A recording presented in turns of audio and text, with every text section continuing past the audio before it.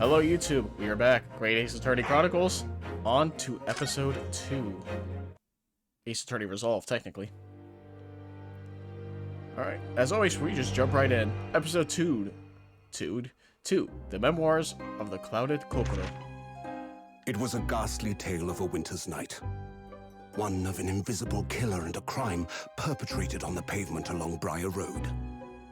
As the victim lay at death's door, the mystery of just who had stabbed the young lady from behind had been resolved.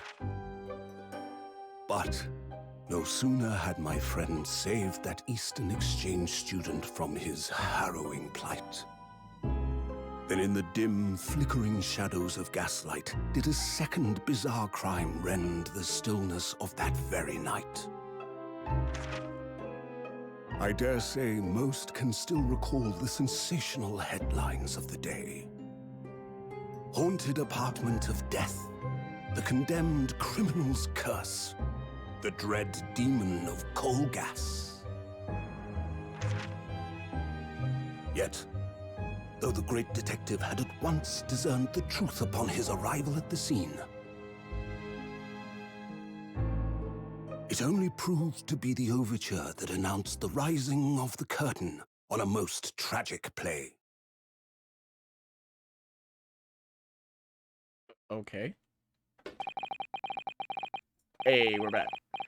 My name is Ryunosuke Naruhodo. I'm a fledgling lawyer just starting out on my journey. 6 months ago, I arrived as a visiting student of law, having made the long voyage across the sea from the Empire of Japan to here, London, England. And on the way, in quite extraordinary circumstances, I made the acquaintance of a world-famous detective. Currently, I reside in the attic of the detective's own lodgings, where I run my legal consultancy of sorts. I've successfully defended a number of clients in Britain's highest court, the Old Bailey. Though since a particularly grueling and unforgettable legal battle 4 months ago now, I haven't returned to the courtroom. In truth, I lost my right to return. What? But that epic trial was just one small part of an epic tale. A tale which was now about to awaken from slumber. Thanks to a letter that arrived this morning from my homeland.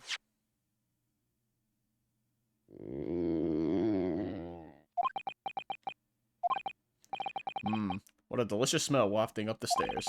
Must be nearly time for breakfast. I'd better go down to Mr. Sholmes' suite and say good morning to the great detective and his flatmate.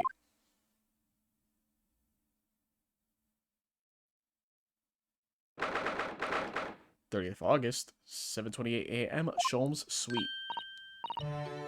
Ah, Runo, good. I was just about to call up to you. The bacon's ready. Good morning, Iris. It smells delicious as usual. Before we eat, though, I have some... Shh! Not another word, Mr. Naruhodo. This could be just an abstruse thing for my pre-breakfast stagnation repelling mental stimulation, my dear fellow. Morning to you too, Mr. Sholmes. Ah, yes, I see. Oh, Jesus Christ, you're so close. So that's it. The truth is as clear to me as day. My faculties of observation have revealed it again. What are you talking about?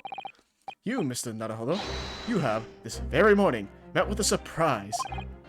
Well, is that not the case? Really, my dear fellow, it barely warrants explanation. Firstly, your hair is particularly unkempt, somewhat reminiscent of a bird's nest. Secondly, you have neglected to fasten the third button of your jacket. Clearly, when considered together, these two facts point to you having been flustered this morning. Can I talk now?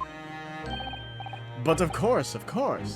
Though I don't look for admiration, you understand. My hair always looks like this. It's been this way since I first met you. Oh, it has? And the button was ripped off last night, if you remember. By you. Hurley pulled your button off? Ah, yes. I recall the incident now. It was after supper, was it not? As the evening advanced, I picked up my violin and began to play the wailing notes of a haunting tune. But then, to my utter dismay, the third string snapped. Why did it have to happen? Why? Little wonder then that in my vexation I grabbed the first button I saw and ripped it from its proper place. Well, I'd like it back now, please. It's troubling me that I can't fasten my jacket. And it's troubling me that you expect me to know where it is. Somewhere thereabouts on the floor, one presumes. Helpful. What matters at the present time, my dear fellow, is simply whether or not my deduction was unerring. But Hurley, Bruno said it when he came in, didn't he? I had a surprise this morning. Oh boy. Well, that really is a surprise. Yes, this man is the pride of the British Empire, the famous consulting detective, Mr. Herlock Sholmes. There can't be a single person in the world who doesn't know his name. Alright then, enough of this silly conversation. Come and eat this bacon before it goes cold. And I have a new herbal tea for you to try too. My latest special blend. And here we have Iris Wilson, Mr. Sholmes' lodger and companion. Truly exceptional young girl, who's the author of a highly successful serialization here in London. Yes, The Adventures of Herlock Sholmes is published in Rance magazine. So, Mr. Naruhodo, won't you put us out of our misery? What surprised you this fine morning? Ah, well, I received a letter from Japan. Oh, from Susie, you mean? Was it? Really? That's right. And she had some rather startling news, in fact. Ah, intriguing indeed. You must tell us all about it over breakfast. Oh yes, what fun. Oh, back to this now. Finally, gameplay. Gameplay, quote-unquote, on a visual level. Susato's letter. This is a letter that arrived from Japan this morning by International Post. Oh, how lovely. Look at Susie's beautiful writing. I wish I could read it. And how is your judicial assistant faring, may I ask? She's very well, thank you. In fact, according to what she's written, she actually appeared as a lawyer at the Japanese Supreme Court and won a case. Ah, really? Oh, isn't she wonderful? A cut above your good self, my dear fellow. I've won cases too, you know. I don't know why, that reminds me of Frank West. It's like, I covered wars too, you know. Apparently, Mr. Natsume appeared at the trial as a witness. Natsume. No, I don't recall that name. Of course you do. We helped the man. Twice. You know, in those 2 cases that took place on Briar Road 6 months ago. Ah, the mustached, twitchy man with the somewhat feline eyes and the mustache. I was gonna say, like, feline, I'm like, nope, that's not right. It's feline. He didn't have 2 mustaches, Hurley. Yes, who could forget those 2 cases? They made a very deep impression on me. Although I must confess, the details are a little hazy now. Very deep impression they made on you, clearly. Startling news. So, what was this startling news penned by Mr. Susato? Do you remember the case of the haunted lodgings, Mr. Sholmes? Ah, yes. It's very interesting, you know. I don't feel entirely uncertain that a case of that nature did not occur. It's totally forgotten, then. Anyway, in her letter, Mr. Susato asked that we read over her case notes again and investigate further. Though it took place half a year ago, for what purpose? Because of something that Mr. Natsume said to her, apparently. He suggested that the real reason why she was called back to Japan so suddenly might have had something to do with the case of the haunted lodgings. Oh? On Mr. Natsume's return to Japan, Mr. Susato's father questioned him about the case, she says. And something Mr. Natsume said appeared to trouble Professor Mikotoba, prompting him to send that telegram. Oh, that case, yes. It was very strange, wasn't it? Yes. And I compiled the whole story into a nice, neat manuscript ready for publication, too. But then Hurley here was all funny about it, remember? He was very mean. That story must not be published, you said. Very mysteriously as well. Really? I said that. Are you sure? Do you perhaps know something about it as well, Mr. Sholmes? About why Miss Susato was suddenly told 4 months ago that she had to return to Japan?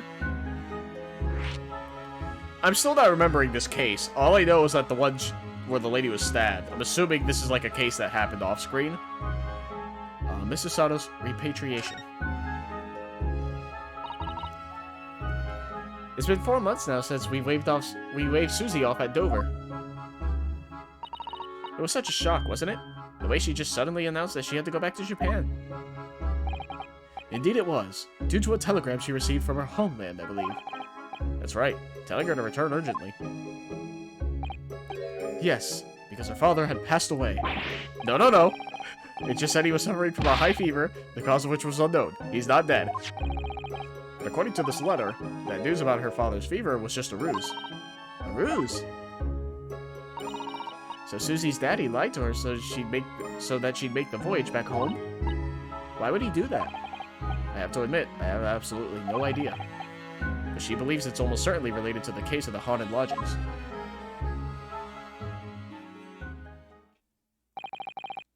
Summoning her back to Japan so suddenly like that. I wonder what Mr. Sato's father is hiding.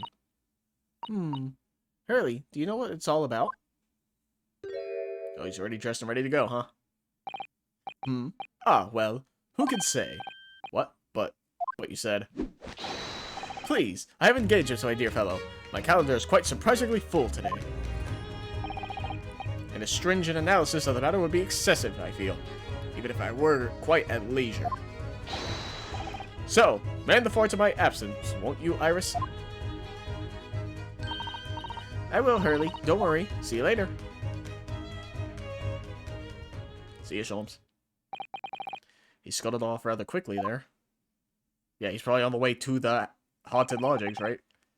I think perhaps Professor Mikotoba isn't the only person hiding something here.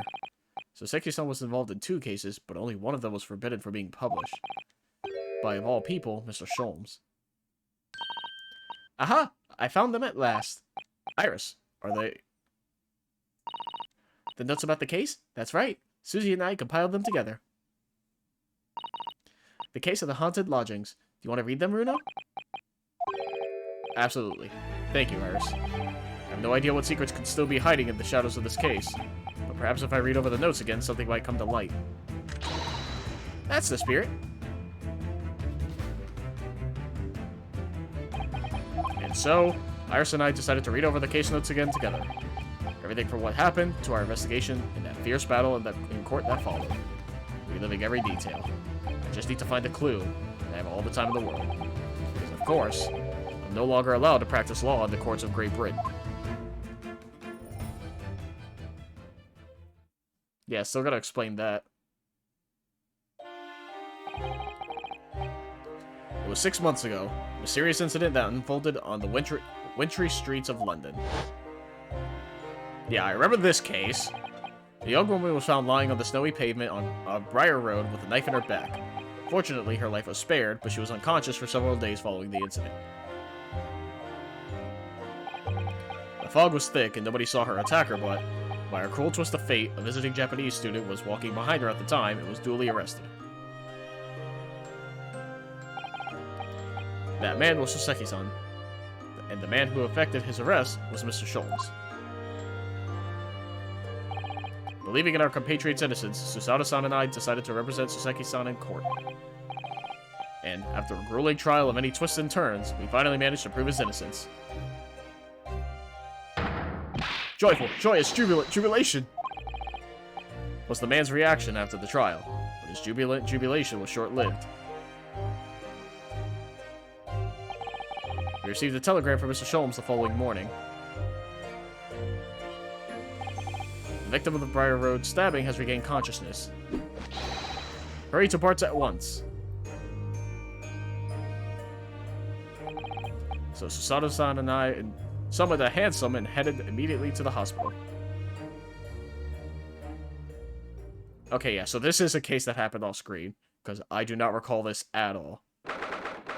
Okay, yeah, this all happened off screen. Good to know. Also, rat. There's a rat in the bottom right. Hell yeah.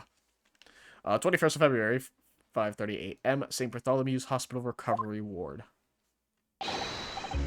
There you are at last. Good morning, Mr. Sholmes. I think not. Oh. Wait. Oh, never mind. You're late. What on earth took you so long? Your telegram only arrived at 5 o'clock, Mr. Sholmes. but it's a 20-minute ride to the hospital. That's right, it's 5:30 now. I think we made very good time. The time is utterly irrelevant. The fact is, I've been waiting for what has felt like an eternity. In point of fact, I myself was awoken at 4 this morning by a telegram boy. And feeling it was somewhat unjust that I alone had been roused at such an hour, I sent one to you. Well, thanks for that. Anyway, you're here now, so the victim is over there. She has only just regained consciousness. You should introduce yourselves, and I shall observe from here. So that's the lady who was found on the snow-covered pavement with a knife in her back. Her name is... Ah, yes, here we are. Miss Green. Alright, let's just make a save. I need to make a habit of saving more in this game, because I know previously I would not save until, like, intermissions. Until we hit, like, the last chapter. Let's examine some things, first and foremost. Look, this photograph in this frame here. Oh yes, it's a picture of a young gentleman. Looks to be about the same age as Miss Green, I would say. Perhaps the young woman's special someone, do you think? My, Mr. Naruhodo. I didn't know you had a sense for matters of the heart. Not in the least. I sincerely said the first thing I thought of.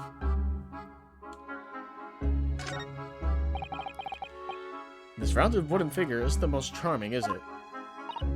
Ah, I don't think that's a decoration, Mr. Naruhodo. It's an artist's mannequin, I believe. Used when practicing sketching the human form in different poses. Really? It's not exactly what you call a typical figure for that purpose, though, is it? No, I suppose not. I confess I've never seen one quite so full-figured before. Well, if you want to draw a full-figured person, it's the right tool for the job. Can't see anything about the easel. Rat. Eee! A mouse, Mr. Naruhodo. An enormous mouse. Vermin in the hospital. That doesn't seem the best. But it looks like a very healthy specimen, doesn't it? It's very plump. Not sure we could say that's down to the excellence of this facility, if that's what you were thinking. Oh, it's just gonna chill there? That's fine. Alright. Ah, this looks like the treatment notes for whoever's occupying this bed. Let's see. Do not permit to run around the hospital. The patient doesn't seem to be here at the moment, so... He or she is probably running around the hospital then. Oh dear. How worrying. What's worrying is why they haven't discharged the patient yet. Her herself. Oh, this looks like the patient's treatment notes. Let's see. Do not feed. What is this place, a zoo? You know, I seem to remember seeing an almost identical sign in our local park. For the pigeons, yes. This is a person. Poor woman. I hope she hasn't read this.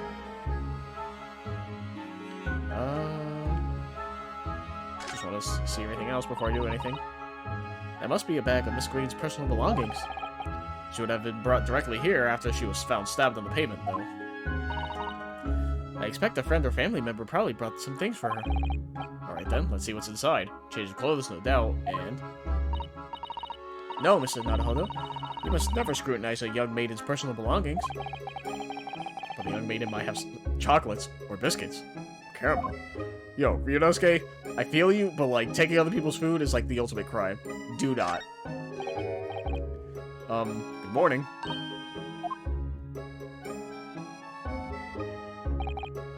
Hello, I'm, Ryunosuke Naruhodo. I'm from the Empire of Japan. Oh no, what, was it your knife that, are you the man who... No, I'm a lawyer. And I'm Susato Mikotoba. Pleased to meet you.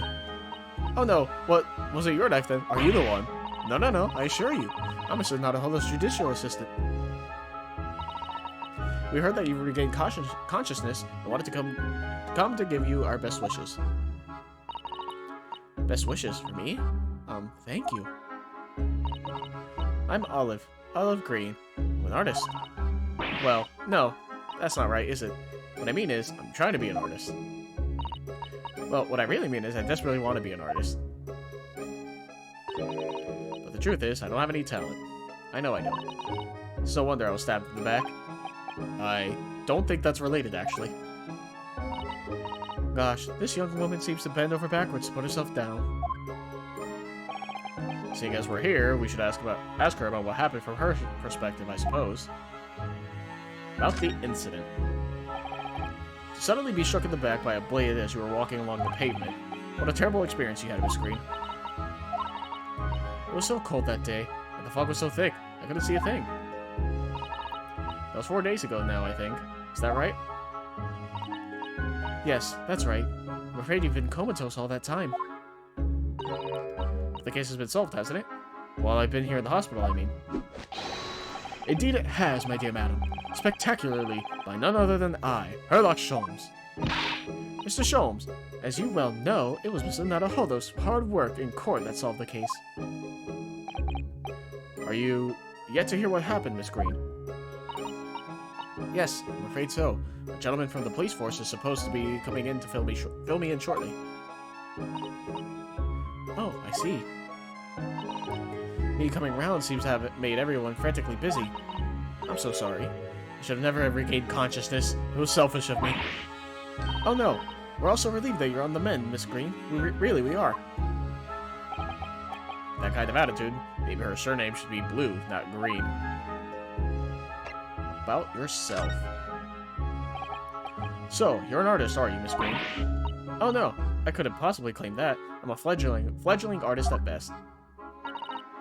I mean, I'm a student of art, really. At the Thorndyke Academy of Fine Arts. Oh my, an Academy of Fine Arts. Great Britain is such a wonderful country. Tell me, Miss Green, do you live hereabouts? Oh no, actually, I don't deserve it, but I have a little flat on Brixton Road. I see. How very interesting. Oh no, is it? Brixton is some 10 stops away on the underground from here. And Thorndyke Academy is a mere 3-minute walk from Brixton town center. Does that matter, Mr. Sholmes? Perhaps not, but Briar Road is a far less salubrious part of town by comparison, dwelt in by those of inferior means. Fuck you, Sholmes. Stop saying annoying words. Too tired for this. Including the maleficent Mr. Mustache. Inferior means. I suppose Soseki-san does fit the bill. It struck me as somewhat out of the ordinary for a young fine arts student to be walking in such a district. That's all. What's this? She suddenly clammed up. Mr. Sholmes, you should be ashamed of yourself, prying into a young maiden's private affairs. Oh dear me, do forgive me.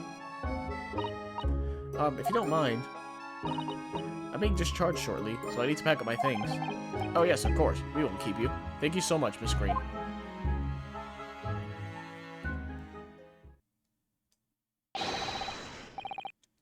Is there a Mr. Narrow Fodder here? Mr. Narrow Fodder. Narrow Fodder now? Well, if you're looking for Mr. Naruhodo, the lawyer, that's me, but... Ah, Mr. Narrow Fodder, good. This is for you.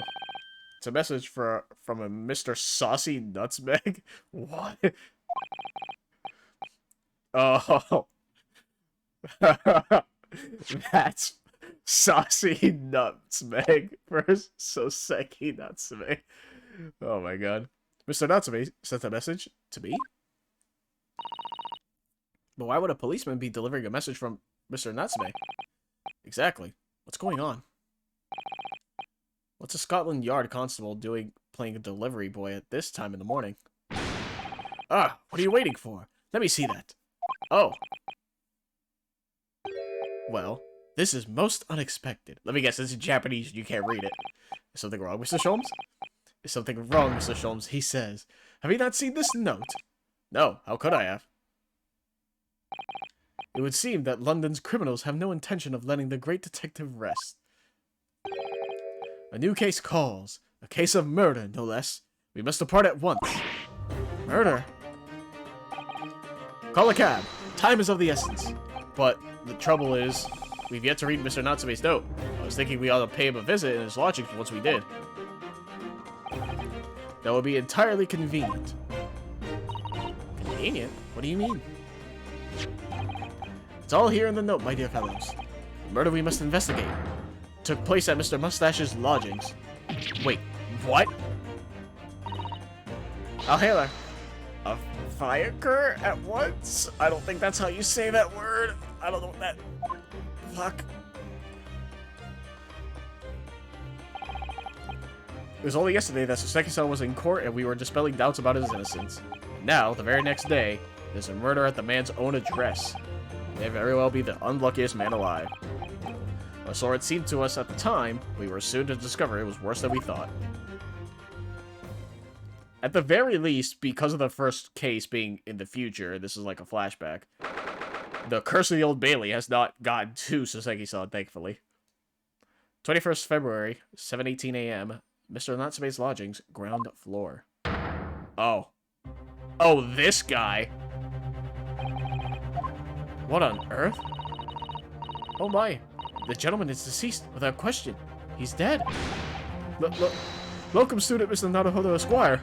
Mr. Natsume. Oh, why? Why is this happening? Why to me? I've only just got out of the court yesterday. I was finally home after 2 days of misery. And then I wake up the next day to this. No early bird should catch a worm like this. Woeful worm without wiggle. I see you're in high spirits again this morning, Mr. Mustache. Ah! Not the horrible Herlock Sholmes. Shoo! Shove off! Show yourself to the door! I never invited you! Mr. Sholmes came here with us. I'm quite sure he'll be able to help you, Mr. Natsume. I am entirely at your disposal, Mr. Mustache. What can I do for you? Oh. Hey. Here they are already. Busybodies. Ah, Inspector Gregson. What a pleasant surprise. Pleasant, is it? Gives me heartburn every time I see your face at a crime scene, Sholmes. Ha! I deduce, Inspector, that your heartburn is a result of your excessive consumption of fried food. Good morning, Inspector. This is a crime scene. Don't you go touching anything. Or good morning to you too, sunshine. That explains why we saw this person for like 10 seconds during that case. Like, this guy was just like on the road and like, oh, he's gonna be relevant later. And then he never was. So he's relevant in this case. The second game. So they definitely planned it in advance. Also, if this is Soseki-san's house, I don't remember this castle thing being here. Well, I guess it's the ground floor, right? Oh, his logic doesn't necessarily mean his floor. That's fair. Oi! I said hands off. You're gonna mess up my crime scene. Oh, no, I just wanted to look, that's all. No chance. I know you're kind. You'll mess it up just by looking at it. Ugh, someone's in a bad mood. There's certainly some bad air in here, isn't there? Alright, sounds like I'd better talk to the inspector first and try to curry some favor. Well, what else can I look at? Oh, I can't look at anything until I talk to him? Cool. Talk to Soseki-san. What a terrible thing to have happened. It's only been 3 days since I was arrested for the incident on the pavement outside. And then, having finally regained my freedom, it starts happening all over again. Endless existence of excruciating experiences. So the victim lived here on the ground floor, and your room is just 1 story up, isn't it? Is that? I wonder if that's like the British way of spelling story, right? With an E? Huh, I never thought about that. Because, like, you know, like there's color and flavor and stuff with the U's in it. Is the story with an E? Is that a thing? Yes, that's right. In a way, we were neighbors, I suppose. So did you know the victim? Were you friends? Soseki-san? What's the matter with Soseki-san now? Was innocent enough question, right? Or wasn't it? Why does he seem so shaken by it? Well, I suppose he was a complete stranger. But did he ever invite me to his room? Never. On my honor, I swear it. What an extreme reaction. You're probably wishing you'd never asked now, aren't you, Mr. Naruhodo? When we found him here, I felt wretched. Which is why I sent word asking for you to come. Through that inspector over there. Alright, Gregson. Was there anything else I can do? No. Let's talk to Gregson to examine. That's fine. So, Inspector, what was the victim's name? Who was he? Mr. William Shamspear. Oh, okay. He was a lodger here. As you can probably tell, he was an actor. Bit of a dead loss as it happens. Or just dead. Mr. Shamspear. There's the landlord, old Mr. Garadeb, and the other lodger, Mr. Natsume, who found him. The fellow didn't rise at his usual hour, so Garadeb got worried and kicked the door down. But, doesn't Mr. Garadeb have a bad leg? Oh yeah, you're right there. There's that jittery Japanese hunchback over there who actually did the kicking. Really? Saseki-san? The victim was pretty hard up, it seems. Even done some time inside for petty crimes. He had no money, no place to go, and no friends. His only acquaintances were the people in this house. Miserable life and a miserable end to it. So, what exactly is Mr. Natsume still doing here? He's not involved in the investigation, so shouldn't you have sent him away from the crime scene? Well, I'm not saying it's because the old fellow looks odd or anything, or that he acts suspicious, but I thought it would be prudent to take a statement from the cohabiter. You nearly said culprit there, didn't you? Oh dear, Mr. Natsume appears to be under suspicion again. It certainly seems that way. He does just come across as such an odd fellow, doesn't he? Poor man, how unfortunate. Anyway, I can't say much until the coroner gets here. But I don't think the fellow's been a goner for that long. Body's still warm. Even if the inspector would allow it, I don't think I could bring myself to touch a dead body. Oh, hey, Sholmes. So, I guess until the coroner gets here, I can't look at the body then? Yeah, that's fair.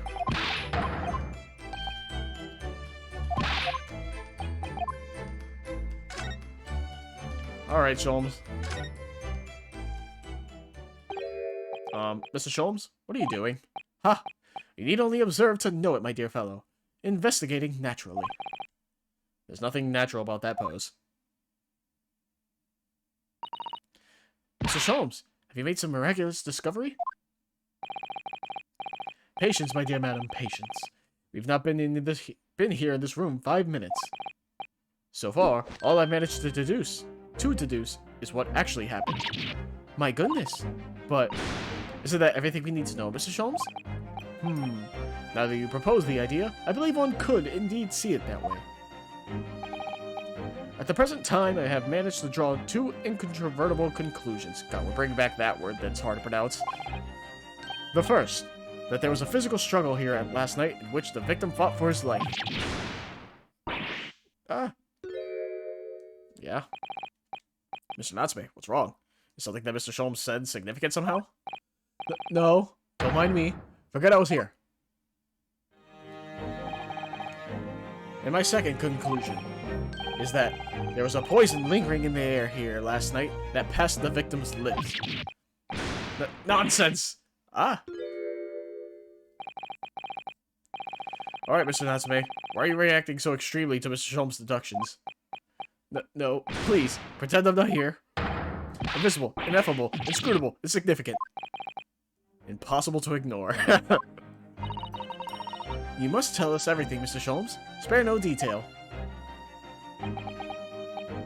But of course, let the theatrical tragedy before us be unraveled by my great deductions presented for your pleasure in 2 acts. You heard some truly astounding great deductions from Mr. Sholmes in the past.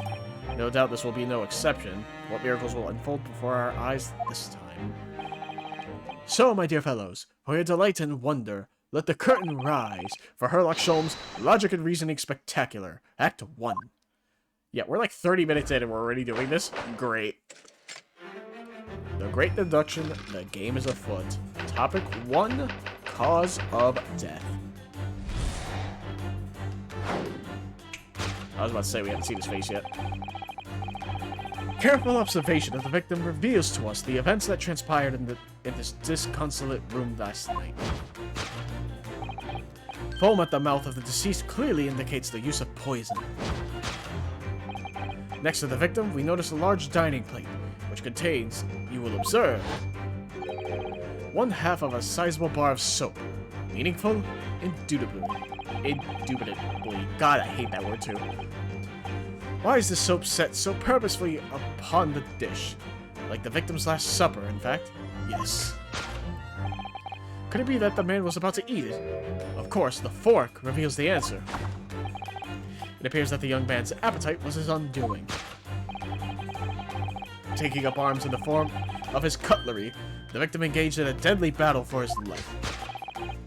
Yet the struggle against his hunger was in vain, for in the end he couldn't resist devouring the slippery feast. But London's foul soap is besmirched by foul poison. Yes, the victim's life was claimed by poison that tainted the contents of the plate. The soap and the lather about the young man's mouth are too perfectly matched to ignore. The cause of death was clearly intoxication due to excessive ingestion of foul soap. Though personally, I have a greater interest in the taste of foul candle wax, of course. Yeah, nobody asked. Poisoning from soap ingestion. I feel like there should be a question mark there at the end. Topic 2. Suicide or murder? Well, obviously murder. It's an Ace Attorney game. The cause of death identified. We proceed to Act 2, where we ponder the next question. Was this suicide or murder? The audience will recall that death occurred during the victim's Last Supper. Did the man die alone? A single teacup suggests the answer. To draw a conclusion on such meager evidence would be foolish, however. Certainly. The careful criminal could have absconded with his own cup to cover his tracks. Well, allow me to lift the veil of doubt, my dear fellow. Indeed, what reveals the answer, of course, is the broken lock. Though forced open now, at the time of the incident, this door was locked. And the sole key was in the victim's pocket. In other words, when the victim consumed the poison, he must have been alone. Alone with his inferior soap, or once wafted an inferior scent. And with that acrid aroma lingering in the air, the victim met his end, in tragic solitude. We can take comfort only in the fact that his soul was well cleansed on its way to the hereafter. Conclusion, no possible perpetrator present. Thus concludes the final act of Herlock Sholmes' Great Deduction. Yeah, it couldn't have been Soseki-san for obvious reasons due to, this being a flashback. We saw Soseki-san earlier. Also, the body's warm, so it had to have happened recently. And if Soseki-san broke down the door with Garradeb, that should be enough of an alibi, but who fucking knows?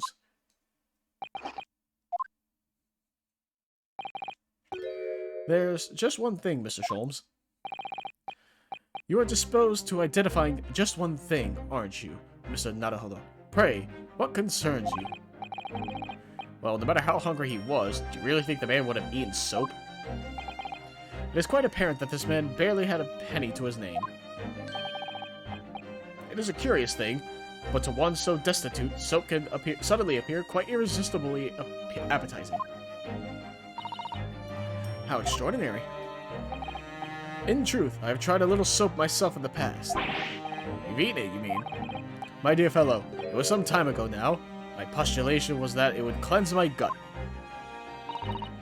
And did it? As I writhed in agony on the floor and spilt the contents of my stomach, yes, I believe it did. The experience taught me a valuable lesson.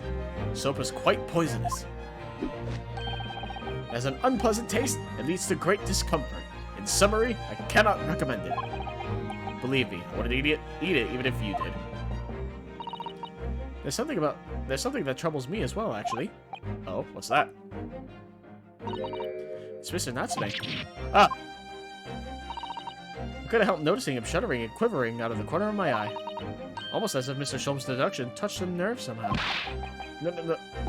Nonsense. Well, that clenched teeth episode didn't last. I think, judging by Mr. Natsume's reaction, the great deductions may need some gentle corrections in order to reach the actual truth. Yes, Mr. Sholmes' observations and deductions are sometimes a little too sharp. He has a tendency to hit the nail on the side of the head and drive it in at an obtuse angle. When he does that, it falls to us to straighten things out. Alright then, let's see what we can do. Yes, we must pick out the key words of Mr. Sholmes' quite brilliant deductions, and discreetly exchange them for something that makes a little more sense. If we can do that, I'm sure we'll arrive at what Mr. Sholmes meant to say in the first place. In that case, are you ready for the second performance of the day? Once again, my dear fellows, for your continued delight and wonder, let the curtain rise for Herlock Sholmes' Logic and Reasoning Spectacular, Act 1.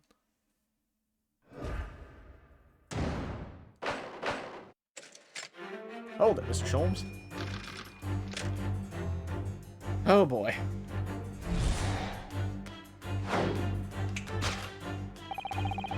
Careful observation of the victim reveals to us the events that transpired in this disconsolate room last night. Foam at the mouth of the deceased clearly indicates use of poison. Next to the victim, we notice a large dining plate which contains, you will observe, 1/2 sizable bar of soap, meaningful, indubitably. Yeah, okay. I don't know why I'm still reading it properly, but we've gone through this.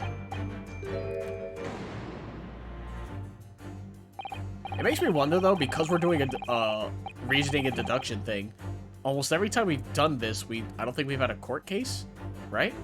Or am I wrong? I think I'm wrong on that. Because I remember the ship, we didn't have a court case because we did this. No, we did with Garradeb, that's right. Well, you can't deny that a fork implies the man was eating something, or about to eat something. Yes, that's true. If I were to decide to eat some soap, I should prefer to use a fork than rather to attempt it with chopsticks. And of course, only half of the bar of soap is left on the plate. But might there not be some other explanation? Something material that proves whether or not the man really ate some soap? Teacup. Oh, well, there's the other piece of soap. Look, there's some more soap on the floor here. Mr. Shamshire must have really loved this stuff. Let's not jump to conclusions, Mr. Naruhodo. Look closely at the soap. Do you see that it would fit together perfectly with the half bar on the table? What the? How could that be? I think that they are two halves of the same bar that broke apart. I would assume he was hit over the head with it. Obviously, the fork doesn't show anything. That's empty. I can't investigate the hat. Yeah, I can only, like, turn left and right, and very little.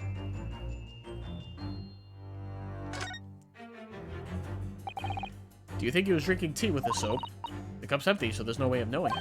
Ah, how about this for an idea? Perhaps the cup was full of water, and he was dissolving soap in it so he could go as much down as possible.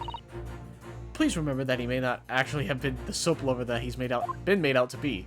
Yeah, what a fucking way to go. You die, and then people are like, yeah, this guy loved to fucking eat soap. What a freak.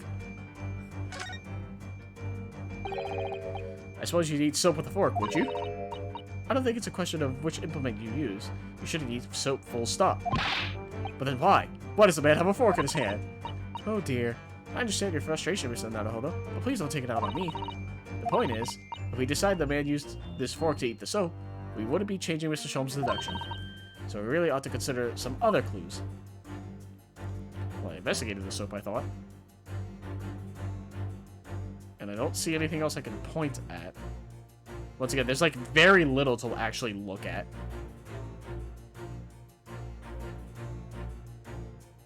Take that! Okay, I wasn't sure if that was it. There's like nothing else, right?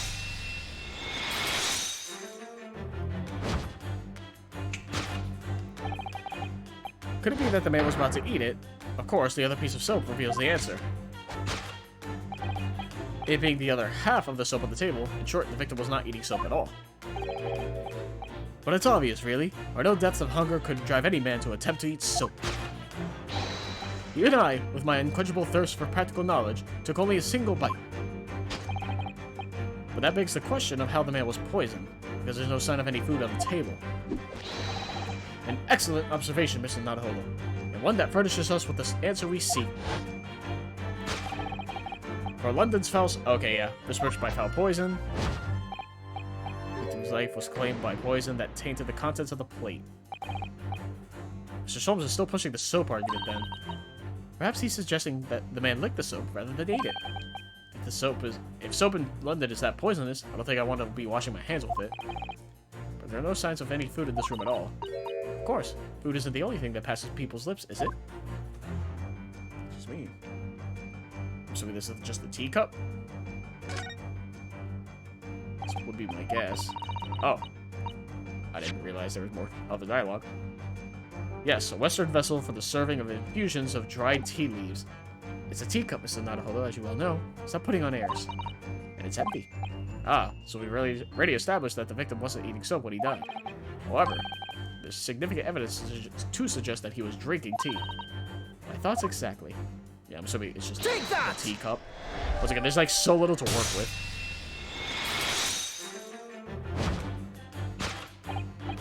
Yes, the victim's life was claimed by poison that tainted the teacup. Indeed, cups have been the vessel of choice for practicing poisoners over the centuries. And it would appear that this victim drank every last drop. There's no sign of food anywhere in the room. Which leads us to the immutable conclusion. The cause of death was clearly, intoxication due to digestion poison contained in the teacup.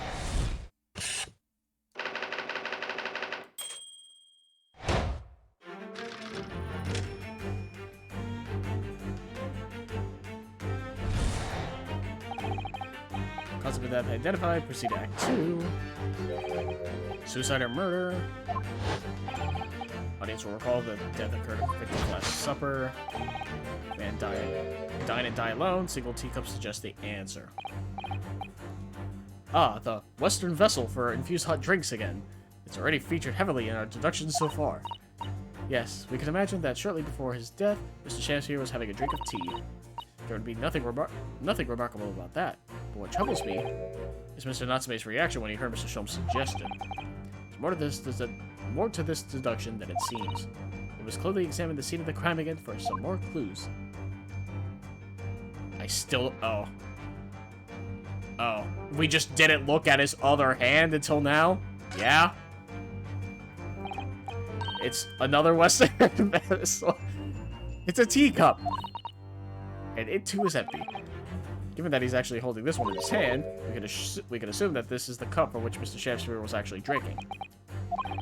But if that's the case, it changes everything. Everything we've deduced up till now is turned on its head. I have a bad feeling about this. I almost don't want to say it.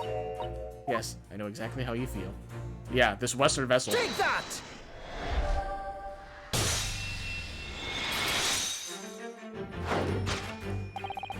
Did the man dine and die alone?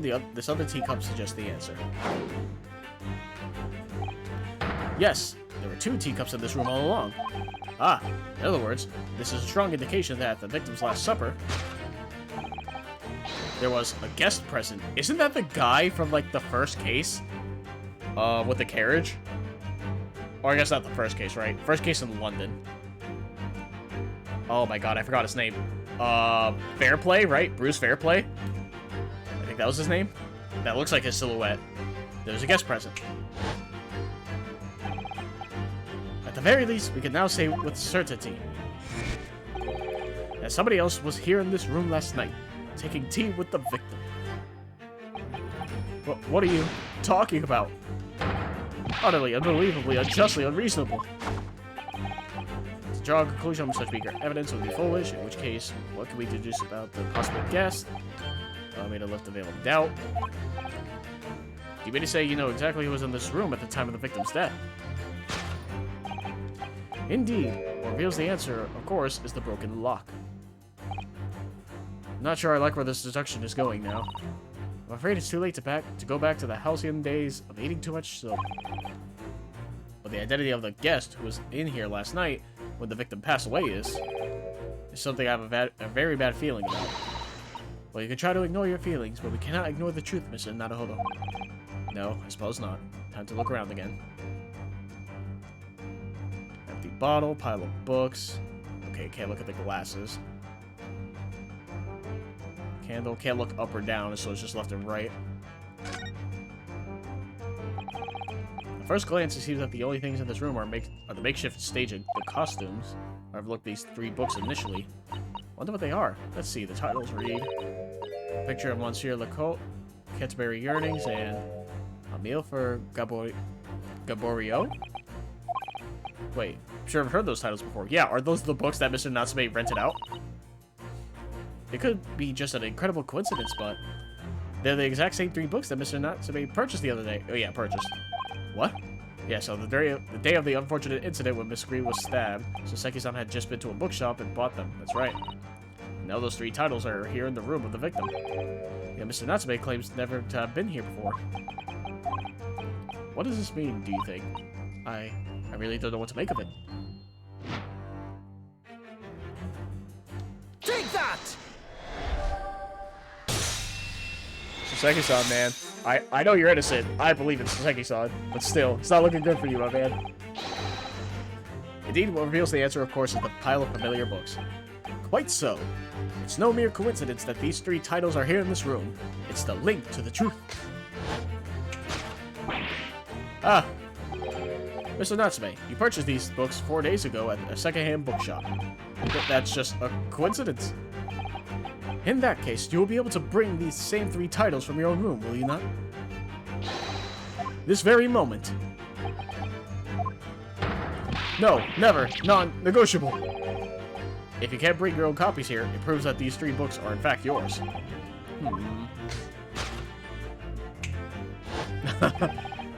Having purchased the books 4 days ago and returned to your lodgings, you were arrested the very next day. So you could conceivably have brought the books here on that evening, but you never mentioned that. In other words, you could only have brought these 3 books here to the victim's room.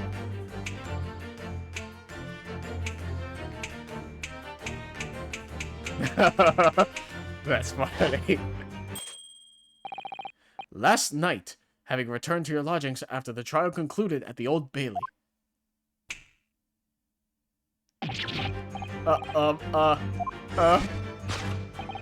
In short, there's only one possible conclusion.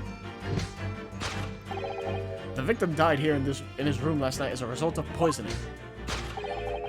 And that same night, the victim had a visitor. And that visitor... That's... God, I love the comedy of this game. Was you, Mr. Soseki Natsume. Thus concludes the final act of Herlock Sholmes' great deduction. I'm a simple man. And this game is funny. Conclusion, Soseki Natsume at the scene. Deduction complete. Elementary.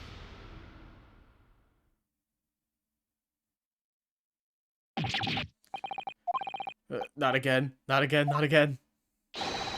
Not again. Well then, Mr. Natsume. It would appear you're gonna have to accompany me down to the yard. Again. But wait. Hold your horses. Yes. Door. Key. Locked. Entry. Exit. Entirely impossible. He's so flustered, he's being even stranger than normal. What? You think that's an alibi? You could have just made a copy. What? You live in the same building, after all. You'd have had plenty of opportunity, I'm sure. But... Misery me. Sorry, sir. You'll get your chance to give your side of the story later. The facts speak for themselves, Mr. Mustache. You horrible Herlock Sholmes. Really has found himself an arch-rival now, hasn't he? Come on now, no dilly-dallying. Outside, there's a carriage waiting. Welcome, student Mr. Naruhodo Esquire. I never imagined I'd be in this position again, but... You have to help me. Please, please. I'm innocent. Alright, I understand. We'll come to your cell later and talk about it. And one more thing. Oh, yes? My poor little kitty cat. Please give him his breakfast for me. I will defend you to the death, Soseki-san. And so, this evil curse still apparently unbroken, Soseki-san found himself once again the prime suspect in a case of murder. Yeah, that's 3 cases now in total. Thanks to the incriminating deduction of the great detective. My dear fellow, that honor belongs to you.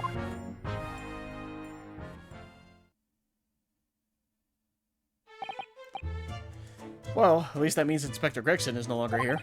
We can examine the crime scene in more detail now. Yes, that's right. And of course. What? Have you forgotten what the inspector mentioned before? It was the landlord, Mr. Garredev, who discovered Mr. Shamspear. Ah, Mr. John Garredev, yes. I expect we could find him in his sitting room on the top floor as usual. Right, we must remember to go and talk to him later then. Oh, might as well examine. Shelm's still here. He is not. This is some sort of makeshift stage, I think, isn't it? Where does the audience sit, though, for the nightly Shakespeare performances? Actors aspiring to the great stage must practice their art, Mr. Naruhodo, with or without an audience. In fact, on a related note, perhaps you should set up a mock bench for the defense in your office. What? Then you can practice your art every single day. Now think about it. If you promise to don a beard and play the role of the judge. Well, if that would help you achieve your goal. This I have to see. Hell yeah, sure. Wear the beard. This is a gas wall light, isn't it? Must be connected to a gas pipe in the wall. Gas lights, gas stove. London really is a city of gas. Now that I think about it, Mr. and Miss Garredev had an open fire on the top floor, didn't they? Oh yes, you're right. I don't recall seeing a gas stove up there. Well, I much prefer a real fire anyway. It's so much cozier. Did he die from, like, gas poisoning because of this right here? I mean, that was kind of like the intro, right? But then again, they also, like, threw me off with, like, the speckled band and everything. So, I don't know. And here we have another disproportionately large machine. This looks like a meter of some kind. Ah, this is a gas meter, I think. Yep, I'm sure it's gas poisoning, or something related to it. It seems that in this district, residents pay it for gas as they use it with coins. Interesting. Huh. Ah, I see. Now you pointed it out. I can see that there's a slot just here that looks like it would take a coin. So you mean if you put a coin in here... That's right. That would buy you about 2 hours of gas for lights and heating. Huh, that's neat. I've, like, never learned that. You know, dumb American here, right? What do I know? So, if you were a poor person with no money, you'd have to sleep in the freezing cold? Yes, or if you were a scatterbrain with no change because you forgot to exchange your money at the bank. Thank goodness there's no meter in our office. Oh yeah, it's also bricked up. As we've seen from the outside, the window is completely bricked up. Oh, whoops. A vestige of the former window tax that Britons had to pay. What strange things they used to tax in Great Britain. I mean, making people pay for the number of windows that they had in their property. It's extraordinary. It's heartbreaking to think of the poor having to block up their windows just to avoid an unaffordable tax. Oh. What is it, Mr. Saba? If you look closely, a number of the bricks are loose. Oh, what?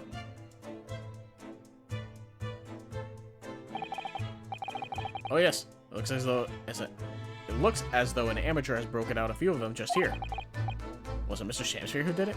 I wonder, being the lodger renting his room. Ah, look at this, Mr. Naruhodo. On the outside, there's a little ledge. And there's something on it. What, outside? Yeah, more soap, apparently. Brr, it's so cold outside. You can feel it through this gap. It did snow all last night. It would be cold. But more importantly, what is it on the ledge out there?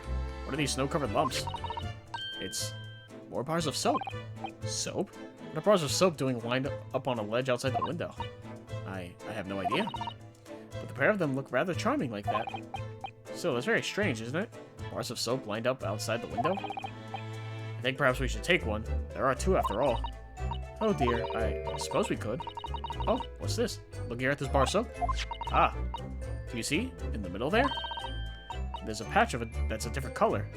It's sort of transparent, but some sort of fancy design, I suppose. Only in Great Britain. It looks like the Hinamaru flag of Japan, doesn't it? How wonderful. Probably a very expensive brand. Expensive? Then what's it doing in this ramshackle old room? Bar of soap has been entered into court record. It's probably smuggling, if I had to guess. Also, was this there on the floor before I looked at the window? I don't know if that was. Regardless, I would examine the soap. This part is a different color. It's an exquisite design, isn't it? Trust the British to turn a boring bar of soap into something special. I quite like it. Reminds me of the Hinamata design of the Japanese flag. I expect it's rather expensive. Doesn't seem likely given to who it belongs to. My guess is smuggling, and that's why one of them is broken. Or some shit. What's this? Looks like part of an envelope, I think. Yes, I think you may be right. Perhaps it was torn off when the letter was opened. Is that significant? Well, it's a little out of place, perhaps, when you look around the room. There's no sign of a letter, or the rest of the envelope, in fact, is there. Ah, she's right. And yet, here we have the torn off end of an envelope. It just strikes me as unusual. I agree. We better take this just in case.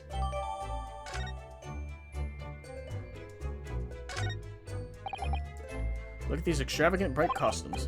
Somehow they look out of place in this room, with this grim and shady going-ons.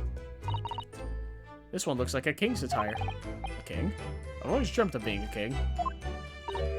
Oh, I think he'd be more suited to a feudal lord. A daimyo, or such like. I think that's how you say it, right? Daimyo? With a chonmage top knot. Every Japanese man wishes he had a chonmage. Huh. Chonmage? Chonmagi? I don't know how you pronounce that word either. Too many words today.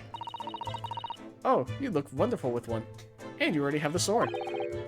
Can you imagine what would happen if I walked around the streets of London with a chonmage and a sword? I don't know how you fucking say that word. I'll have to look that up later. Sorry if I'm butchering it, because I don't know. There's not much on the shelves, is there? Just this wine glass and bottle. Both of them are cracked. Yes, not much use, are they? What's the matter? Oh, I was just reminded of the rebirth, that's all. Prosecutor Lord Van Zykes? Yes, he's so reckless with his wine glasses. I was thinking it's a waste and that he should donate some to the needy. You can suggest it next time we meet. I think that's everything but the body, if I'm correct. Just want to double check. Yeah. Alright, the unfortunate part. Oh, the poor man, so young to die. Do you suppose it was a very painful death, being poisoned as he was? I don't know. All we can do now is hope that he'll be reborn to a better life. Yes, I suppose you're right. I wonder. Do you think that putting our hands together in a Japanese prayer will help a British soul? Sorry? I made sure I had a reference at the ready for just such an occasion as this, actually. This book is entitled The Beginner's Guide to Praying for the Departed, the British Way. I'll just reread it now. One moment. There's quite a spine on that book, isn't there? Oh, that's it? Huh. William Shakespeare, 31, huh? Fair enough, I guess. I was gonna say, is 31 young? I'm getting there. Too soon. I think that's everything here. To Garadeb. Oh, we can go to Briar Road, room, prison. Okay, so we got a good amount of places to go to. We'll go to Garadeb since we're like right here. You know, story-wise, it would make sense. 21st of February, the Garadeb's room. Here we are again. The eccentric landlord's eccentric top floor abode. We're here because Mr. Garadeb's the one who discovered the incident this morning. Don't forget. Ah, you chaps, eh? Yes, good morning, sir. Thank you for your cooperation in court yesterday. It was quite a trial. As much for Mr. Garadeb as anyone, really. Came straight back here after all that business at the Bailey yesterday. Didn't expect to wake up to more Bally nonsense this morning. I wonder, if you wouldn't mind telling us exactly what happened, Mr. Garadeb? Yes, I suppose you'd like to know all about that dead loss of an actor chap in the ground room floor. Or ground floor room. Those were exactly Inspector Grigson's words, weren't they? Oh, you're willing to face us now, huh? Oh, you don't have the slap anymore. That healed pretty quickly. This morning's incident. Must have been a real shock for you this morning. I hear that you discovered what had happened. Ah, well, that hopeless actor chap rises at 5 o'clock sharp every morning without fail. But at 5:30 this morning, he still hadn't lit the gas. So I went down and knocked on his door, but no ballet answer. And that's when you broke into his room by kicking down the door? Well, I called on that rum-looking Japanese chap to do the grunt work, of course. Wasn't it a little premature to kick the door down? A man could have just overslept by half an hour. That's very true, Mr. Naruhodo. 30 minutes oversleeping warranted such behavior. I'd have to kick your door down every morning. Well, you know, better to be safe than sorry and all that. It's just me, or is he avoiding our gaze now all of a sudden? Except that it was a sorry situation indeed that he found on the far side of the door. Mr. Shamspear. The victim's name is Mr. Shamspear, I believe. Is that right? Yes, William Shamspear. Took the ground floor room 3 months ago now. And how would you describe him? In a word, destitute. Destitute? Well, let's face it, the only redeeming feature of that room is the cheap rent. Anyone wanting to live in a place like that is either broke or has a belly screw loose. So hard to choose which category Saseki-san would fall into. Mr. Naruhodo, that's a little rude. He was doing research as well. Research? Into what? Shakespeare, of course. Shakespeare. Read a few plays of the old bard myself, you know. Romeo and Hamlet and all that.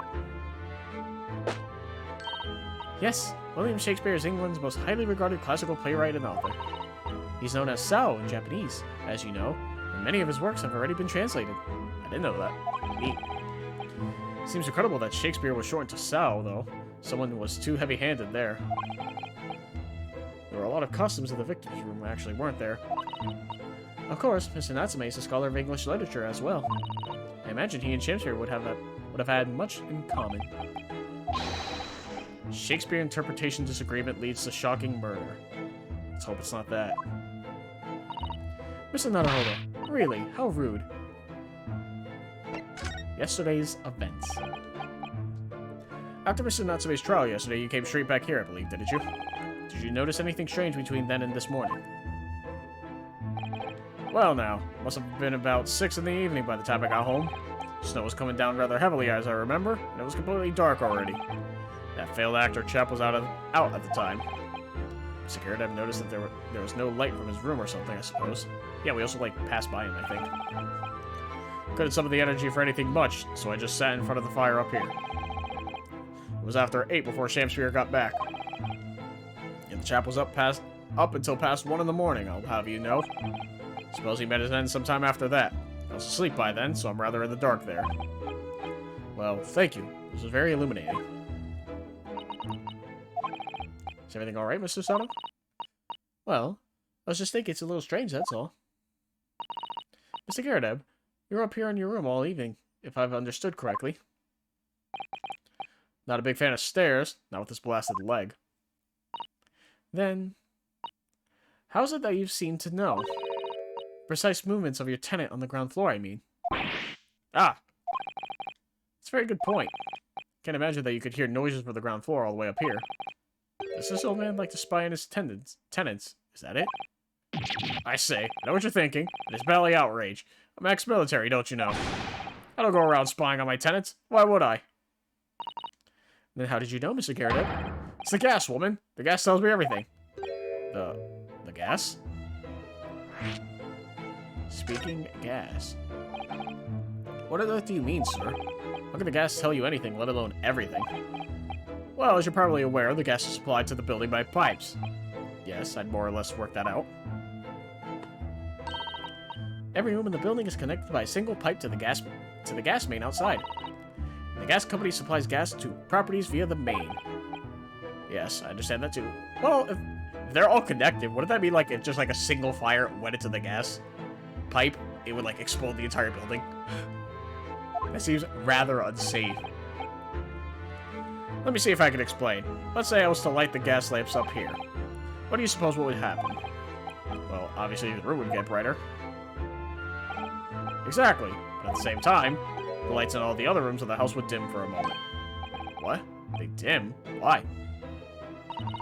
Perhaps it's because when you light a gas lamp, it briefly uses more gas than usual.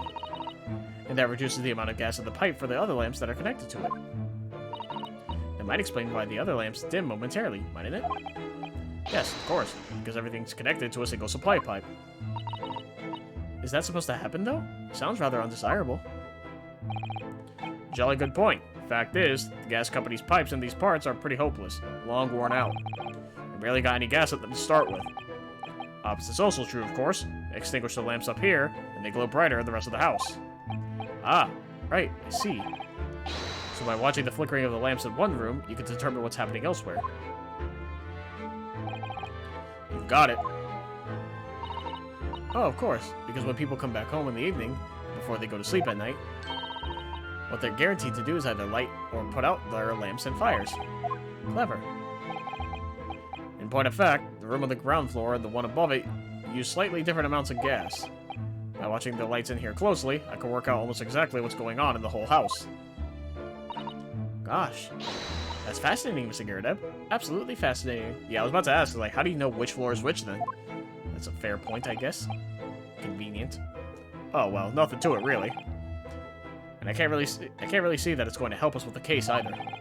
What I'd like to know is why Mr. Garradeb is so interested in what his tenants are up to in the first place. I feel like there's more to it than idle curiosity. I would assume because, like, getting payment? I don't know, because precisely because they are poor, right?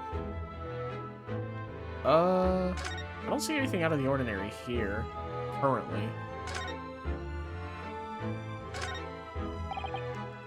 There's a present collection of cakes on the fancy silver cake stand there. I feel sure that was full of cakes when we first investigated in here as well. Yeah, that's what I thought as well. That's why I looked. Yes, quite right. I haven't touched it since. I haven't done much at all, really, since it all happened. Time's rather stood still for me, you know? Oh. Time stood still? Oh, that's an interesting phrase. Might be able to use that excuse when I'm next supposed to be tidying the office. You could just tidy up, Mr. Naruhodo. Stop reading my mind. Alright, it's bye-bye. Leave me alone.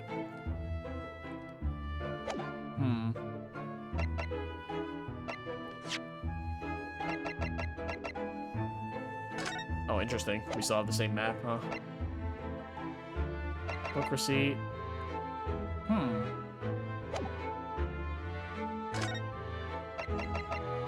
Oops. What do you know about the envelope?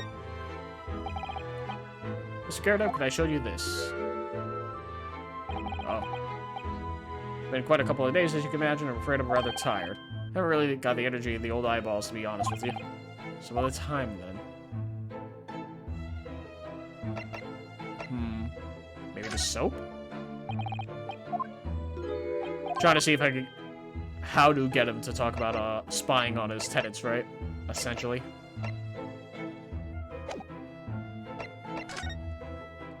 Yeah, because there's nothing else here, and I don't see anything I could possibly examine to, bring up that point of conversation. It's a good view over the wintry east end from up here. It's an impressive, really gray scene. There's really nothing comparable in Japan. Down below, Briar Road, partly blanketed in snow. And the pavement where poor Miss Green was struck in the back by that knife. Jesus Christ, can't read. Thinking about it, this is the only room in this building that actually has a window to the outside world. Sometimes Great Britain really does seem like a strange land, doesn't it? I suppose all foreign cultures seem strange at first. Imagine how an Englishman would feel on arriving in Japan and seeing people with a Chon Mage top down. Stop saying that word, I don't know how to pronounce it. I'm stupid. Well, that's a good point. Yeah, the Englishman would just visit, teach, what? Medicine in Japan, and then die. That's what would happen. I think we're good here. So we're gonna go to Briar Road. Because once again, it just logically makes sense. 21st of February, Briar Road. Anything here? Oh, the snowman's still here. Why somebody built this snowman on some sort of pedestal, do you think? That's not a pedestal, Mr. Naruhodo. That's part of the snowman's body. Really? but it already has a perfectly good body. Well, it's true that British snowmen are usually made with 2 balls of snow. Perhaps this is a foreigner.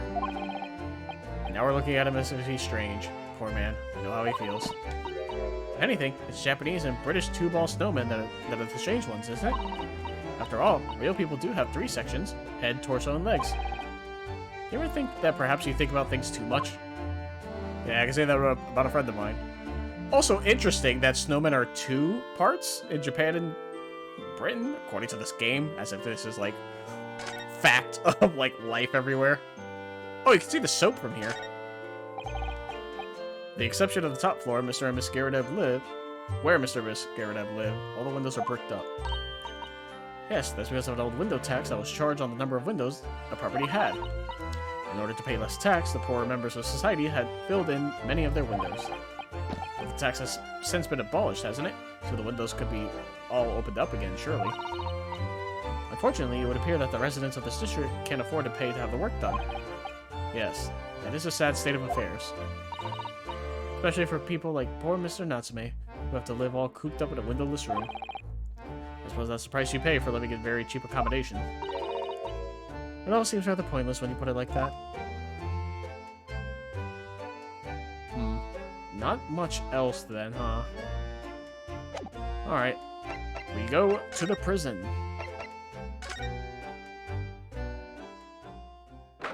21st February, local prison, cell 9. Oh. He's not here. And I'm assuming that means I'm not done with Garadev yet.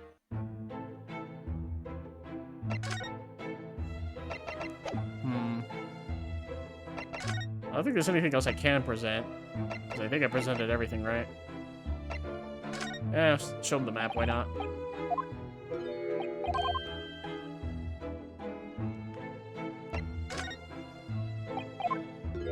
That's what I figured, yeah. Armband? Hey, I'm a lawyer, by the way. Alright, fair enough. Huh.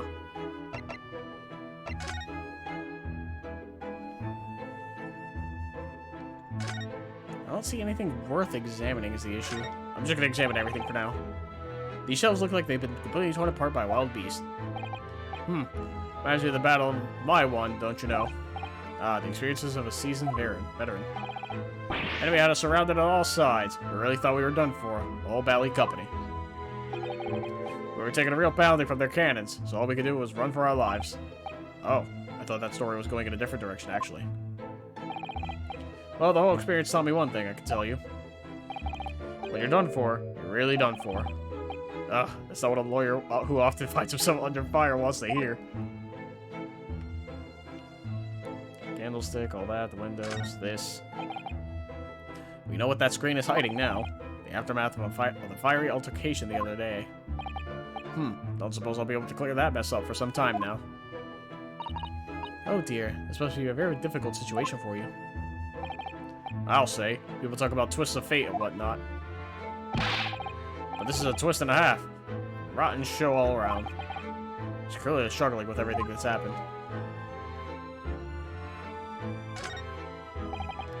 Good to see Mr. Garadev's Medal of Honor still proudly displayed on the wall.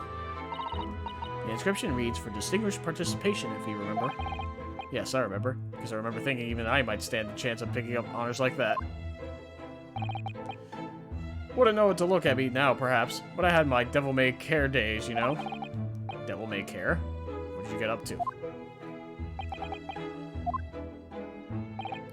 Well, on the past now, of course. Best left there. Best not, I want to know now. You look very dashing in your uniform there, Mr. Garadev. Oh, that old portrait? Eh? Drawn by an art student who used to rent the room downstairs. Oh, you look so wonderfully young and courageous and strong. Yes, well, the chap presented it to me one day and asked if I'd let him off the month's rent in return. Oh, I see. So, you did, presumably. I barely well did not. Oh. A portrait is a portrait, but rent is rent, eh? Yeah, it's still there proudly on the wall. I was hoping to look at the lion, to be fair, but that's what it is. Oh yes, those enormous mortar shells. It's quite something seeing them up close, isn't it? Didn't you say something about firing them into the barracks, Mr. Garrett? You remember, do you? Just a little mishap that occurred during training one day. What are you doing firing on your own men? The captain bellowed at me. No surprise, a little mishap doesn't really do it justice, does it? Well, one has these little incidents when one's a hot-headed young private. Perhaps I should put some evidence that resulted from one of my little mishaps on display. Oh, does the great lawyer, like the great detective, want to exhibit some trophies of his finest moments?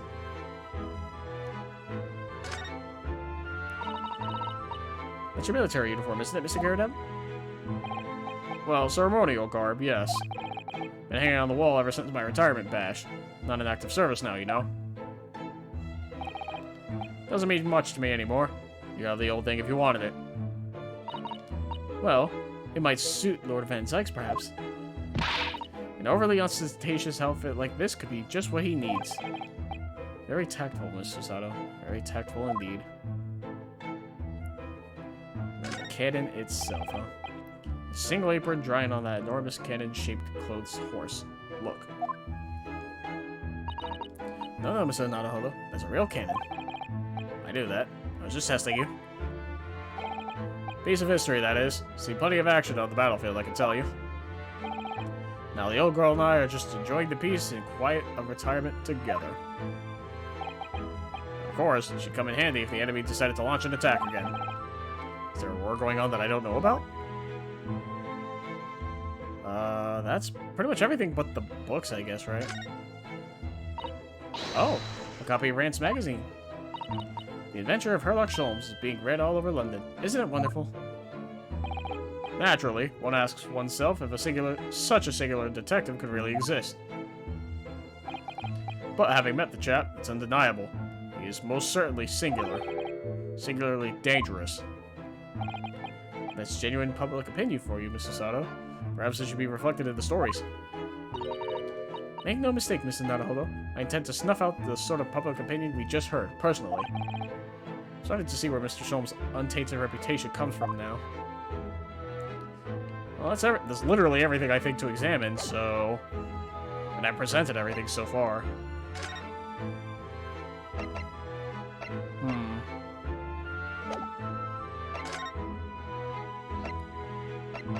I guess I'll go back to Shamspeare's room.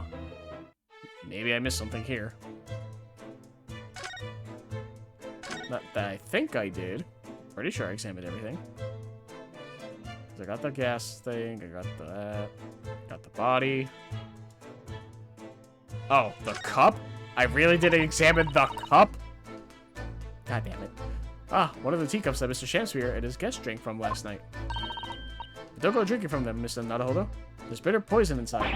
I'm not planning on drinking any, don't worry. Anyway, the two cups are both empty. That's true. So one was Mr. Shamspeare's, and the other must be the cup that Mr. Natsume was drinking from. Mr. Seki-san wasn't poisoned, of course. Perhaps we should take these so we can examine them in more detail later. Okay, teacups.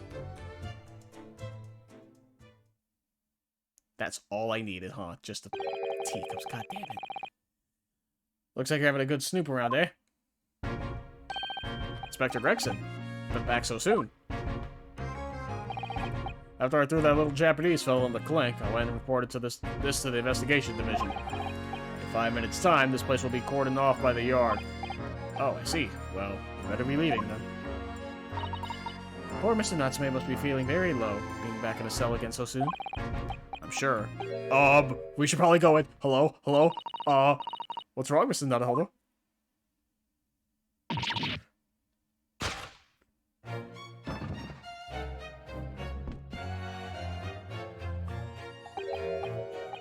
Out, brief candle.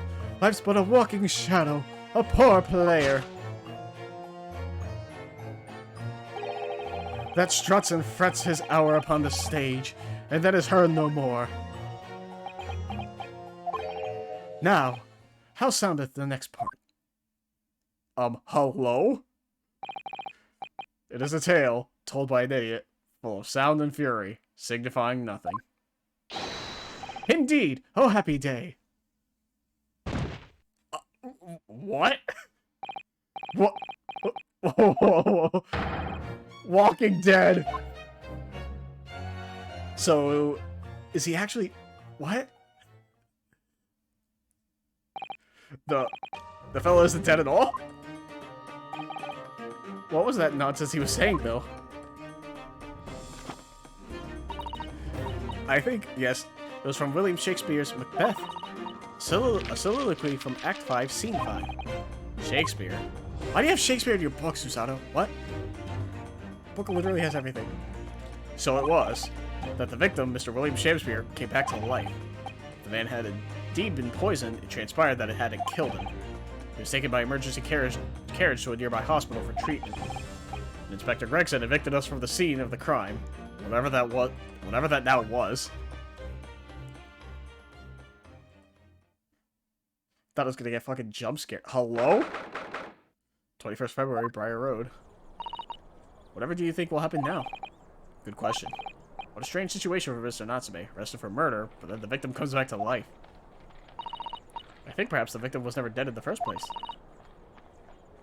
Excuse me. It seems very likely that Mr. Shakespeare did consume poison, as we deduced. But was it an accident, attempted suicide, or attempted murder? Until the truth can be established, I imagine the police will keep Mr. Natsume in custody. I suppose so. Let's hope it doesn't come to anything more than a night in the cells. Oh, what's this? Yeah, we've seen this guy before, right? Also on the same case? What's that man doing over there? It looks like he's trying to see into Soseki-san's lodgings. Something wrong, Mr. Naruhodo? Excuse me, can we have a word? Ah. Yeah? He just ran off. I feel sure that I've seen that man somewhere before. Where was it? I do too, but I don't remember. Yeah, I'm pretty sure it was the same case, wasn't it? Or at least the case after. Well, we've done as much investigating here as we can, I think. Perhaps we ought to go to the prison and speak with Mr. Natsume again. Good idea. Yeah, didn't investigate the teacups. So one thing I dislike about this game is that... I mean, I guess it's good because it lets you know that you can't progress because you missed something. So it lets you know. But it's like, I didn't know what I missed. Look, Mr. Naruhodo. Mr. Natsume, have the police finished questioning you now? Welcome, student, Mr. Naruhodo Esquire. Oh, yes?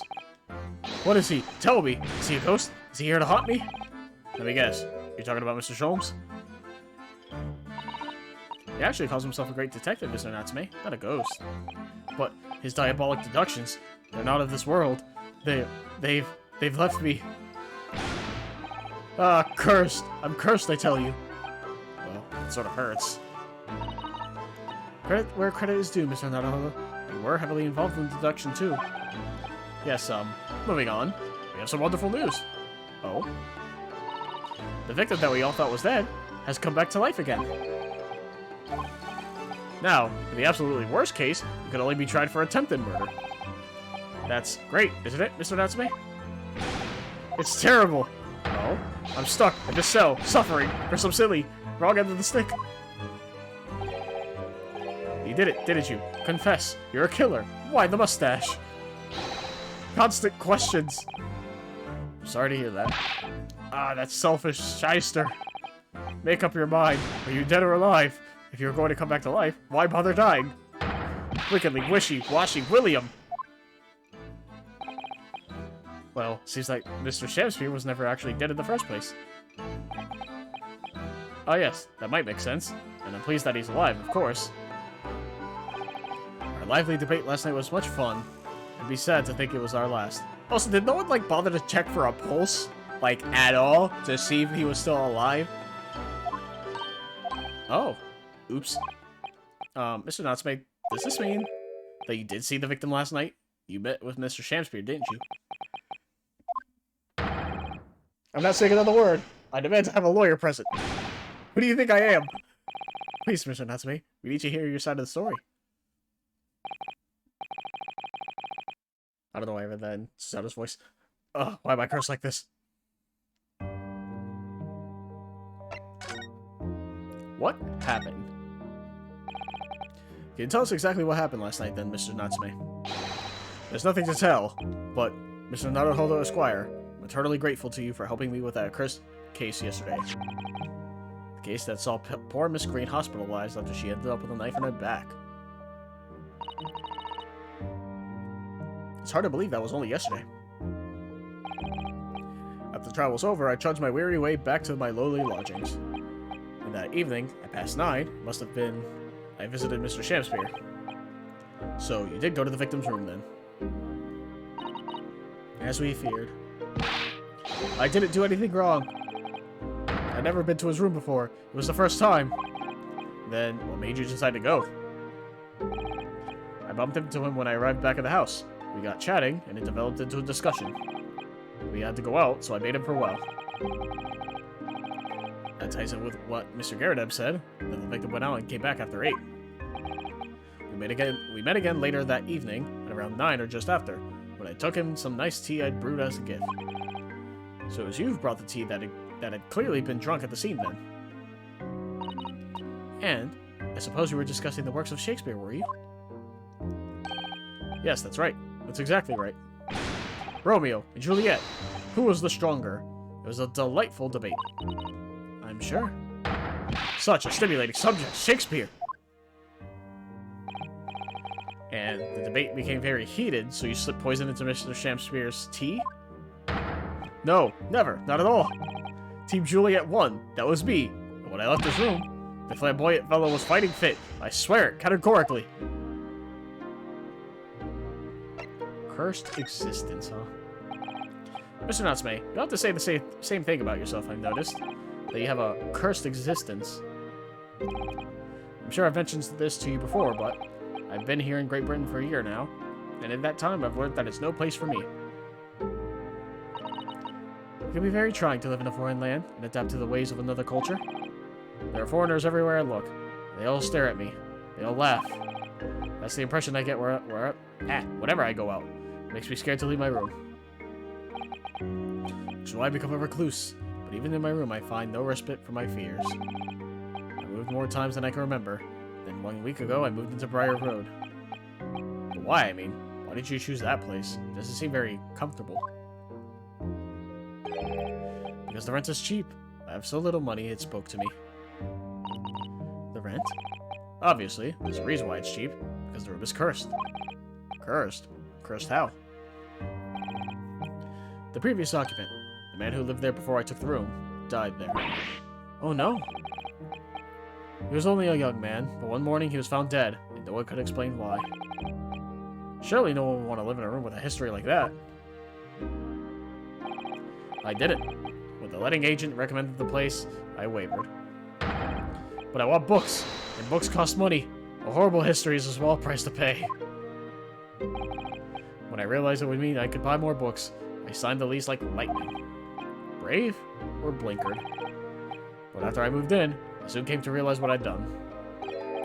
I realized how horrible that room's history really was. Gosh, is it really so awful? Did the previous tenant also die from, like, gas poisoning?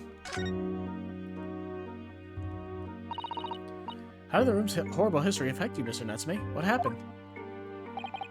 At first, it was just a feeling. The feeling of beady eyes boring into my back, watching me. Do you think that might have just been your mind playing tricks on you? No. My mind doesn't know any tricks. It was someone else. It's been one long nightmare ever since I was given the keys to the place. Nightmare? You've been having bad dreams, you mean? All the souls who've died in that room lean over me in my sleep and try to strangle me. That really is horrible. And, now I come to think of it, it happened again last night, too. The very same night Mr. Shamspeare was writhing in agony from the poison in his body. I was on the verge of being suffocated silently by those miserable spirits in my room. You simply must move out of that room as soon as possible. Yes, you're right. I know it. And that's why I'm already searching for the next room with a history to call home. I think perhaps you should try to avoid a combination with any kind of history at all. Otherwise, I'm scared that you yourself may become history. Phew, Susato-san knows how to make the man listen.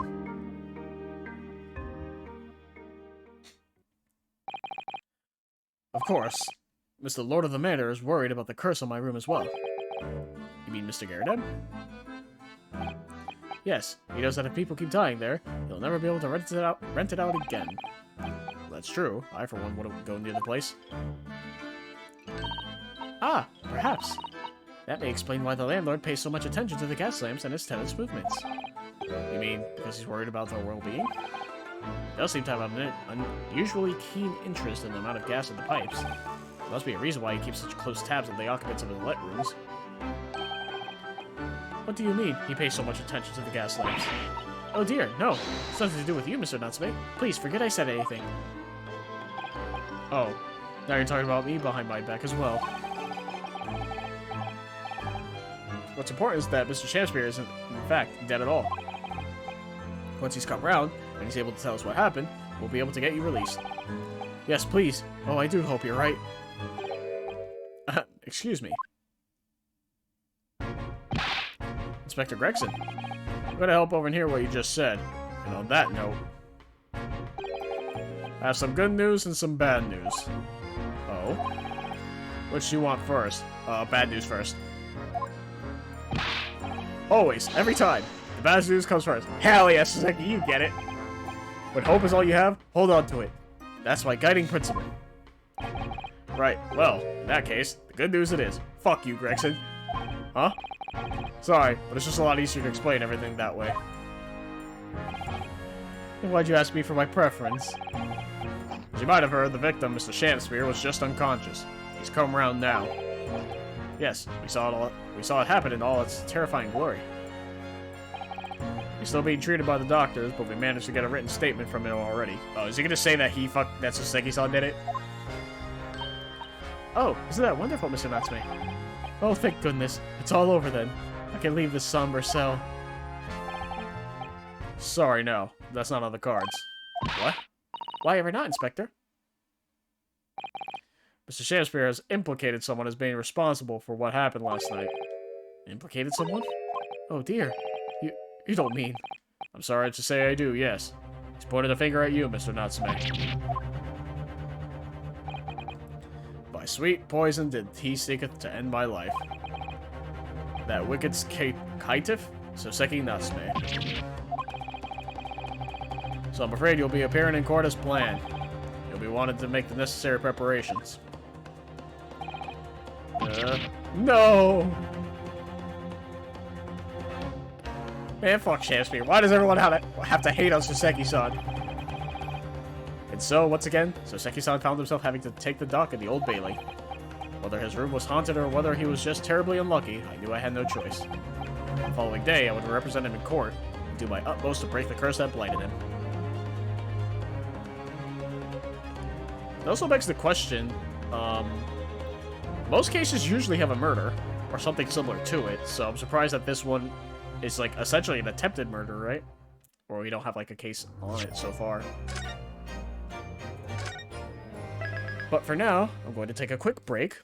I'll be right back. Stay with me. Alright, and we are back. We'll save again, why not? Oh, we're just going straight from the trial, huh? Well, like, no information, so this is definitely a two-part thing. 22nd of February, 9:23 a.m., the Old Bailey Defendant's Antechamber. The Old Bailey. This place always makes me feel strange. I feel to get chills down my spine and break out a nervous sweat all at the same time. Well, I didn't think I'd be back here so soon. That's my line. Good morning. Ah, good morning, Mr. Natsume. It's only 2 days ago that I was declared not guilty here. Yes, we somehow managed to prove he didn't stab Miss Green in the back. And now this. Another morning, another murder, and here I am again in this hellhole. Can't keep coming to court. I'm getting to think he's right. It really does seem as though he's cursed. Mr. Naruhodo, I'm afraid I've had bad news. Oh. Mr. Natsume, good morning. Yes, morning. So, here we are again.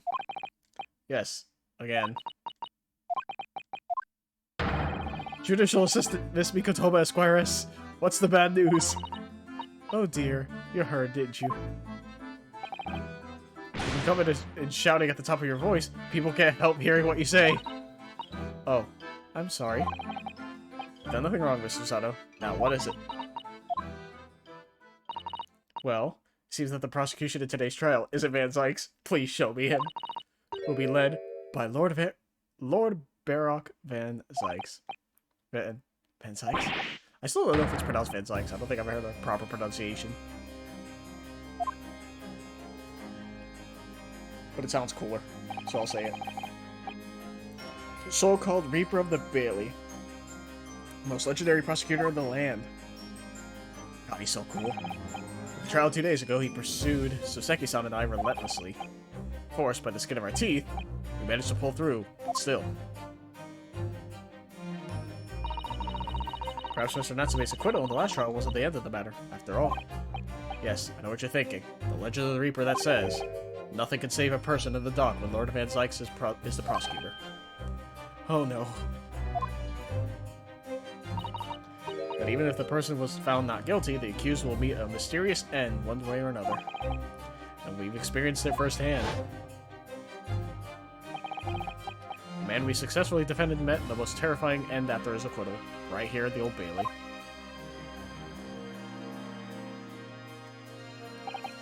Ah, do I have to put up with that? With those ice-cold eyes boring into my soul again? Cursed by evil spirits and now by the Reaper. Pair of petrified perils, potentially. Well, if it's potentially, at least you appear to have hope, Mr. Natsume. Welcome, student, Mr. Naruhodo Esquire. Ah, yes. I'm innocent. You have to believe me. You, more than anyone now. Don't worry. I'll be your steadfast ally every step of the way in this battle. I promise. And this promises to be a hard battle, I fear. It's only the second case. It can't be that hard. I say as the first case threw me for a loop because I couldn't do the mechanics early. Well, the trial's scheduled to begin shortly. We should move into the courtroom. Let's go. Oh yes, I forgot to say. I'm afraid he won't be able to make it. Mr. Sholmes, I mean. It's probably for the best. Oh. If he were here, I might be tempted to rely on his help. And that could be seen as a weakness. If Lord Van Zykes were to notice, he'd prey on it mercilessly. At least, that's my gut feeling. Mr. Naruhodo? You're right. Yes, you're so right. Oh, well said, locum student, Mr. Naruhodo Esquire. Well said. I swear on the sword at my side, and on the spirit of Kazuma that it harbors. I'll show him what a Japanese lawyer can do. I'll set you free, with honor. Oh yes. Hell yeah. Watch over me, Kazuma. Let's go. 22nd of February, 9:40, the Old Bailey courtroom. Oh, who's that? That's a new person. In the name of Her Majesty the Queen, I hereby declare this court to be in session. I now call upon the counsels for the prosecution and defense to declare their willingness to proceed. Hell yeah. The prosecution is ready. The defense is ready, my lord. Readiness for the trial, my lord, and the police friend, is not what the defense needs. What you need is readiness for your inevitable defeat. It's not just my imagination, it's really there. Lord Van Zykes has such an animosity towards us Japanese for some reason. It was some time ago now that he first became known as the Reaper of the Bailey, I believe. These past few years, he hasn't appeared in court at all. Yet now he's back in the courtroom, though for some reason. Only when I'm defending. This Reaper, with his curious disdain for us Japanese, is a prosecutor shrouded in mystery.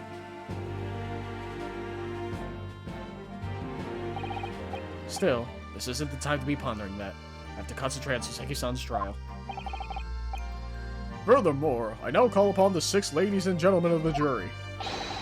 You have been chosen at random to represent the will of the people in this trial. Are you ready to fulfill your duty? Absolutely. I had a feeling this larrikin wasn't innocent before? Larrikin? I must say that I feel especially ruthless on days when my hat refuses to sit right. Oh, well, I rather like how you're wearing your hat. I think the ruthless look is very fetching, actually. Yo, are you trying to court her now? But yeah, who are you? I need to be somewhere at 10 o'clock. I have a very important meeting. Let's make this quick. I couldn't agree more. I need to take home 5 bob tonight, or the missus will go through the roof. Oh, may the Lord show us all the light here, and lead his flock to a righteous verdict. The British jury system is so very different to our own, isn't it? It's quite extraordinary to think that the power of judgment is in the hands of 6 members of the public, and that the judge can only pass sentence when all jurors are in agreement about the defendant's guilt. 6 citizens of London chosen at random, or at least that's the idea. Yeah. The prosecution would draw attention to the fact that the accused was on trial here but 2 days ago. Accordingly, where possible, the same jurors have been asked to return for duty today. Very well. Let us commence the trial. Lord Van Zuyks, your opening statement, please. Ladies and gentlemen of the jury, it is not the intent of the prosecution to cast doubt over your past decision.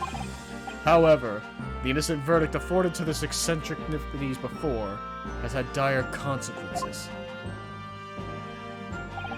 Did the accused repent for his wrongdoing in that affair? Far from it.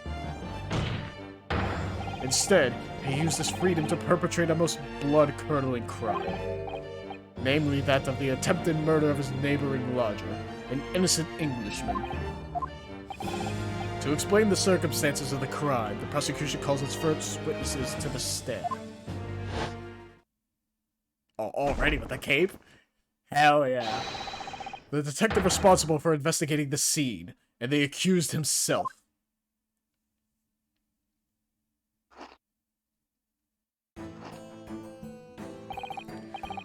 Witnesses, your names and occupations, please. Yes, sir. Tobias Gregson, Detective Inspector at Scotland Yard's Homicide Division. Ah, Saseki Natsume, of the Empire of Japan. My government ordered me to come here as a student to study your language and culture. Mr. Natsume. Yes, my lord, sir. I'm quite sure I'm not mistaken that you swore an oath never to set foot in my courtroom again. I remember it as if it were yesterday. The day before, in fact, my lord, but close enough. Believe me, this is the last place I want to be. Inspector, let's hear from you first. Explain the case for the court. Right you are, sir. Yeah, they don't know, like, a case later, he literally, like, lies to the court. He tries to just does a bunch of shady shit. The incident occurred at the Garadev household, where the defendant has lodgings. In the ground floor room of the victim, Mr. William Shamspeare. The defendant has already admitted to visiting the victim on the night in question. Mr. Shamspeare collapsed in his room as a result of poisoning by strychnine? Strychnine? That's a word. He was found the following morning when the landlord, suspecting something was wrong, broke down the door. This means, I presume, that the door to the victim's room was locked at the time of the incident. Correct, my lord. It was locked from the inside, making entry to or exit from the room impossible. Although the victim, Mr. Shamspeare, lives to tell tale. He very nearly didn't. The man was halfway to heaven when we first found him. I was the first officer on the scene, my lord. And I have a photographic print here that I took at the time to show how it looked.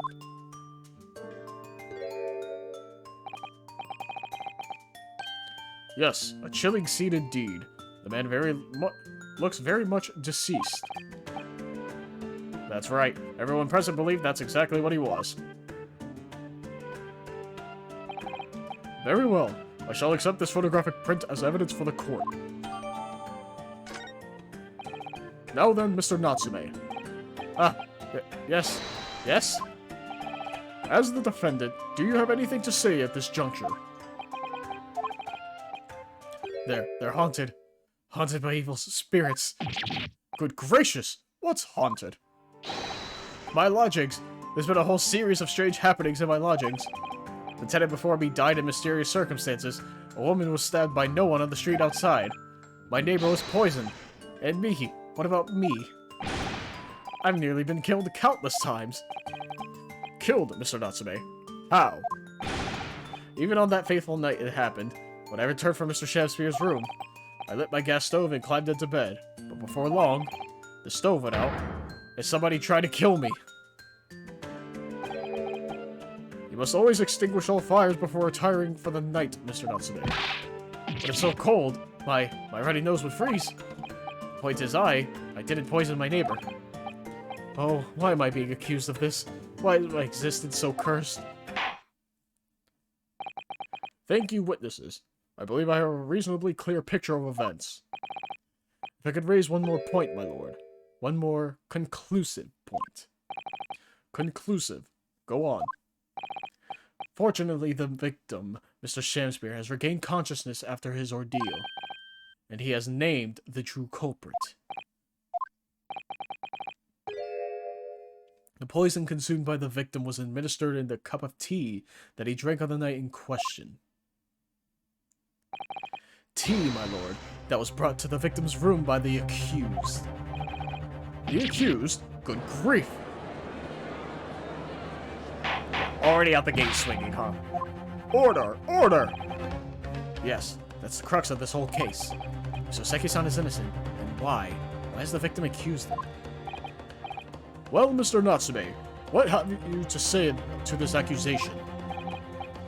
That evening, yes, I did take some freshly brewed tea with me when I visited Mr. Shamspeare's room as a gift. The public water pump outside always freezes at night, so I bought bottled water especially to make it. And this is the result. Never will I touch tea again. Never. The public pump was frozen, you say? That's not information we've heard before. That will do, thank you. Now, according to our laws, the defense must have the opportunity to cross-examine the witnesses at least once. Therefore, I call upon these witnesses now for a formal testimony. I presume the prosecution has no objection. None whatsoever, my lord. Good. Then you will give your account of the events on the night in question to the court now. Yes, my lord. Oh boy. 2 hours in and we're finally at the fucking first testimony for cross-examination. The catastrophic night. It was around 9 o'clock that evening when I visited my neighbor and I took some tea with me as a gift. We had a heated literary debate over a nice hot drink, after which I went back to my room at around 11. Ah, my tea was completely harmless. He couldn't have locked the door behind me otherwise, could he? Stretch 9 takes some time to have an effect on the body. People don't keel over immediately after taking it. The victim would have been perfectly able to lock the door after his guest left. The argument still stands. Do we have an autopsy report? Yes, I see. It all seems relatively straightforward. Excuse me, but that testimony does raise... Oh, I guess we don't have an autopsy report. He's not dead, idiot. Never mind. But that testimony does raise one rather crucial point, I think. Mr. Natsume claims his tea to have been harmless. Presumably, though. The teacups have been examined for traces of the poison, haven't they? Why didn't I think of that? Well, as it happens, no. We haven't been able to. Did I hear you correctly, Inspector? Scotland Yard has failed to examine the suspect's substance. How could you have overlooked something so important? Isn't that the first thing you should have done? My learned Nipponese friend is falsely incensed. The inspector said Scotland Yard was unable to examine the tea. I thought it was overlooked. Unable? Why? It's simple enough. There's none left. Not a drop. So it must have been very thirsty indeed. With current scientific techniques, it's not possible to test for poison under such circumstances. We only need a drop, but that one drop does actually have to exist, funnily enough. The lack of examination notwithstanding, it appears nothing other than the tea passed the victim's lips on the night in question. I see. Thank you. The matter is clear. Cast your eyes over the jury, my learned friend. What? You can see it in their faces, I'm sure. The recognition of the accused's guilt. Your client's fate is all but sealed. mere moments from now, you will lose, and your compatriot will be damned for all eternity. He's right. I can feel all 6 of the jurors looking daggers at me. But I can't let them beat me down. I won't. Counsel for the defense, proceed with your cross-examination. Yes, my lord. Oh, boy. And story-wise, this is our, what, second case in the Old Bailey? Or third, technically, right? Because we had, Soseki on the first time, and then, McGilded. Alright, 9 o'clock. Visited a neighbor, took some tea with me as a gift. Literary debate, went back to room at 11. Tea was completely harmless. Could have locked the door behind him otherwise. Take some time to affect the body. Able to kill over immediately. Perfectly been able to lock his door after his guest. The argument still stands. What do I have as evidence currently? Well, the green line around the rim was Mr. Natsume's. Can't tell from this picture.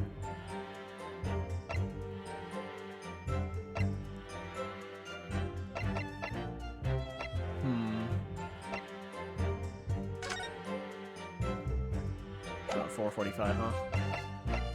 Nothing here presents any contradictions so far, so I'm gonna have to press everything for now. Were you and your neighbor good friends then? Ah, no, we weren't friends. Not at all. Not at all. Never. Ever. Simple no would have sufficed. Then, why did you decide to pay him a visit? Mr. Shamspeare fancies himself as having great literary knowledge. As a fellow scholar of English literature, we find much to talk about together. Come now, no Nipponese could understand the finer points of English literature. And on the night in question, that was the topic of conversation as well, I presume. It was the day of my last trial, and I was acquitted. I just arrived back at my lodgings, and I ran into Mr. Shamspeare outside of the street. That was around 6 o'clock. We exchanged 1 or 2 pleasantries, but it soon turned into a heated discussion. He was on his way out at the time, though, so I promised to visit his room that evening at 9 to continue our debate. But did I have ill intentions? No, not 1, not 2, not any, not at all. Never, ever. A simple no would have sufficed, I feel. Then tell the court what did happen when you visited the victim's room. Literary debate. Hold it! Literary debate about Shakespeare's works, I think you said, didn't you? Shakespeare. Ah, a very worthy topic of conversation, I must say. Oh yes, my lord. Romeo and Juliet. Who was stronger? It was a profoundly pleasurable parley. Romeo and Juliet. Who was stronger?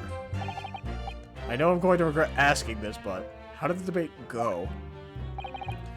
Well, we both agreed that we would reach a conclusion more quickly than with a reenactment. So we battled it out. In a Greco-Roman style, naturally. What? Mr. Shakespeare had all sorts of costumes in his room for just such a contest. So when you say reenactment, you mean you were actually in costume? He as Romeo, I as Juliet, and after a vigorous, wild tussle, I, as Juliet, came out on top. A victory I'll cherish forever. I dare not imagine the terrible scene of carnage. The fact remains that it was you who prepared the tea and took it to the victim, correct? I boiled the water in my room and made a pot to take with me. I heard that he was too poor to have tea himself, you see. It's true, there was no sign of any tea leaves in the man's room. I wanted to do something nice, to be friendly. So why is everyone looking at me with such suspicion? My tea was harmless, of course it was. And do you have any basis for that statement, witness? When tea was completely harmless, he could have locked the door behind me, otherwise hold it! Yes, there was not a drop of tea left in the victim's room anywhere, was there? That's correct. Anyone would think the fellow had never had a pot of tea before. Must have licked it dry. Which is a pity, because 1 drop is all we would have needed to analyze it for poison. And you say that you returned home to your room at 11 o'clock, Mr. Natsume? Yes, definitely. Oh, my mic. By heaven and earth, I swear it. The landlord was able to verify that, as it happens. He confirmed that the defendant went back to his room at 11 that night.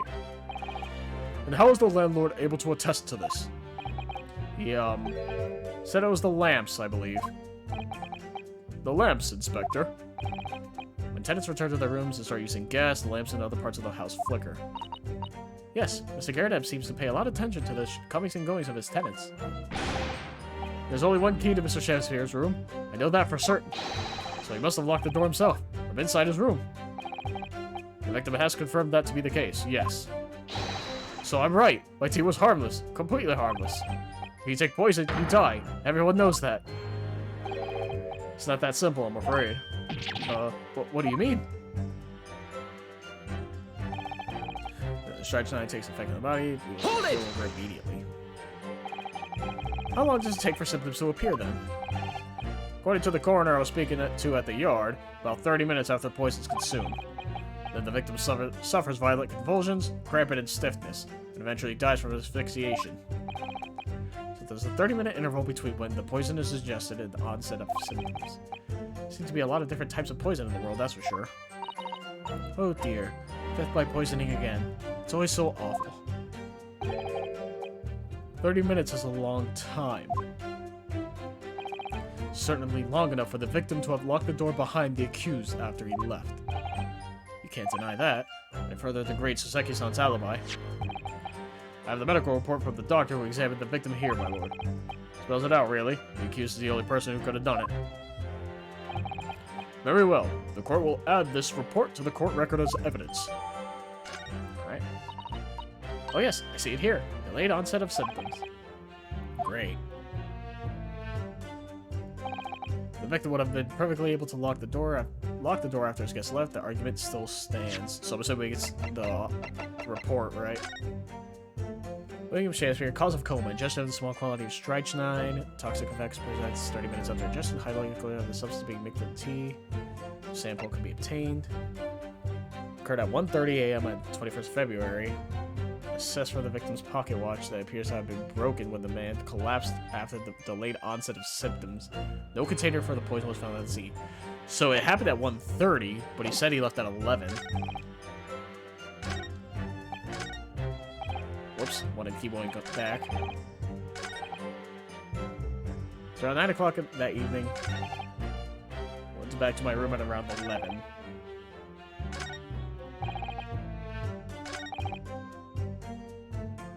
Yeah, so I'm gonna save, but I'm pretty sure it's there with that report. Because if it's 30 minutes after, that'd be 2 o'clock in the morning. Or I guess 1 o'clock, technically. Objection! Yeah. The argument still stands, you say? I think not, Inspector. Come again? I think you'll find they've overlooked a very significant chronological inconsistency here. A what? What do you want about? According to this report, the victim must have consumed the poison at around 1:30 in the morning. And yet, the defendant, Mr. Natsume, left the victim's room at 11. Ah! Yes, that's right. There's more than 2 hours of missing time there. No. In other words, if there was a poison in the tea that Mr. Natsume brought to the victim's room, how could the victim fallen ill to it 2.5 full hours after the defendant left? They both did the same thing. I never noticed. It's like he's did the same animation. Huh. The defense's argument is entirely reasonable.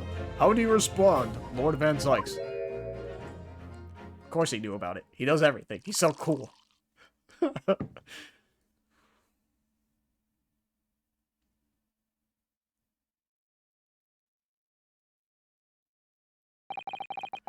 Pray forgive the discourtesy if my mind has wandered. I was considering what cuisine would best complement the contents of my hallowed chalice, this luncheon. How could it have happened, you ask? I do hate to shatter illusions, but my Nipponese friend appears to be chasing a phantom idea. Phantom? This is so hard to imagine that the victim drank his tea after the accused had left. For example, at the time stated in the medical report. Yes, at around 1:30. Objection! Mr. Natsume brought the tea with him to drink together with his neighbor.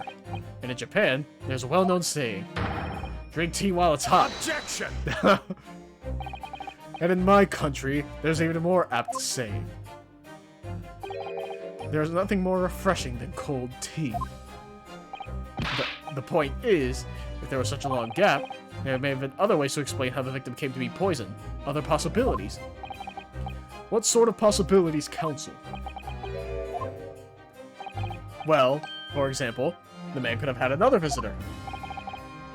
Another visitor. That's a very bold assertion, my learned friend, from someone who has nothing to substantiate it. Whoops. Or, the victim could have taken the poison of his own volition. Your suggestions may have been a suicide, counsel. Objection! Mr. Shakespeare has categorically denied suicide. The idea can and must be discounted. Objection! But he could be lying.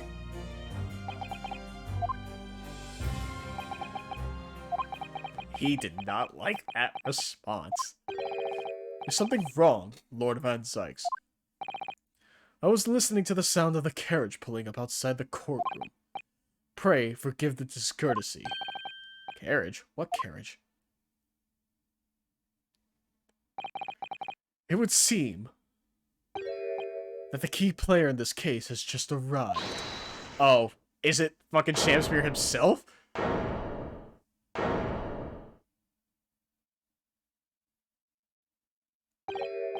Out, out, brief candle. Life's but a walking shadow. A poor player that struts and frets his hour upon the stage, and that is heard no more. It is a tale told by an idiot, full of sound and fury, signifying nothing. Literally me. I'm that idiot. Who, sir, are you? William Shakespeare, my lord. Alas, was I undone by these bitter events. I am the victim. What? What's he doing here?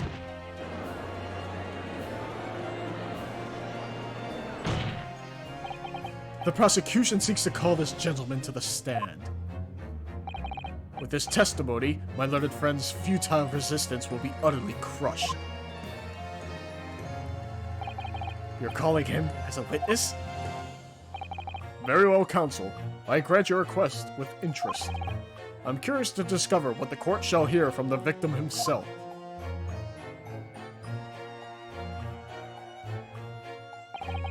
Happy I am, Shakespeare, to regale thee with my tale of woe, my lord. But I still have my own tale to tell. My own tale of worse woe. I can regale the court with a tale of my perfect innocence and perfect English. That will do, Mr. Natsume. Let the court now hear from the victim. Oh boy.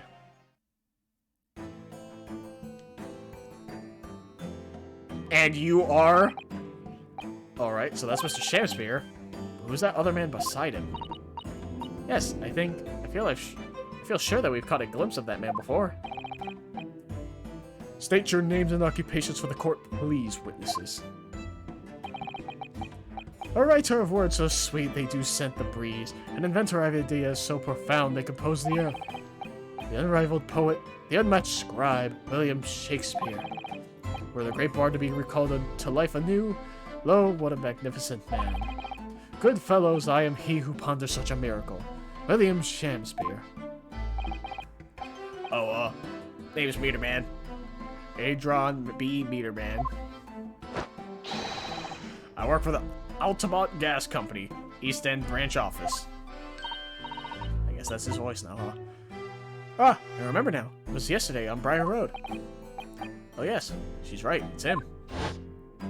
Very profound chin. Oh, what's this? What's that man doing over there? Looks like he's trying to see into Soseki-san's lodgings. Something wrong, Mr. Naruhodo? Excuse me, could we have a word? Ah. That he skedaddles.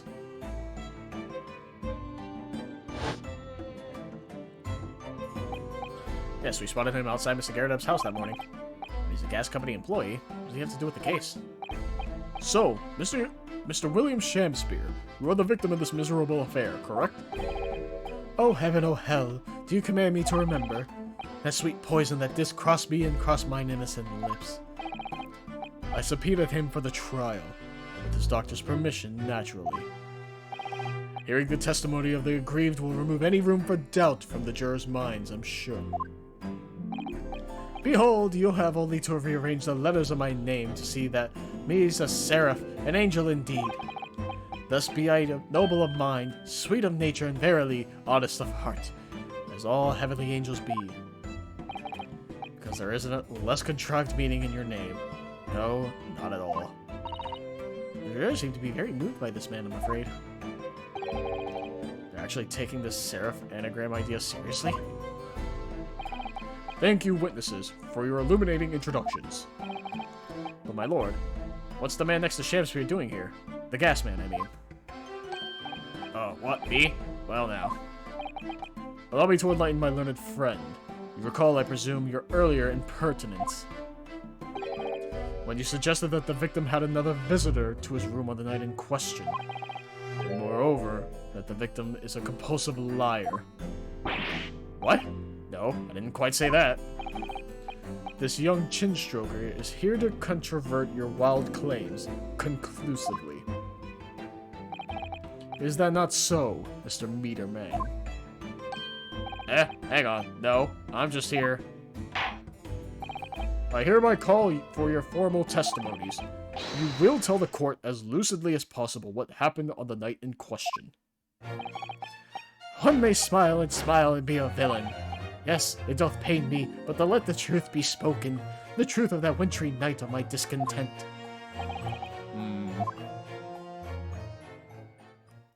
Boy, oh boy.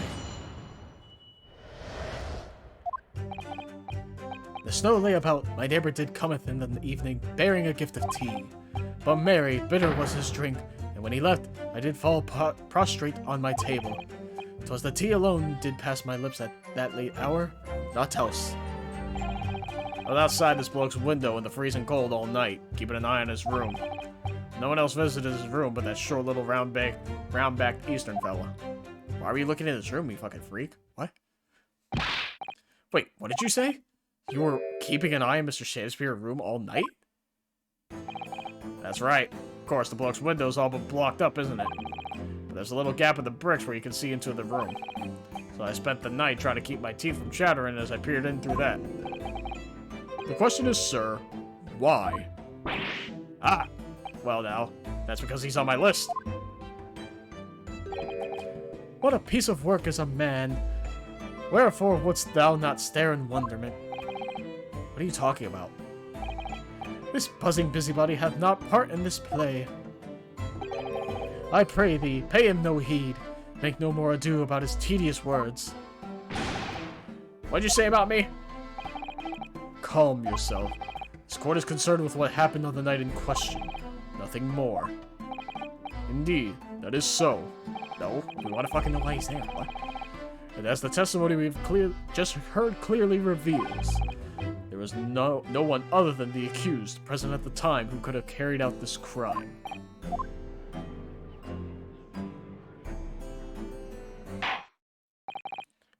Well, I believe this may be the final testimony of the trial. Now, counsel, the defense may proceed with the cross-examination. Yes, my lord. It's not the last testimony, it's only been 2 hours. It's gonna take like another 4. Alright. Gift of tea. Bitter was his drink, and when he left, I did fall prostrate on my table. Hold it! Let me stop you there. Mr. Natsume left your room at 11 o'clock, but it wasn't until after 2 that the poison made you collapse. That amounts to more than 3 hours of missing time. Yeah. The defendant had really put the poison in your tea. The 3-hour window of time is something you going to have to explain. Gladly.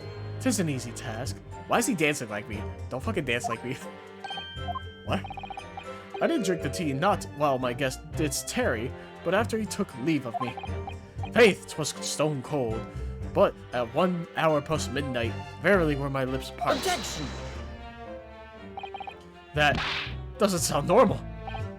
Nay, 'tis quite ordinary, sire. After all, that was recall our fiery debate. And amidst such argument, there'd be no time for fiery tea. Romeo and Juliet again, and who was stronger? Mr. Shamsphere, in summary, allow me to confirm. Did you not come here with the intention of naming your attacker? But of course, my liege.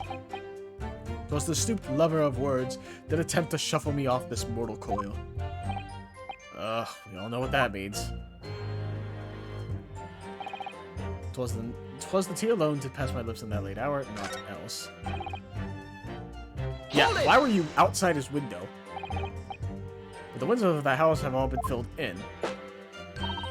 A historical artifact of the now defunct window tax. Yeah, you're right there, all bricked up horribly. But as it happens, there's a little part of the brickwork at the bottom corner that's been opened up. I was looking in through the gap. Yes, there were a few bricks loose, weren't there? For some strange reason, a couple bars of soap lined up on the ledge outside as well. I don't like going around poking my chin in other people's business, especially on freezing cold nights. But them's my orders, so that's what I'll keep doing, as long as there's breath in my body.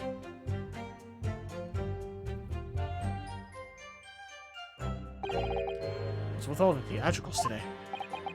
Out of interest, Mr. Meterman, after the accused had left and returned to his own lodgings, did you see the victim leave the room at all? No, he never left. He was in that room the whole time as far as I'm concerned. We can therefore discount the possibility of suicide. How can you be sure of that? The police carried out a thorough investigation of the scene and found no receptacle for the poison. And since we know the victim didn't leave his room, and hence didn't dispose of the poison's container himself, it's clear that this was no attempted suicide. Only the culprit could have removed the receptacle. Ah, yes. Lucidly explained, Counsel. Thank you. Really was. Can't argue with that logic.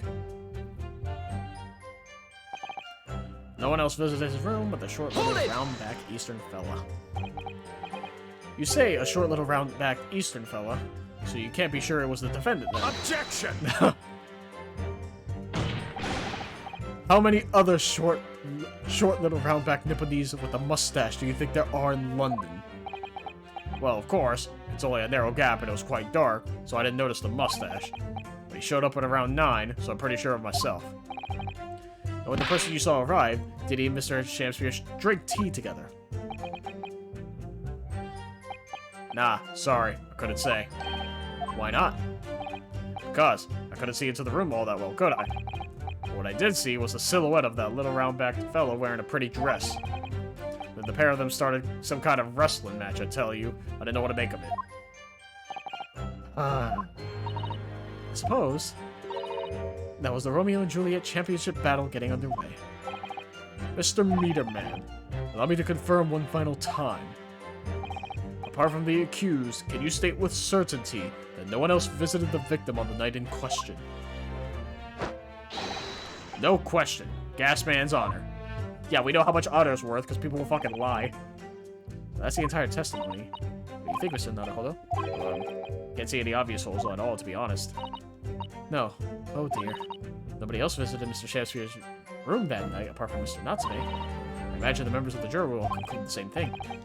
Right, that he's guilty. Well, all we can do is press these witnesses for more information, hope for a breakthrough. Yes. Yeah, I thought I pressed the pertinent phrases, or sections, I guess. I think I pressed that one already. Hold it! We're gonna go here. So, you didn't have any kind of evening meal? Dinner? Supper? Ha! Fie on luxury, fie on gluttony. To eat thrice daily is but a waste of time. Sorry? I would that my belly were full, no more oft than the sun doth rise. Well, most heroic eating habits, I must say. Night and day do I fill my hours with learned study of the great bard and playwright. Hence is it that there doth not in my chambers be the costumes of mine art. Or then the costumes of mine art. That would appear to be the case, as even a rodent was found starved to death in your room. Jesus Christ. Poor rat. Now that I think about it, it's not just food that was conspicuously missing from that room, is it? I don't recall seeing a single player or script anywhere. For I have devoured them all. You've eaten them? Every word be within my skull. Dost thou imagine otherwise? Right, that wasn't misleading at all. Now, could you turn around, do you think? Which brings us to the conclusion that the only way the poison could have passed the victim's lips is in the tea.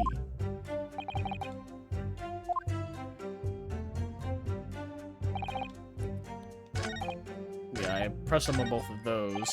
Press them on that. Press them on that. I guess the first one, oddly enough. To be clear, by neighbor, you are referring to the defendant, Mr. Natsume. Oh, indeed, sire. Oh, whoops. Keep doing that. Perchance that I call him the man from upstairs. And at what time did the mustachio Nipponese visit you in your room? Our meeting was promised for the hour of 9, and lo did he come to tender a gift of fragrant tea. Details which are in accordance with the defendant's own testimony, yes. And we were broiled in such a literary debate as history hath not seen before. By which I presume he means the discussion of who was stronger. Who was the stronger, Romeo or Juliet? I, Shamspeare, did play the part of young Romeo, whilst my neighbor did play the fair Juliet. Each of us dressed as would our characters be, to bring weight upon our merry experiment. I dare not imagine the scene. Frailty, thy name is of woman. Canst thou imagine how dismayed I was? Yes, I had heard of the Eastern art of Jiu-Jitsu, but... there did I dream 'twould be a skill practiced by the comely maiden. Juliet beat Romeo up? This is not helping her case. I believe the court has heard enough about your earth-shattering literary debate.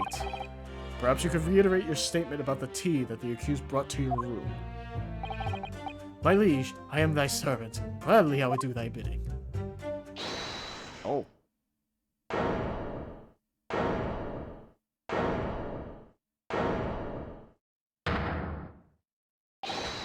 My lord. Goodness me. Yes, Mr. Foreman. I've kept my mouth shut and listened up till now, but this has gone on long enough. Are you all with me? Yes. Are we to understand that you, ladies and gentlemen of the jury, are in agreement with one another? That we reached a unanimous decision? Too right we have. Are you all with me? Yes. Wait, no. The defense is in the middle of a cross-examination. To be honest, I was holding out a bit of hope for you, young man. Especially after you've identified those few hours that followed the accused leaving the victim's room.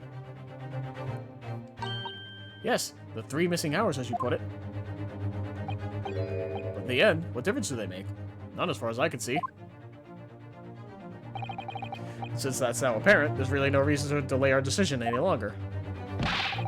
Like I was saying before, if I don't take 5 Bob home with me tonight, the missus will blow her top. What's that? Sorry, I didn't quite catch what you said. Very well. Let the court be apprised of your decisions. Ladies and gentlemen of the jury, you will state your leanings as to the defendant's culpability. Guilty! Guilty. Guilty.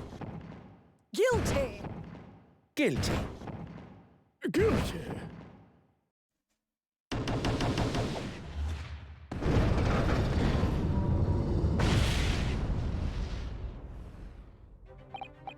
All of you? Well, it would appear that the jury is indeed unanimous.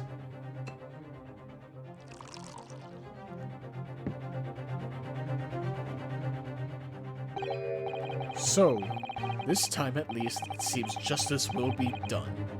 All's well that ends well, as they say. This calls for a toast, I feel. To the guilty being punished.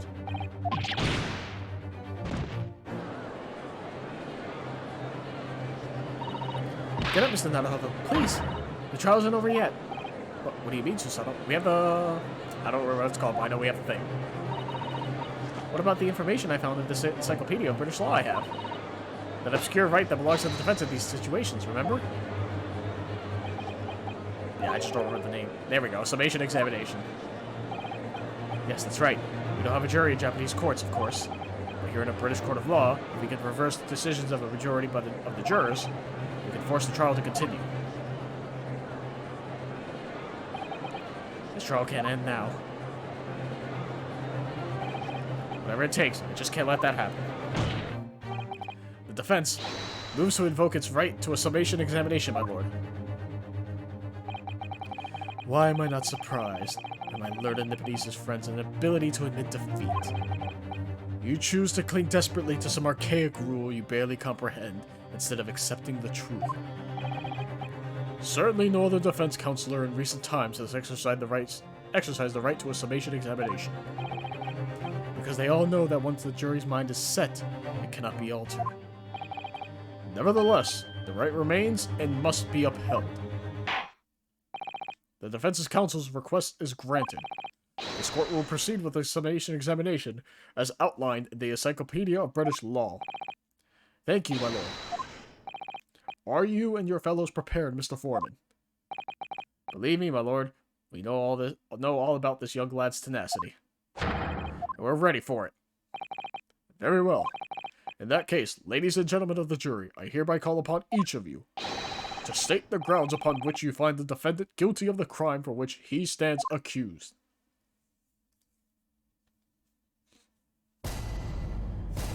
The victim may not be well off, but he's a noble man and straight up. There's no reason to doubt the man. Well, I do declare that the good gentleman has no reason to lie. In fact, I think he's rather splendid. Just look at the accused by comparison. He's Japanese, stoops all the while, and has a mustache. Very fishy. There's no evidence to suggest that gangling actor is a fraudsman. For now, at least. I don't really don't care. Like, I just need this trial to end quickly. 3 hours of missing time is nothing when you reach my age, you know? Nothing at all. I knew it. Every single one of them seems completely convinced.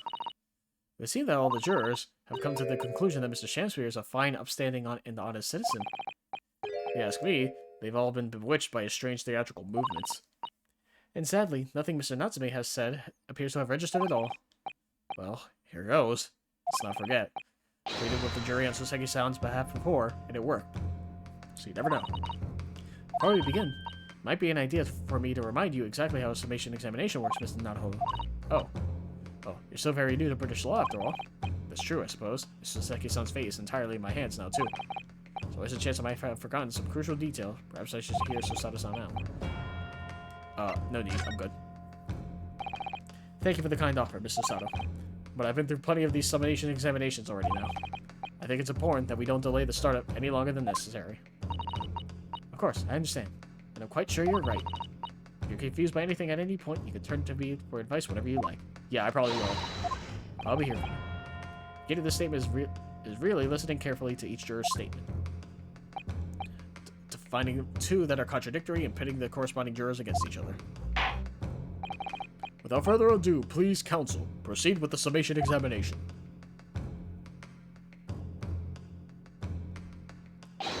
Yes, my lord. Also, Van Sykes saying, like, oh yeah, it's summation examinations never worked.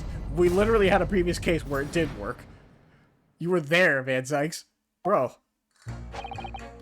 Also, we're gonna save.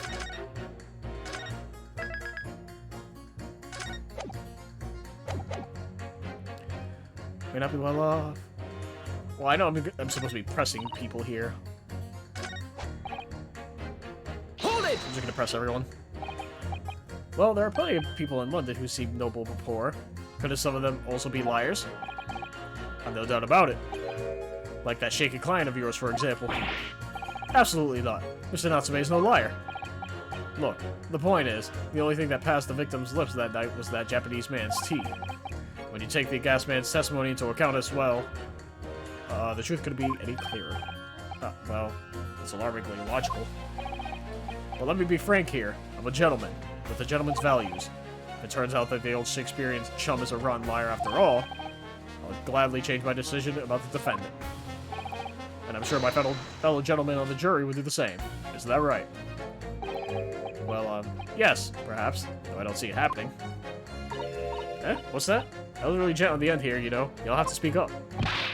Look, I really don't care about all this nonsense. I just need this trial to be over. How many gentlemen do we actually have on the jury then?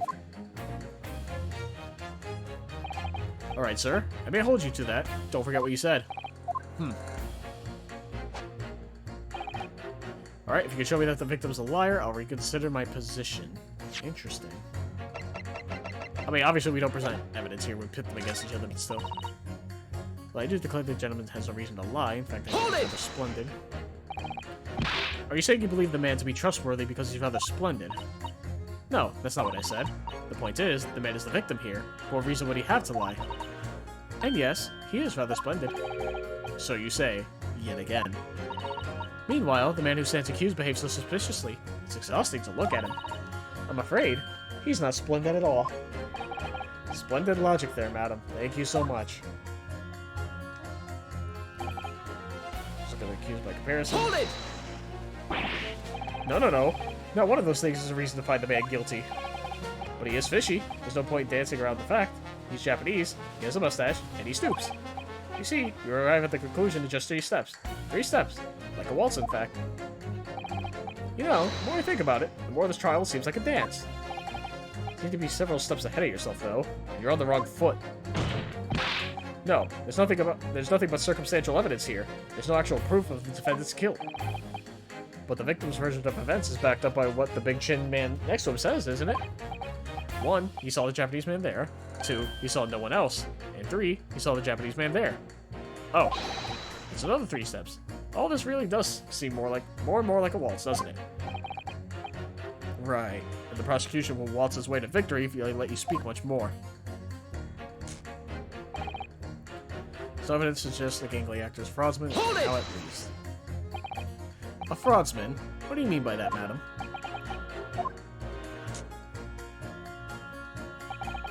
It really is a most tiresome problem for the company. Most irritating. We can be absolutely certain that a customer is stealing from us, but without hard evidence, we can't even threaten to take action for fear of being sued. I'm sorry, you lost me a little there. Who are you? I'm the wife of Augustus Altamont, owner of the Altamont Gas Company. Good gracious! Altamont Gas, you say? Gas is the future of energy in this country and around the globe. The proper handling is essential. As I'm sure our employee from the East End branch office would be first to agree. Absolutely, Lady Quimby. Gotta be used properly. Altamont Gas is the best in the world, of course.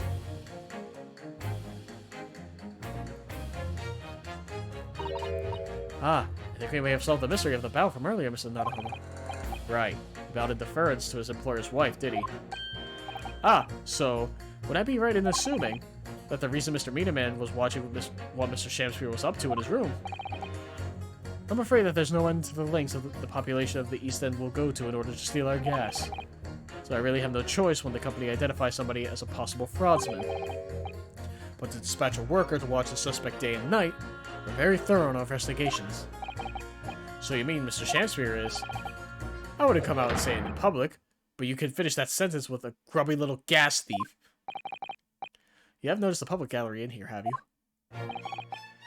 The eye of man hath not heard, the ear of man hath not seen. Hath wouldst thou wound me with thy words, were I to let them penetrate the skin. But seraphs hear not insults, only choirs of angels in song. We may not have evidence yet, but my workers won't stop buzzing around you until they find it. When they do, you'll find yourself blasted back to your angelic heights in the ultimate gas explosion. So Mr. Shamspear has been stealing gas. I wonder, juror number 4, if you wouldn't mind adding that information to your statement. My pleasure. Was it the bit about ripping that thief apart you enjoyed? A little bit. A little before that part about abject violence, if it's not too much trouble. Yes, of course. This could be it. This could shift the balance. Yes, it can. Victim puts on a fine performance, but in reality, he's a common thief of my company's gas. Objection! Those two statements clearly contradict each other. Good gracious! To whose statements do you refer, counsel? Juror number 1. Eh? What are you yelling about, lad? I presume you've heard juror number 4's statement, made by the wife of the owner of Altamont Gas. Well, yes. The victim, who you claim to be a noble, straight-up man, in fact turns out to be a common thief. So the good lady says, but there's no evidence, is there? You and I both heard them say as much. It's true, we don't have evidence as such, just yet. But the claims aren't baseless, you know. What? You heard me. Seeing as his operation has already been compromised, I would suggest that the court hears testimony from our East End branch officer employee over there. I'll do whatever you say, my lady.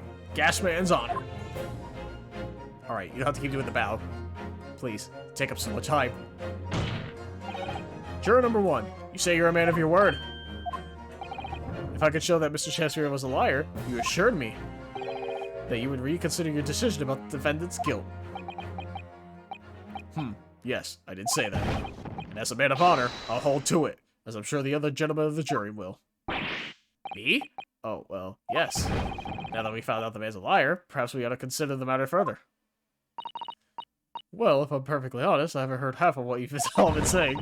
So if this means you'll recap a few points, that would shoot me down to the ground. Oh no, I'm not having any part of this. I want this trial over and done with. In that case, I shall change my leaning.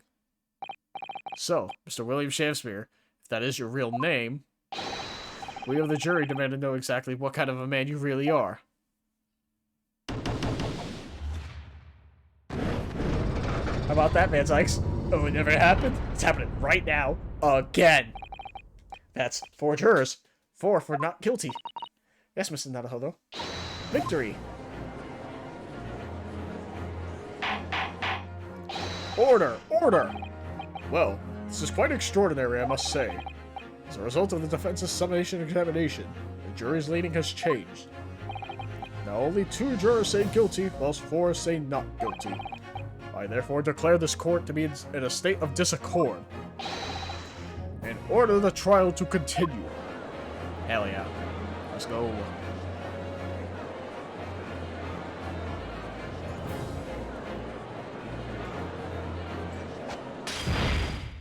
Oh. You have spoilt the bouquet, Mr. Shakespeare. The ladies and gentlemen of the jury now find they are unable to trust you, the victim. But you gods will give us some faults to make us men, so God mend me, I do swear. This gasman speaketh that which concerns him most, not but gas, not but thin air. Aye, it burneth bright a while, but it hath no substance, and it doth reek foul. Oi, what did you say? Do I take it, Mr. Shakespeare, that you deny the allegations of gas thievery? Most heartily, my lord. Hast thou forgot? I am a seraph, an angel, noble of mind, sweet of nature, and verily honest of heart. Ah, you flowery-mouthed, pompous beanpole, just because I haven't got the evidence yet. Mr. Shakespeare, if in fact you are not noble of mind, sweet of nature, or honest of heart, if you are a liar, then your testimony should have no sway in this courtroom.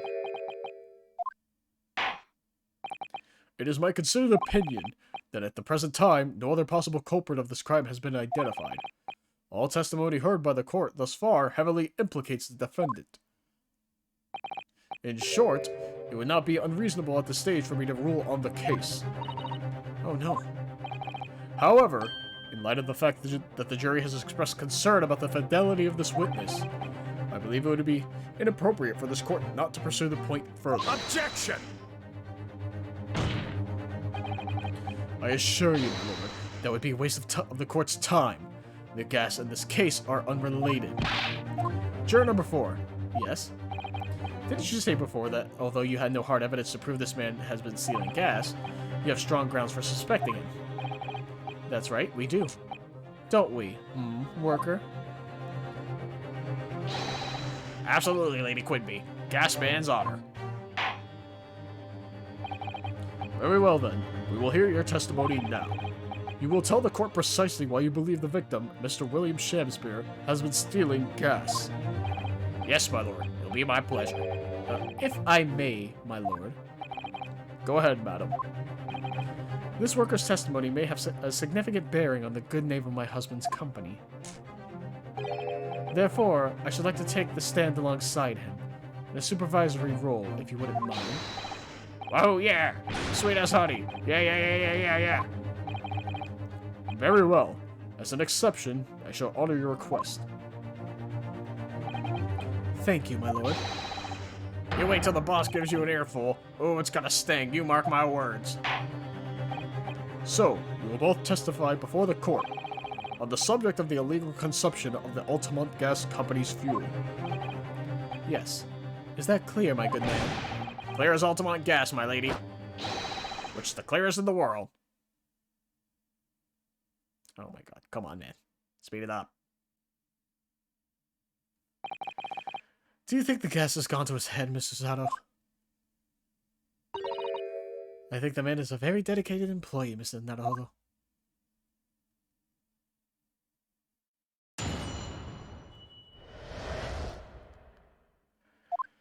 Oh boy. I'm proud to be the company's East End branch investigator and meter money collection agent. Altamont gas meters accept threepenny bits? Bits? Threepenny? What? Never see that word. Threepenny bits? Each coin giving customers about 2 hours of gorgeous gas. And yet, the meter in Mr. Shamsphere's room didn't have a single coin in it. The meter doesn't appear to have been tampered with, though, and the collection agent has the only key. Somehow, he's using all the flaming gas he wants without paying a penny. Because that's not thieving, what is?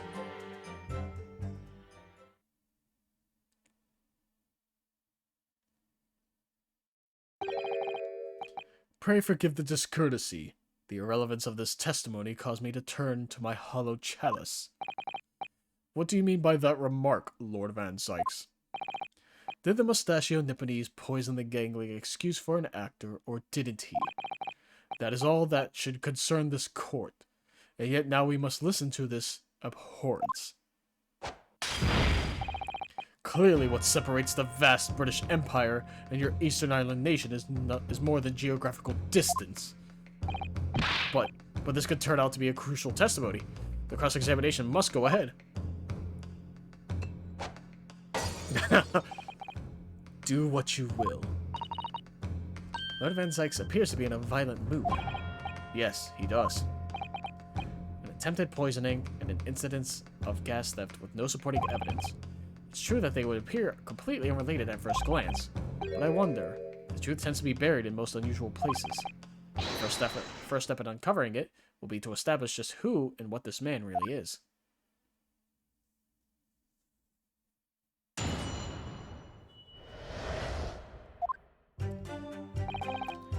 Alright, proud to be investigator, collection agent, bits, single coin, tampered with,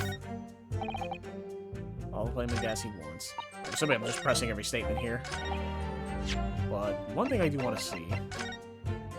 Okay, yeah, no, it doesn't look like it's tampered with in the photo either. I mean, I guess there's like the gas leak here at the bottom. Or at least whatever this leak is. I don't know if that's relevant currently. Hold it! So we're pressing every statement. So does that mean you enter people's houses in order to empty their gas meters? That I do. I have to try to catch people when they're in, then I ask permission to come inside and do my business. Does that mean you've been inside Mr. Natsume's room before as well as that of Mr. Shamsphere? Well now, interesting you should bring that up, because I couldn't believe how little money was in his meter.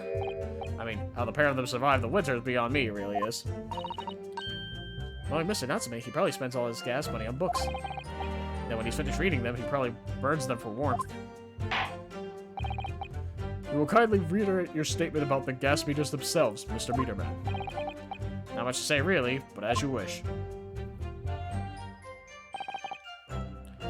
Hold it! And about the money. So all London houses that have a gas supply are fitted with these gas meters, are they? They're the latest model, the height of technology, developed by our company Altamont Gas. Anyone who uses our gas will have one of these meters in their property, yes. So if a 3-pence coin gives 2 hours of gas, most people would use about 3 coins in a night. But more than that, usually. If they have both gas lights and a gas stove, that is. Thinking about it, Soseki-san doesn't have a fireplace in that room of his, does he? Some people still choose to use candles, of course, and only have gas for heating. Oh yes, I do remember seeing candles in Mr. Natsume's room, actually. And how does the money in the meter get back to you at the gas company? Every 3 days, gasmen like me visit properties on the gas supply and empty the meters of coins. I must say, the design and manufacture of the new meter cost the company an awful lot of money. But happily, it did put a stop to people not paying their dues, for the most part. Ah, because I have to pay in advance, you mean? Yes, exactly right. And yet the meter in the Hold it! coin.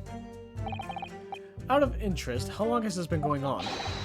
Weeks and weeks. He's been pinching gas off us for ages. And you've examined the meter of Mr. Shakespeare's room, I take it. Naturally, we took it off the wall and went over it with a fine-tooth comb. And found nothing suspicious at all, I presume. No, I'm afraid we didn't. Which is exactly why I demanded a new type of meter to be produced. One with an indestructible lock, the Shakespeare Special. It sounds like it would have cost an awful lot of 3-penny pieces. But even after all that, the rascal's meter was still empty. I'll never forgive the humiliation. When I opened up the money box and found it bare. You what? I said. You what? And the look on his face, that smarmy smile of his. I pulled the meter straight off the wall and took it back to the office. But you know what? Nothing. Not a trace of it being jimmied up open anywhere. Not a single sign. And what's happening to my salary as a result? Down by 3 shillings a day, that's what. A life-threatening situation, in a number of ways. Incidentally, what became of that meter? Nothing became of it. I've still got it. Oh? Right here. What do they call you, Meter Man? I think it would be prudent for the court to sequester this item while the trial is ongoing. Interesting. Definitely. Although at first glance, there doesn't appear to be anything unusual about it. Let's move this along, shall we? Continue with your testimony. Though I would say it has as much value as the contents of that meter. Oof. Meter does have to have been tampered with, though. The Punch Ancient has the only key. Oh, wow. Aha! There is a leak. Oh, what's this? Have you spotted something, Mrs. Nanahobo? Just here, this little hole, do you see? Goodness, you're right. I wouldn't have noticed. It's not a very neat hole, is it? Not professionally made, I say. So, you think it might have been opened up by Mr. Shakespeare? Possibly. Seems the people out to my gas must have missed it. Well, it certainly seems to go all the way through the inside. Excuse me. Yes, but there's no way a coin could fit through here. That's true, but even so, I see a little more than is suspicious. Alright. Guessing that's all we really need to care about. Indestructible lock. Coin slot. Present right now. Objection! There we go. Lady Altamont, I'm afraid to say that this meter clearly does show signs of having been tampered with. What? Get away! I've been over and over that thing. I'm telling you, there's nothing wrong with it. Bro, how do you... Whatever. In that case, what do you have to say about the small hole that's been made at the base of the coin box? Hole? What? You're right. You're quite right. There's a little hole here. The meters aren't supposed to have that. None of the others do. In other words, we could assume that Mr. Shakespeare secretly opened up this hole himself. Yes, I wouldn't be all surprised. But why? Yeah, why? I mean, it's tiny. You could get a farthing through that. Lady Altamont, I wonder if you could give the court some more details about your meter design. What sort of details? Well, what I'd like to specifically know is... I don't think it matters, but I'm gonna say just in case. I was gonna say like how it's like, how does it process, not even the coins, more so, how does it process the gas, right?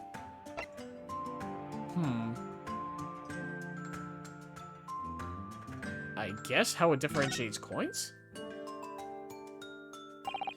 How does a meter tell the difference between different coins? What do you mean? Well, for example, if someone were to put in a 1-penny coin, that would have presumably worked. That would have worked, presumably, would it? No, of course not. So, well, how does the meter know that the coin's been fed through it? Fed is a 3-penny bit. Ah, I see what you're getting at now. The meter tells the coins apart by their shape and size, which includes their thickness. The threepenny bit is about 3/4 of an inch in diameter, you see. Other coins just won't fit. Ah, I see. It's clearly been very well thought out. The witnesses will amend her formal testimony with that information, in case it is pertinent. As you wish, my lord. I don't know if it is. Meter is designed for coins the exact diameter and thickness of a threepenny bit. Nothing else will fit. Is that what the envelope is for? Or I guess the bars of soap?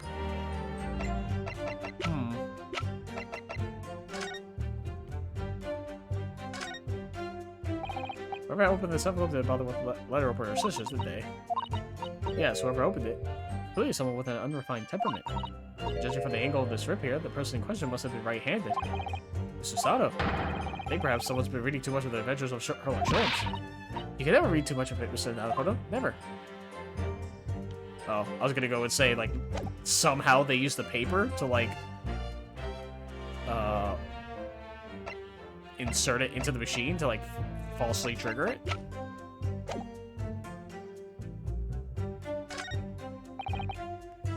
Flaming gas all he wants. Then have a single coin.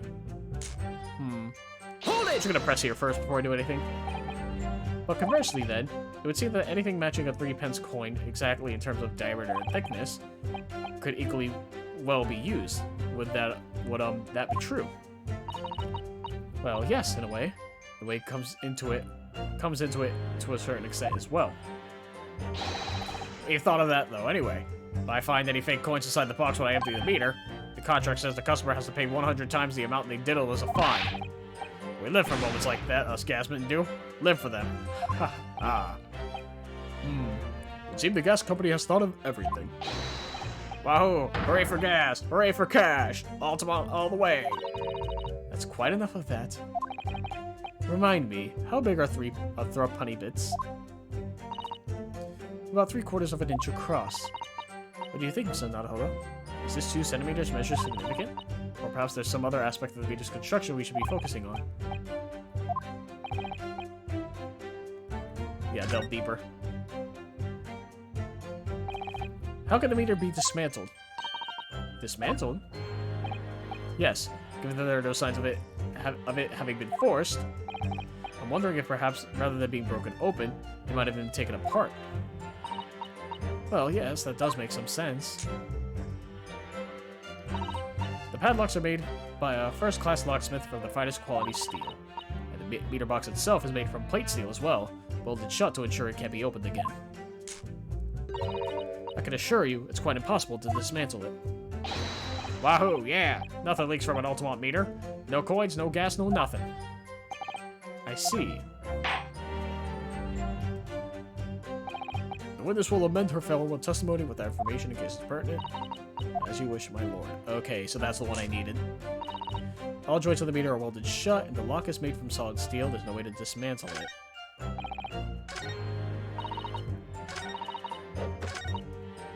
I think it's here where I present with the picture because of the stain on the floor, right? Because he just said, like, no leaks, right? That's my guess. Objection! Okay, no. I was incorrect. That's fine. That's why we save. All joints of the meter are welded shut. The lock is made from solid steel. There's no way to dismantle it. Wait. What? Oh? Look at this bar of soap. There's a circular depression on this side. About 2 centimeters. Oh. There's a circular depression on the side about 2 meters across. Or 3/4 of an inch. Ah, do you think? We did find the soap at the scene, didn't we? Yes. Yes, there were 2 bars. On that little ledge just outside the window. So we took this one. But I'm sure that when we first found it, there was some sort of reddish medallion in the middle there. I remember it clearly. Yes, but there's no sign of it now. Where could it have gone? Oh, that's actually super fucking smart. Okay. Hold it! So I know what I need to do now. Has anyone ever tried? Oh yeah, they've tried, but they've all given up before long. After all, if they actually broke the meter, the company would be able to take legal action. Yes, that makes sense. What do you think? Is the welded steel construction significant? Okay, yeah. I'll delve deeper. And then we've already done all this. Okay. So it was the coin side. I didn't think about the bar of soap and that it went away. I thought the thing would still be there, so I figured, you know, why double check it? Objection! There we go. Let me just confirm something here. If the diameter and thickness were to be correct, the meter would accept any object as if it were a threepenny bit. Is that correct? Yes, that is correct. Well, by something of a coincidence, while we were investigating Mr. Shamspeare's room, we found a particular item that matches the dimensions perfectly. Something the same size as a threepenny bit? What was it? The item in question is this. What? Have you been inhaling gas? That's a bar of soap. It certainly looks like nothing like a threepenny bit, I must say. Looks like I'm going to point out exactly what I mean here. Why wouldn't you just, like, show them the side first? What's so important about this soap is this part here. Got it! You have to turn over the soap to see what I mean. Yeah, you could just show them. Ah, this is why these cases take fucking forever, because of things like this. Are you referring to the round depression in the middle of the soap there? That's right. A depression that's approximately 3/4 of an inch in diameter. Or in other words, almost exactly the same size as a threepenny bit. Or a throughpenny. Is it threepenny? Like thrup? Or through penny? Oh, it's a thrup. Get away! Does anyone here present have in their possession a threepenny bit? Quickly now, hand over your coins, ladies and gentlemen. Sounds rather like a highway robbery, doesn't it? Yeah, it kind of does. It's like, give me your money. Thanks to a kind member of the public in the gallery, I have here a threepenny bit. Now to see if it fits. My word, it couldn't be more snug. Yes, as I suspected. This, without a doubt, is a vital clue to explain how the Altamont Gas Company is being defrauded. Well, I don't believe it.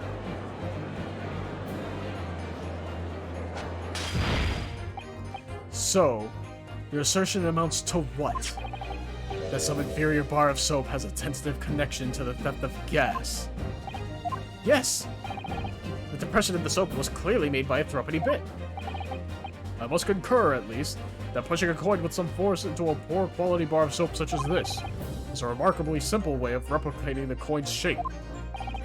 And then you can use, well, some melted wax or something to pour into the mold. Then you can make fake coins in no time.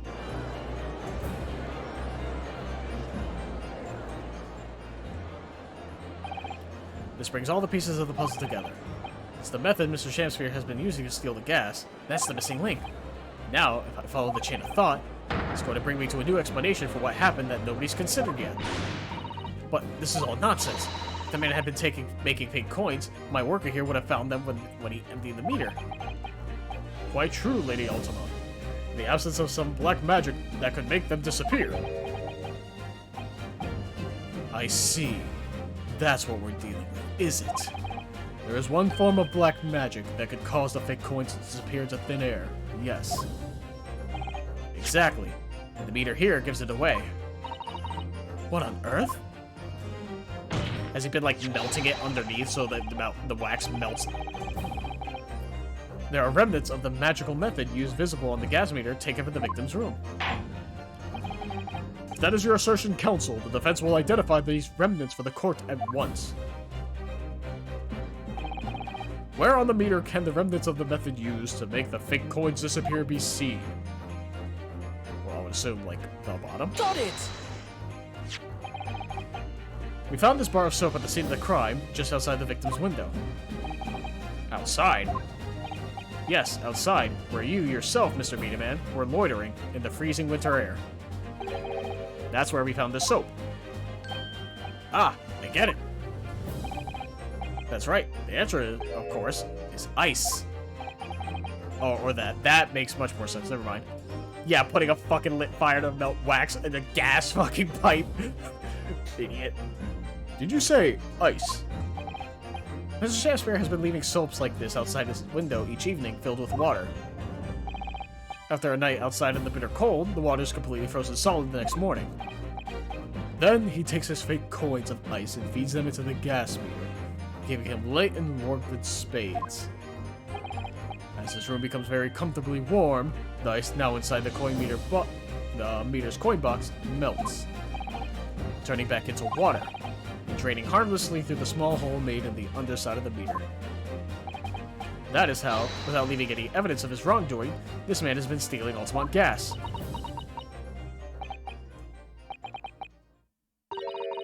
Just like that. So simply. Is he trying to make us look like idiots? He's been fooling us all with some bars of soap and some water? That's right, madam. I don't believe it. It can't be true. Do you have any idea how much money we spent to develop that new meter?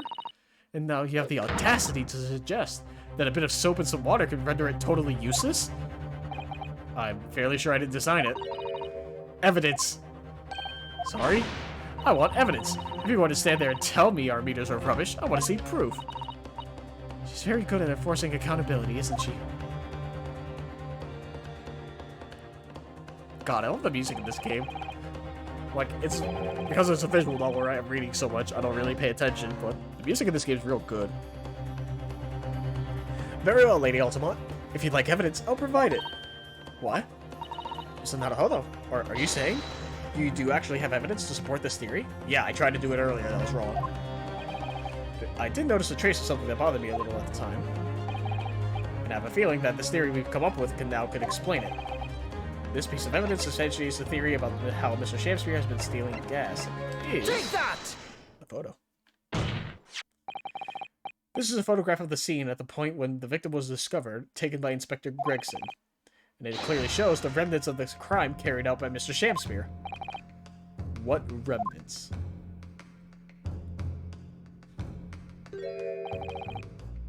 Here you can see the gas meter on the wall in Mr. Shakespeare's room. Now, look closely at the floorboards directly underneath the meter. What is that? Some kind of grubby stain? Almost certainly, it's a water stain resulting from the liquid that drained out of the hole made in the meter. Excuse me. Ah!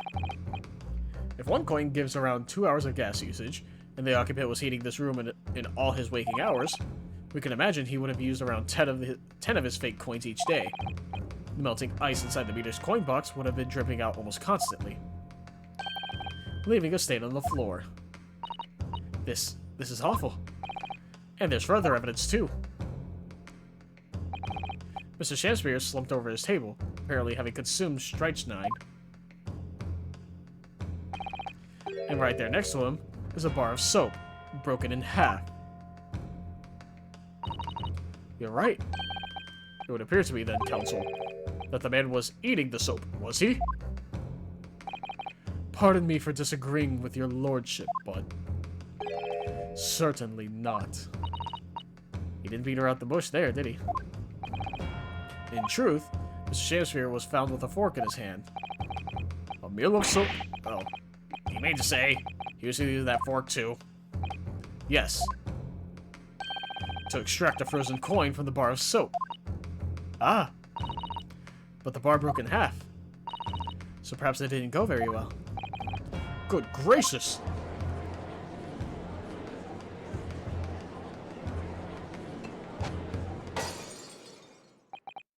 Just the moment come where he's like, cool, we did all this? What relevance does it have to the case? Is that what he's gonna say now? Lord Van Sykes. I was throwing my hand up in despair, and happened to catch my hollowed bottle on the way. Pray forgive my maladroit mistake. What is the meaning of this counsel? Allow me to pose my learned friend a question. What exactly did you establish with your most recent cross-examination? Well, that Mr. William Shakespeare is a liar and a thief.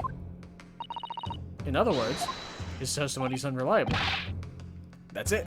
That's exactly it. Very well. Let us assume the man is a liar. Now allow me to pose another question. What possible difference does that make? Well, we know that suicide can be discounted, Scotland Yard's investigation revealed no sign of another vessel that contained poison. Now, the night in question, there were no visitors to the room except the accused. The young gas man's testimony, which we have no reason to doubt, has confirmed that. Furthermore, the only possible way the poison could have entered the victim's body is via the tea. The court has seen no evidence whatsoever that suggests otherwise. Even if William Shamsbury is the liar you claim him to be, these facts have been objectively established. There's no escaping it. Therefore, in light of these facts, the prosecution calls for immediate adjudication. You... What? Uh-oh, it's not looking good, guys. Order! Order! Well, counsel, how does the defense respond? Now, hold up. We're seeing a lot of Susato now in this, like, on the actual, like, bench, as opposed to, like, the side view. What was the point of that last cross-examination? Did it actually get us anywhere? Did it make no difference at all, like Lord Van Zykes is saying? I'm gonna save. That's what I'm gonna do.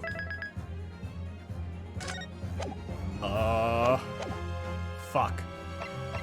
I want to raise an objection, but I don't know if this... I have to, right? No, this isn't over. The defense will not rest. What? Well, counsel, you've successfully explained everything. You've identified and substantiated the unscrupulous method employed by Mr. Shamsbury to consume gas. What more is there to discuss? Lord Van Zykes just highlighted 3 facts in order to make his point. But contrary to what he would have the court believe, not all of them have been objectively established. Objectively established at all. Christ, I can't read. What are you trying to say, my Nipponese friend? At least one of those so-called facts is an assumption made due to lack of evidence. Ooh, he knows. But the situation has changed now following the cross-examination of the latest witnesses to take to the stand. Don't be absurd. What is this nonsense? Yes, when you bring everything we've learned so far together, consider it as a whole, it's clear. There's a question that we now need to reconsider, namely... I think it has to do with the foreman, the gasman, right? Because he said it wasn't well lit. Was someone else responsible? Was there another visitor?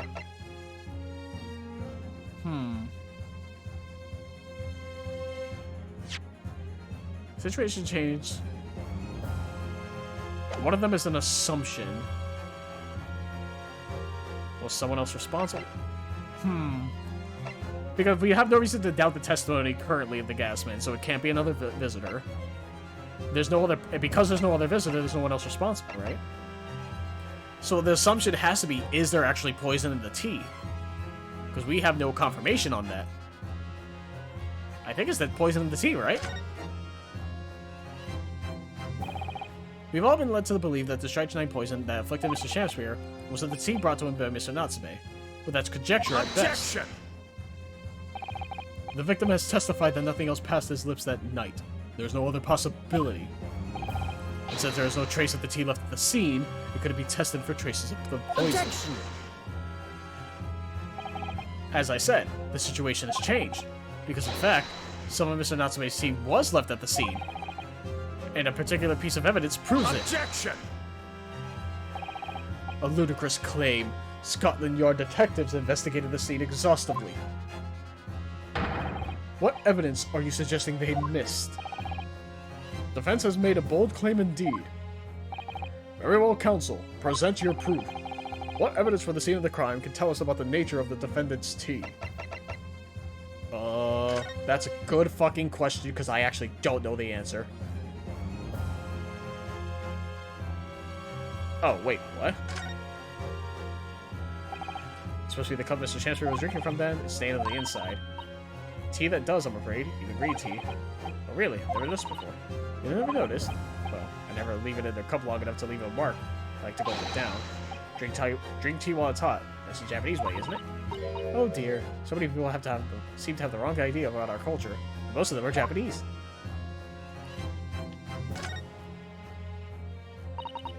This is the teacup from which Mr. Natsume was drinking. Yes, unlike the other one, the inside of the cup is completely clean.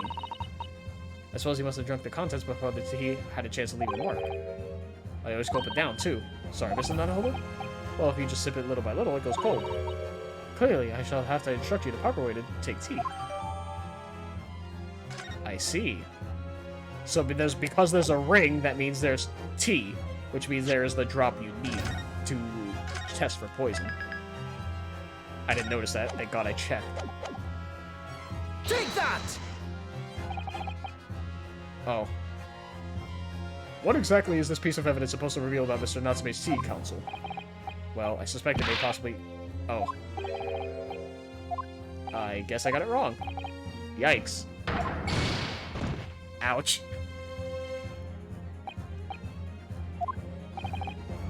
Think more deeply. I thought it was the teacups. What evidence for the scene of the crime can tell us about the nature of the defendant's tea? That's a good question. Man, I wish I knew.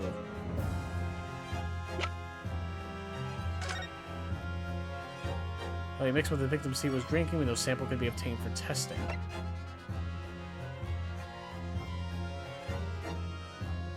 No container for the poison was found at the scene.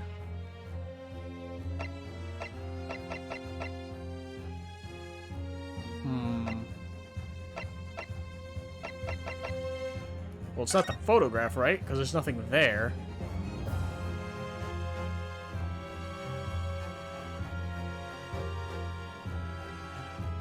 Wait, did he use the tea to make the coin? Is that what we're getting at?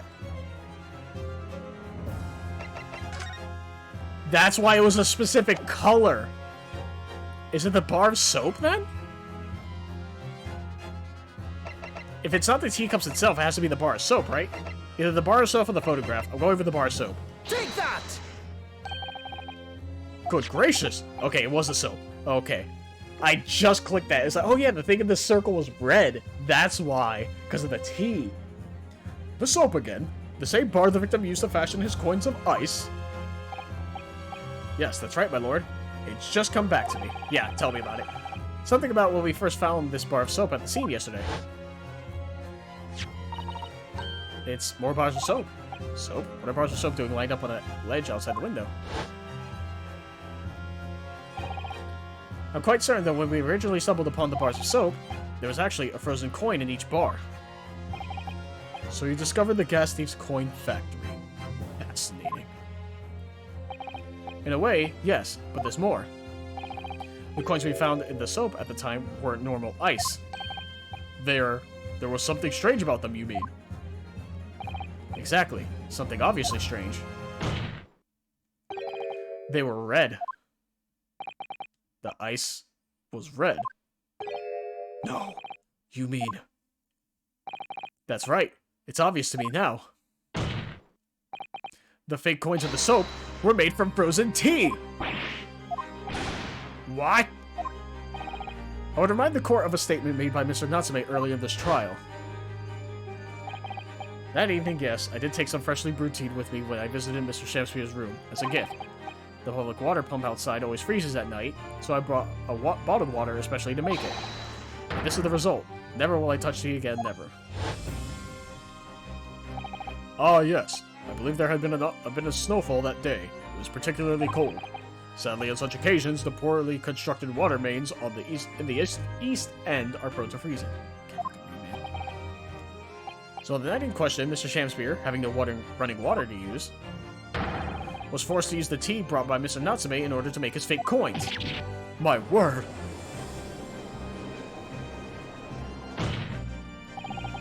There were 2 bars of soap on the window ledge when my judicial assistant and I investigated the scene. That's right, and we only borrowed one of them.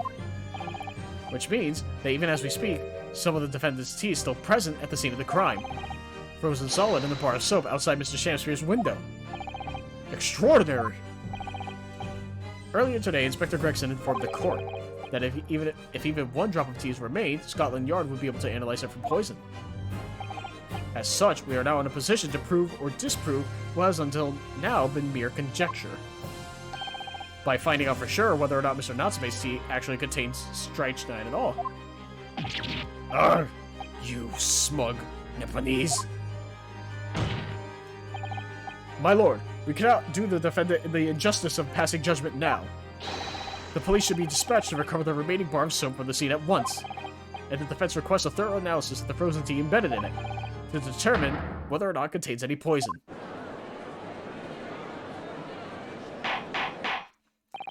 Bailiff! Bailiff! Instruct the police to attend the scene at once. Yes, my lord. Understood. Wild. It would seem we have no choice but to suspend these proceedings for the time being. I trust you have no objection, Lord Van Zykes. None, my lord. Scotland Yard will recover the tea from the scene and carry out the requisite tests immediately. The trial will resume at the same hour tomorrow. The prosecution and defense may conduct further investigation as appropriate in the interim. Excuse me.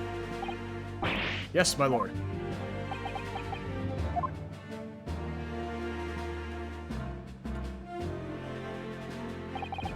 Well,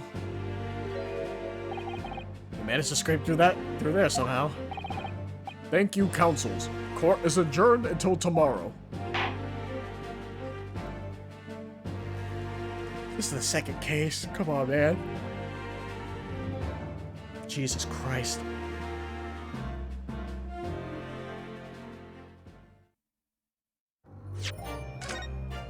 Yes, please. Alright, well, another interim, so that means another quick break. So give me one moment, and I'll be right back. Alright, we're back. Let me actually click back into the game, idiot. There we go. What happened to all my stuff? What?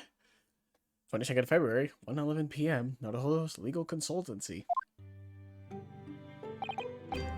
Phew! We made it back in one piece. Just. To be perfectly honest, though we were finished there for a while. Oh, I know. We had a lot of close shaves.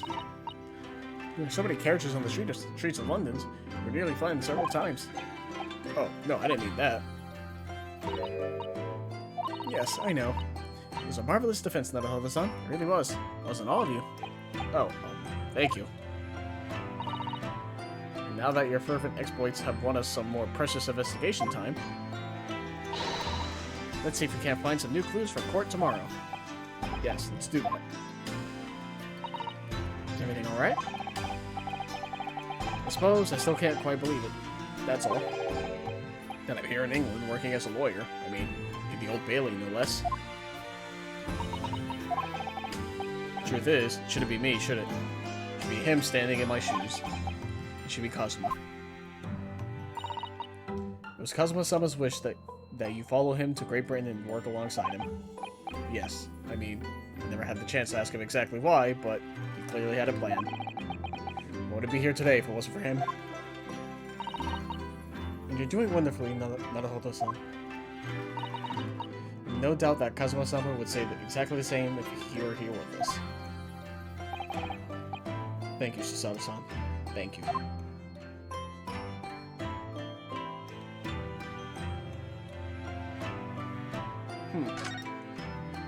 Today's trial.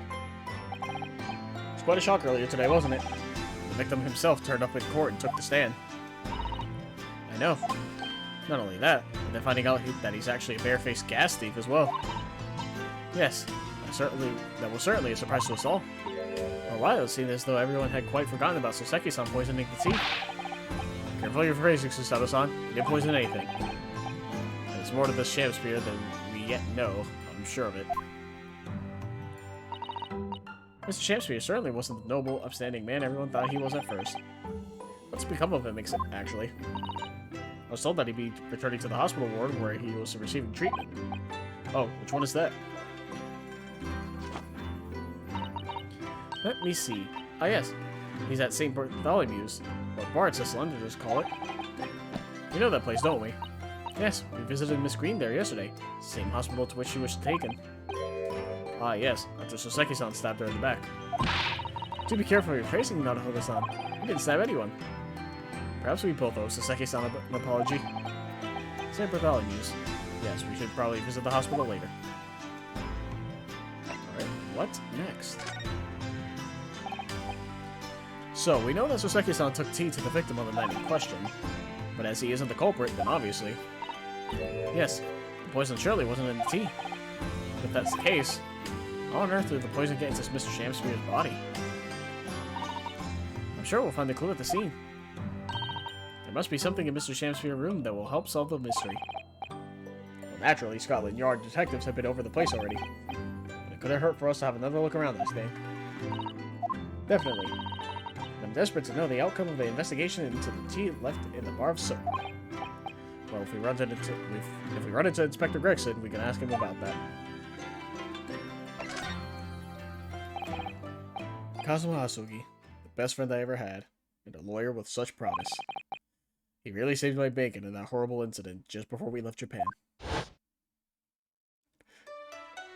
I still miss you, Kazuma. I can still picture him now, looking so fierce and determined in court. And then after the trial, that crazy idea he came up with. A stowaway? Yes. You can fit inside my trunk if you curl up small enough, I'm sure. No one will know. Kazuma, won't you tell me why? Why go to these lengths so that I can accompany you to Great Britain? Well, it's been on my mind ever since we got through that trial. That you really ought to go into law, be a defense lawyer. You've got a natural talent for it. Believe me. Guarantee it. But I've never even thought about becoming a lawyer. Well, can't force you, obviously. You'll have to decide for yourself. But anyway, London is the cultural capital of the world. The city at the forefront of everything. Can't hurt for you to see it with your own eyes. No, that's true. I suppose, though, if you were to become a lawyer, then one day... One day what? Oh, no. Never mind. Naruhodo-san? Oh, sorry. I was just thinking about Kazuma. Yes, he's forever in my thoughts, too. We changed the Japanese judicial system for the better. That was his dream. That's why he so desperately wanted to come to Great Britain to study, of course. Yes, that's right. But... Yes? I do wonder if his true intentions lay elsewhere sometimes. I don't know. The thought just takes hold of me every now and then. That's all.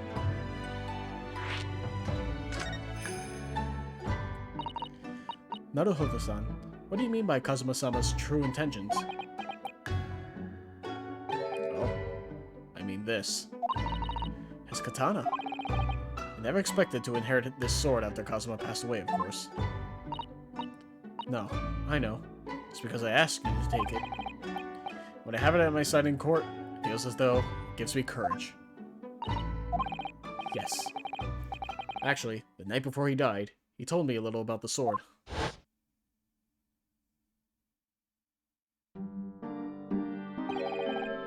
Karuma. That's right. It's a prized sword that's been passed down through generations of the Asogi clan. God, he's so cool. The Japanese man's sword is his soul, Ryunosuke. I can't be parted from my katana. Karuma guides me, and I truly believe that. So its name compels its wielder to slice evil in two? Not that you would need much compelling. On that subject, there's something very important that I have to do in Great Britain. Something you have to do? Yes. I'd appreciate you seeing it through with me. Of course I will. Whatever it is, see it through with you. See it through to the end with you. God, I can't say words. I knew you wouldn't let me down. What did he mean by something very important that I have to do? I'd hoped that the answer to that question would become apparent when we arrived here, but as yet, I've not found a single clue. I see. Well, we're good to go. To the hospital, I guess. Talk to, Mr. Theatrics. St. Bartholomew's Hospital Recovery Ward. What do you suppose is happening? Sounds like some sort of disturbance. Yes, I hear angry voices. Uh-oh. Be not angry, O ample lady. Verily thou art mistaken. Mistaken my foot. You were looking at my painting. The eye of man hath not heard, the eye of man hath not seen. 'Twas foul indeed, the poison that mustached villain gaveth me. Forgive me, lady. I wish that you died from that poison. God have mercy, ample lady. But thou seest, I have vigor still. Behold my Shakespeare dance. This looks rather ominous, doesn't it?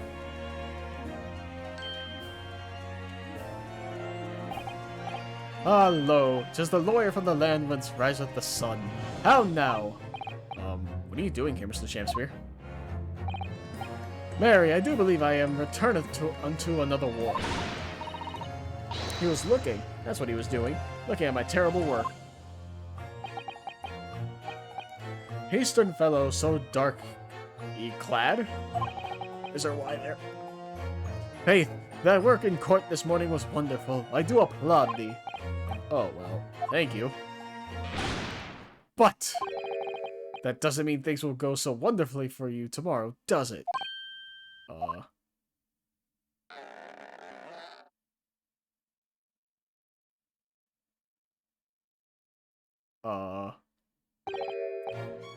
Anon, exunt. I think that's how you do that. Exunt. Haven't seen that word either.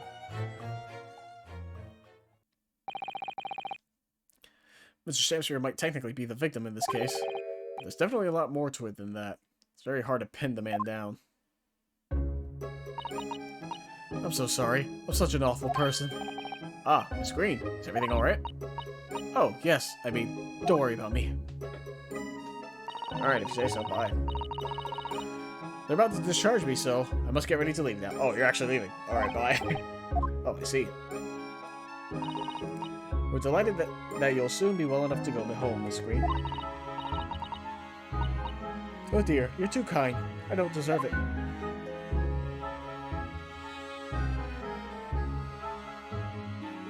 Oh, we can't even talk to her. Oh, everything's still checked off, huh? Well, I guess I could, like, inspect her, but I don't think there's a reason to. But I might as well. We're here. The game doesn't have the check mark. So, are you feeling more like yourself today, Miss Green? I am. Thank you. I mean, people do recover from ordeals like this, don't they? Even people like me. Well, yes, it really was an ordeal, wasn't it? As far as I was concerned, I was just walking along in the snow one evening, minding my own business. And then, way out of the blue, I was struck in the back by a knife and collapsed unconscious for days. Of course, when I finally woke up again yesterday, the whole business had been cleared up already. What a terrible week it's been for you. Oh no, I'm sure I'm very lucky, really. I'll look back on this fondly. Really? Anyway, I must be getting my things together now, so I'm ready to be discharged. Oh yes, of course. Sorry to take up your time when you're obviously busy.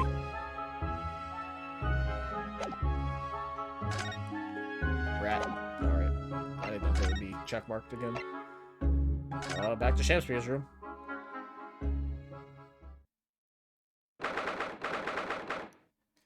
Natsume's lodgings, ground floor. There he is. Oh, hello again, Inspector Gregson. What are you doing here? Well, we were hoping to have another look around, actually. The lawyer representing the defendant has a right to examine the scene, as I'm sure you're aware. Yeah, I know the score. Oh, yes, one other thing. Soap on the ledge outside the window. Did you find it? With tea in it? Yeah, we found it alright. There's a small amount of tea in it, as you said. I knew it. It's with the identification section at the yard now. We're looking into it. The results should be available later today. That's wonderful news. Thank you. Pretty impressive performance in court this morning. Sorry? Nothing. Forget it. Just make sure you don't disturb anything in here. Time to disturb literally everything in here. Oh, do we really have to examine everything? Okay, thank God, not everything. The sun never shines in this room, thanks to that just depressing bricked-up window. Yet, with enough determination, you could always remove the bricks to set some soap outside, can't you? Sounds like a very wise life lesson, Mr. Sato. Only if you plan to follow a life of crime, Mr. Naruhodo.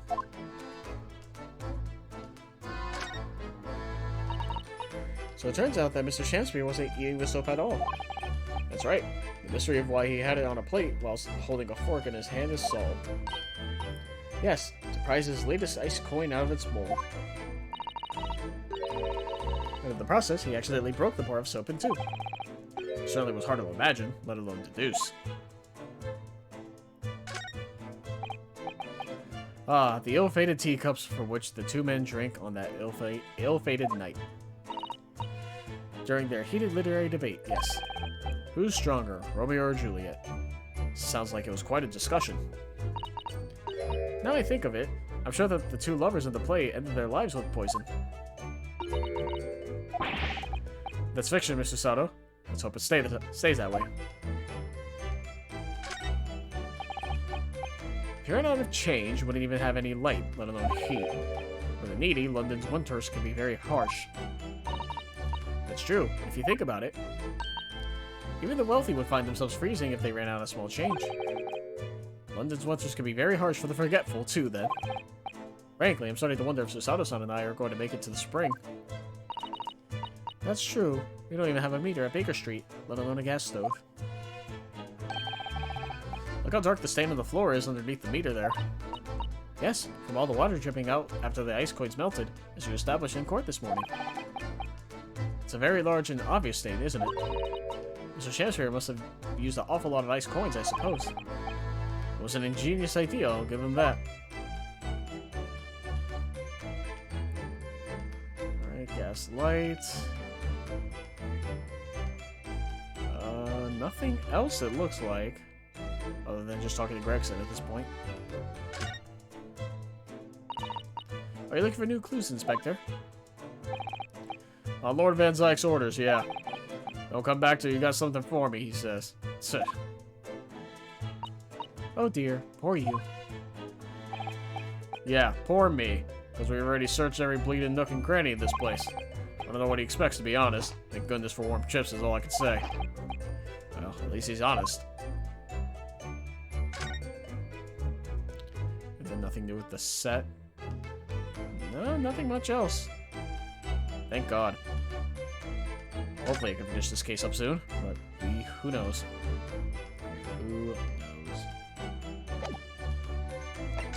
Well, that's there. Let's actually go to Gyardeb, see if anything new on why he spies on his tenants. Mr. Gyardeb appears to be out.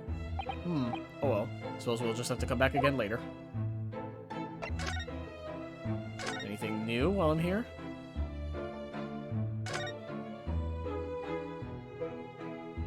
Doesn't look like it.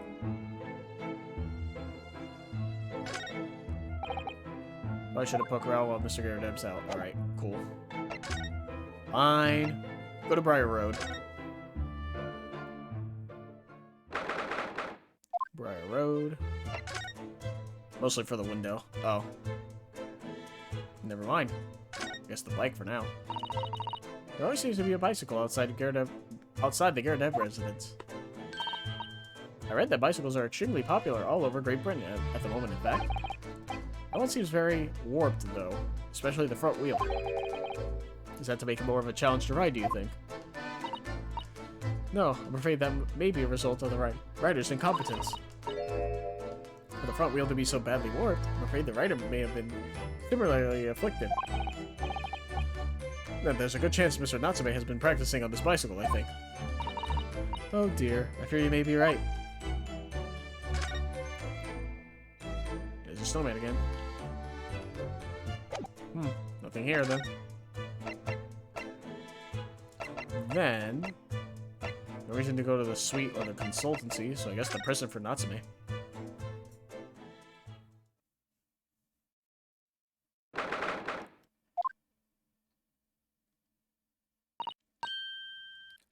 Mr. Natsume's back. So he is. Mr. Natsume, hello.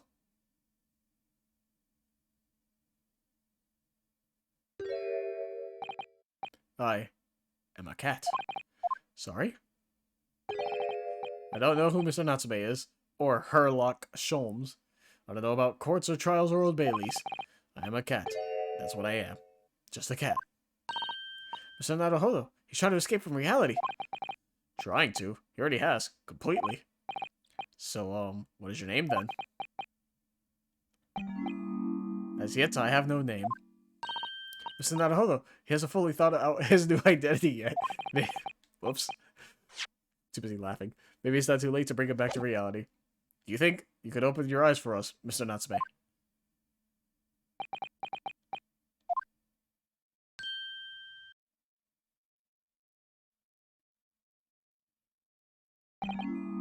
I am not a cat. It worked! He's back in the real world. What's going to become of me? No! Don't answer that. It's obvious. My accursed soul is never going to escape this accursed fate. Mr. Natsume, no. This morning's proceedings in court prove that there's hope. Yes, yes.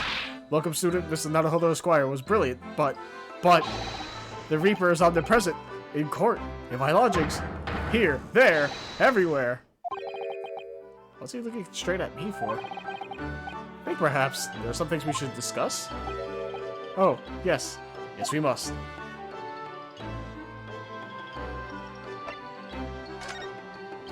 This morning's trial. In my whole life, have I ever been so moved as I was today? No. Of course, if I cast my mind back, there were perhaps one or two other occasions that moved me more. But if I just block those out, then today, being in that courtroom was the most moving experience of my life. Locum student Mr. Naruhodo Esquire. You're too kind. Scotland Yard found the remaining tea, just as we deduced, and are analyzing it as we speak. There's nothing wrong with that tea. They won't find a drop of poison in it. That's a solemn, sworn, Soseki certainty. That was a tongue twister there. Tell me, did you both drink the tea at the same time that night? Oh yes, most definitely. Remember, drink tea while it's hot. We both poured it down our throats like it was a hot bath for our bellies. And at the time, we were both completely fine. As shown by the fact that he and Mr. Shamspear then engaged in a Romeo and Juliet match. I suppose the focus of tomorrow's proceedings will be how the poison was taken by the victim then. Mr. Shamspear. That rotten Shamspear. What have I ever done to him?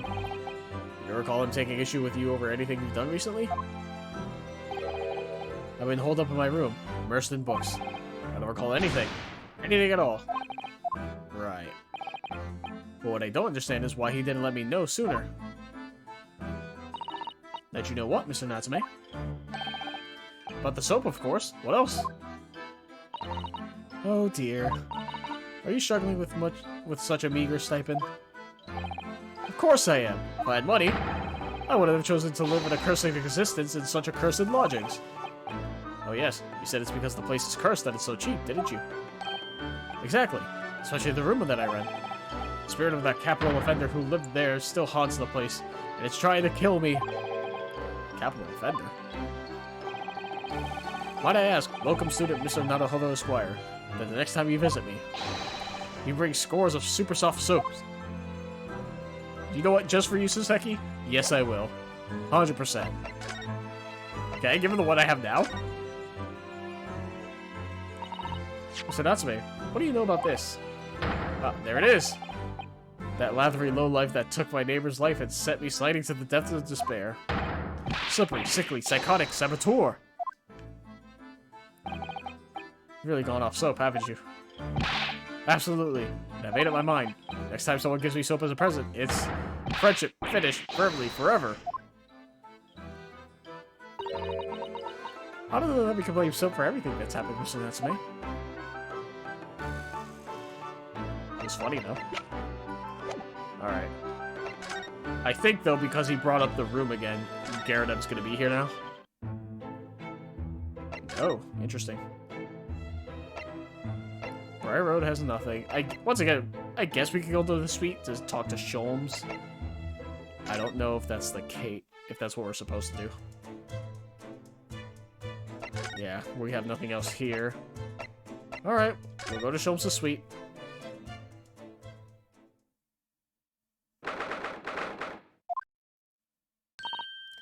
Oh, Runo and Susie. Hooray, you're back. Hello, Iris. You're in fine spirits as always, I see. I am.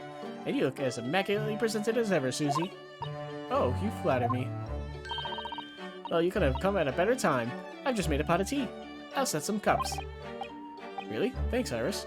Actually, what is that foul smell? Aha! The Wanderers return at last. Where on earth have the pair of you been? We've been in court? Oh, for Mr. Mustache's case. That was today, was it? I'm sure I mentioned it only yesterday, Mr. Sholmes. I'm sure you think you did. Well, we can laugh about it now. So tell me, how did the trial go? Reasonably well so far. You managed to escape without a guilty verdict at least. Really, I'd like to see it. And I must pass the time of day with Mr. Reaper again. It's been too long.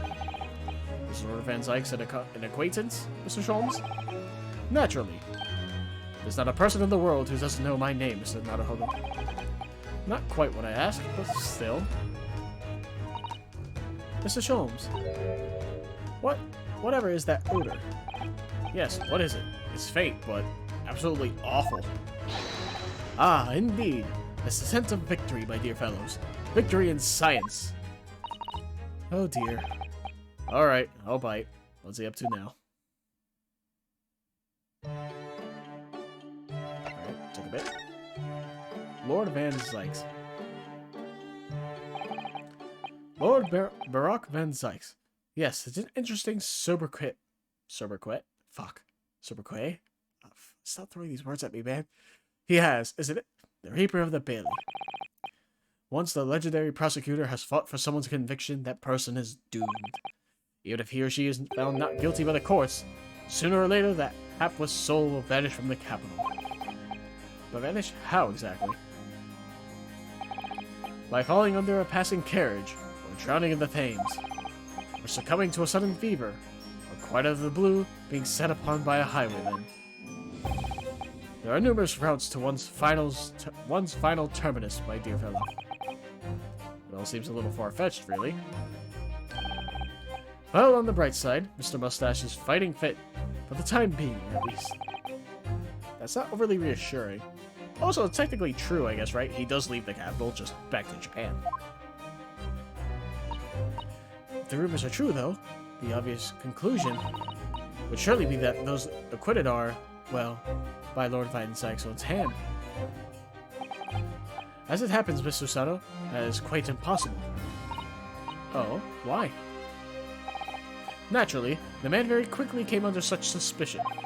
However, whenever those incidents occurred, the Reaper always had a cast-iron alibi. Really? And so his reign continued. But 5 years ago, he vanished from the courts, never to appear as a prosecutor again. That is, until you arrived in the country, Mr. Naruhodo. Yes, so I've heard. In fact, it was only the very day I arrived when I was thrust into that trial at the Old Bailey. That bitter fight to the death coincided with the Reaper's resurrection. It really did end bitterly indeed. And here you are, facing Mr. Reaper again. Poor Runo. I don't know if you're just incredibly unlucky, or incredibly unlikable. I think it goes deeper than just me. I sense a general loathing of all Japanese people. Yeah, it's what we call, racist. Ryunosuke, just to let you know. Anyways, foul smell. So, what is that indescribably foul smell? Ah, well, most probably this, I would say. What is that? My dear fellow, it is of course my latest invention. A chemical test that can identify whether or not tea is genuine at the drop of some tea. Oh my. There are some unscrupulous sorts manning the stalls along some of London's less frequented streets. They regularly sell what purports to be high-quality tea, but is in fact merely dyed leaves of drab flavor. Well, that's certainly unsavory behavior. So, when one is presented with what happens to be black tea, one must be careful. Iris.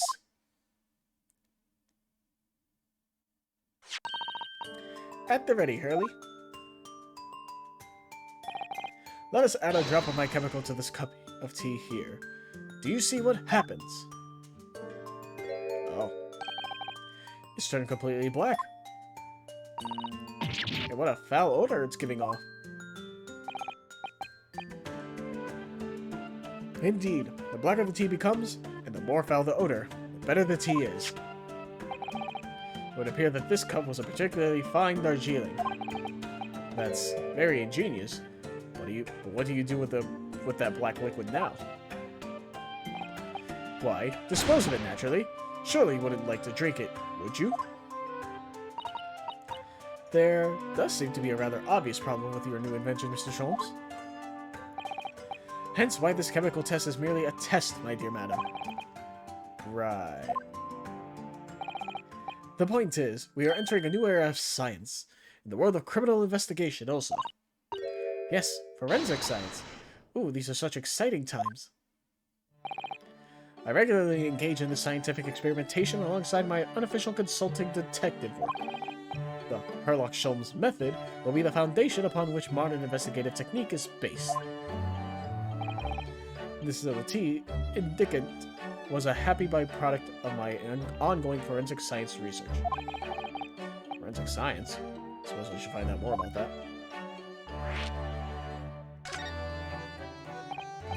So, your tea test, is that an example of forensic science? Indeed it is. An essential tool in cases that hinge on the knowledge of whether some tea is of high or inferior quality. Not a huge number of cases, then. Perhaps a more practical example is required. Fingerprints. Not yet accepted in our courts as evidence, I might add. Really, we are dragging our heels there. I hadn't even heard of them until recently. Which is partly why I undertake research in this field myself, of course. Does that mean you're studying fingerprints, Mr. Sholmes? There are others in that field already, and I abhor the company of inferior minds. No, what I am researching is skin prints. Skin prints? A nomenclature of my own design, as is this chemical agent that makes it possible. It instantly reveals objects touched by whichever person is under investigation. Brilliant, Mr. Sholmes. As long as it doesn't turn everything completely odorous and black. I assure you, my dear fellows, you will witness my forensic talents in action very soon indeed. Alright, now Japanese people. With Mr. Natsume, who I'm currently defending, being Japanese as well as Miss Susato and myself, I felt it even more keenly in court today. For some reason, Lord Van Zyke seems to have an inherent disdain of the Japanese. Indeed, it is an interesting observation. Do you know something about it? Do you, Mr. Sholmes? It was about 10 years ago that Baroque Van Zyke chose to enter the legal profession. However, before that time, the young man's closest companion hailed from the Empire of Japan. No! What the? Tell us more, Mr. Sholmes. What happened? I believe I made it clear before. I'm unable to tell you anything about the affair. Oh, but...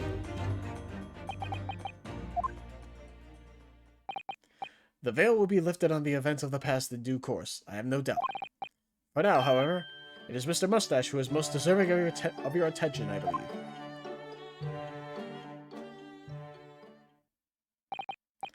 Well, I think we should go back to the scene and see if we can uncover any new clues. That's the spirit, Runo. See you later. Yes, until later. No, Mr. Sholmes. We were thinking you'd come with us. You were? Yes, of course. You said so just a moment ago. You said we'd witness your forensic talents in action. Ah, yes. I do recall saying something along those lines. But you go on ahead. I should be sure to follow you later. In all likelihood. Probably. Maybe. Well, I might. Your commitment astounds me. Oh, thank you, Mr. Sholmes. We'll eagerly await your arrival. Bye-bye, Bruno. Bye, Susie.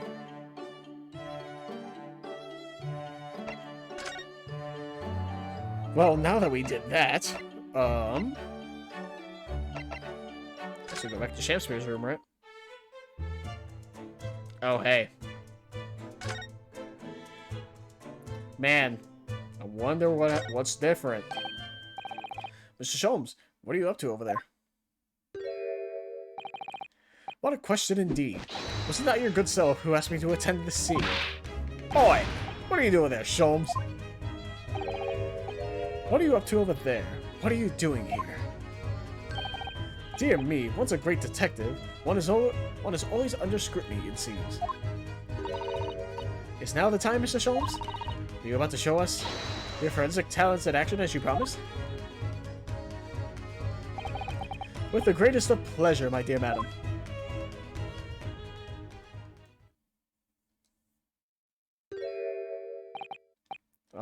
What's all this?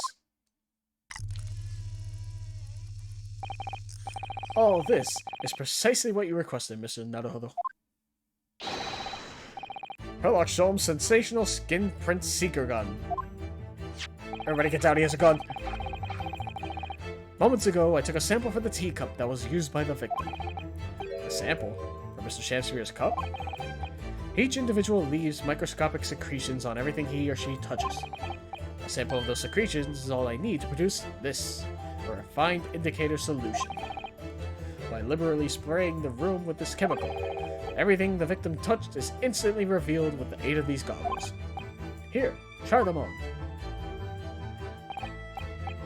There. Now, spray the chemical indicator about and all will be revealed. Spray? How do I do that exactly? A little press of A on the area you're interested in is all that's required. Like this. Wow, what is that stuff? It's like fog. A suspension of the chemical indicator is in a pressurized gas. It's the most efficient way to cover a large area. That was another invention I discovered incidentally whilst I was developing this idea. As you do. Go ahead, try it, my dear fellow. We may learn something interesting about the victim's movements on the night in question. Well, there's nothing to lose, I suppose. Let's explore.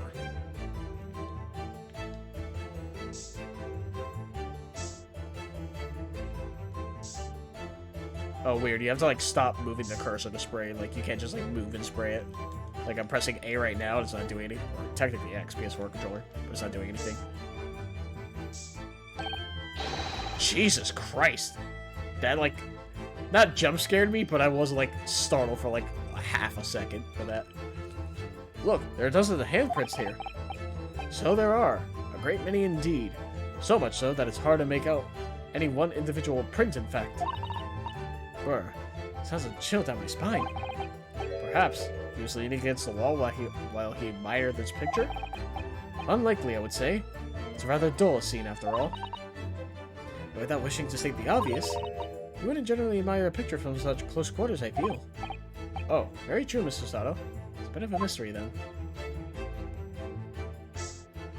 I mean, they're also, like, essentially wrestling, right?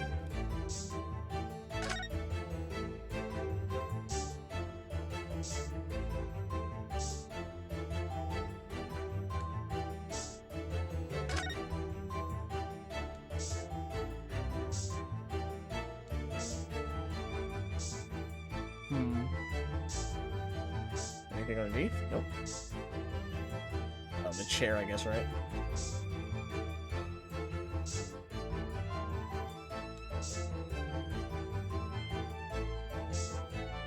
Trying to think of where else, right? Obviously, higher up doesn't make sense, but you never know, right?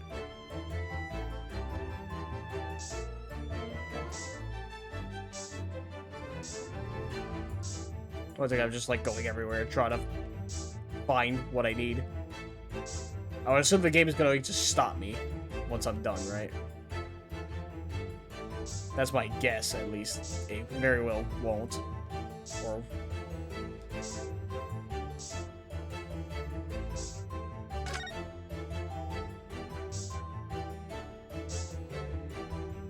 I do stop now? I don't know. Yeah, there's no back button, so I'm kind of stuck here until I solve it.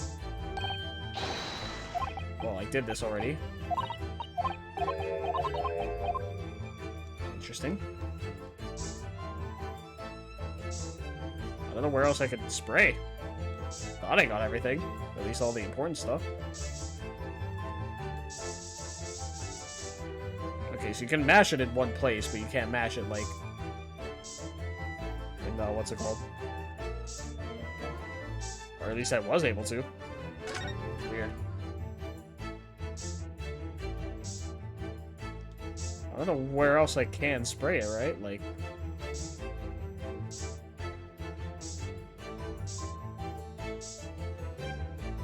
spraying the painting isn't going to solve anything.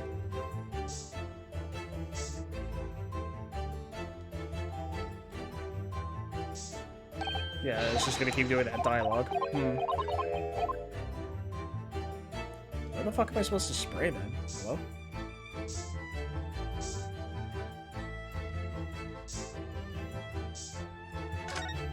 Nothing there. Oh. That's right. I thought that looked out of place. I just forgot about that, huh? Oh, look at all this here.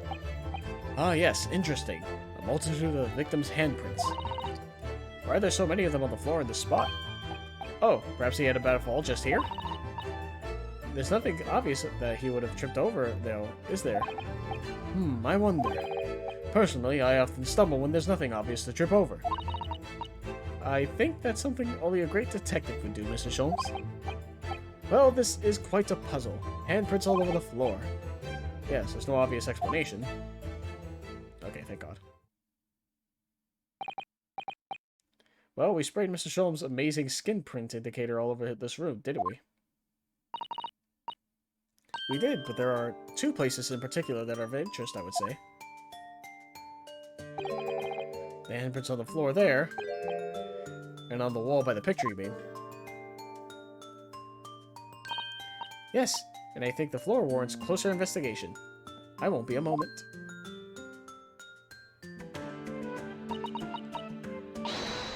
Ah! What is it, Mr. Sato? Look here, Mr. Naruhodo. One of the floorboards has popped out. One of the... You mean... It's a secret hiding place? Excellent work, Mr. Sato. So, what do we have in here? Oi! What are you lot doing? Inspector Gregson. Stand aside right this minute. It's my job to investigate there. No need, Inspector. You continue to dig into your portion of chips, whilst we dig around under the floor here. Your fancy talk's put me off my food anyway, Sholmes. A new bit of evidence is exactly what I need. Wow, secret hiding place under the floor. What a find. It's not a hiding place you can make use of in Japan. I don't think I could lift a straw tatami mat. No, I know. But I never expected one of these wooden floorboards to move either. It's got me wondering about the wall over there, too. Aren't you curious? Oh! We'll investigate at once.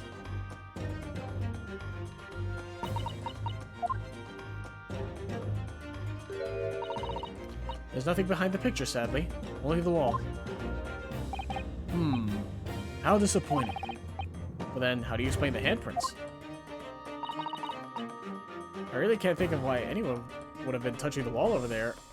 Touching the wall over and over in one place like that.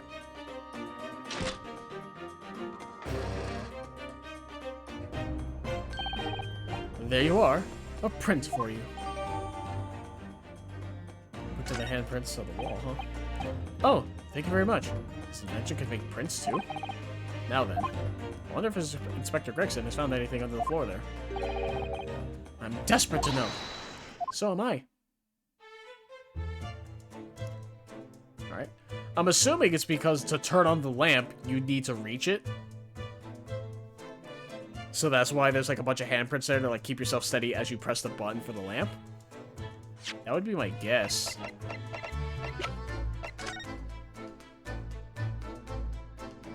Especially if like there's no light and you're trying to turn it on, you're like fumbling for it. That would be my guess as to why. But obviously we don't know for sure. Love to know if there's anything hidden underneath the floorboard there. Allow me to ask Gregson now. For all, we're well acquainted. Inspector Gregson, really, it's been too long. What is it, Sholmes? I thought perhaps you might show me what you found there, seeing as we're such good friends. We're not friends.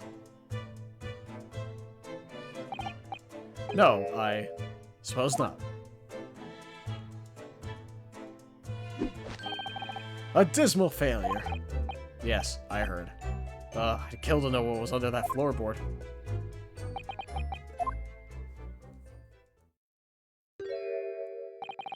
Alright then, fair's fair. What? You did discover the hiding place after all. I suppose I should at least fill you in. Really, Inspector? Thank you. Do it quickly, my dear fellow. If there's one thing I know about this man, it's that he blows with the wind, as fickle as the weather. Oi, stop making me out to be some kind of nut. There were 3 items under the floor there. A newspaper clipping, a photographic print, and a tin box. Now, what do you want to know? Well, the print, right? It's a picture. Probably gives us the most information. So, this is the photograph I found. Looks reasonably recent to me. Yeah. Huh. Yes, it would appear to have been taken on the street in front of the house here.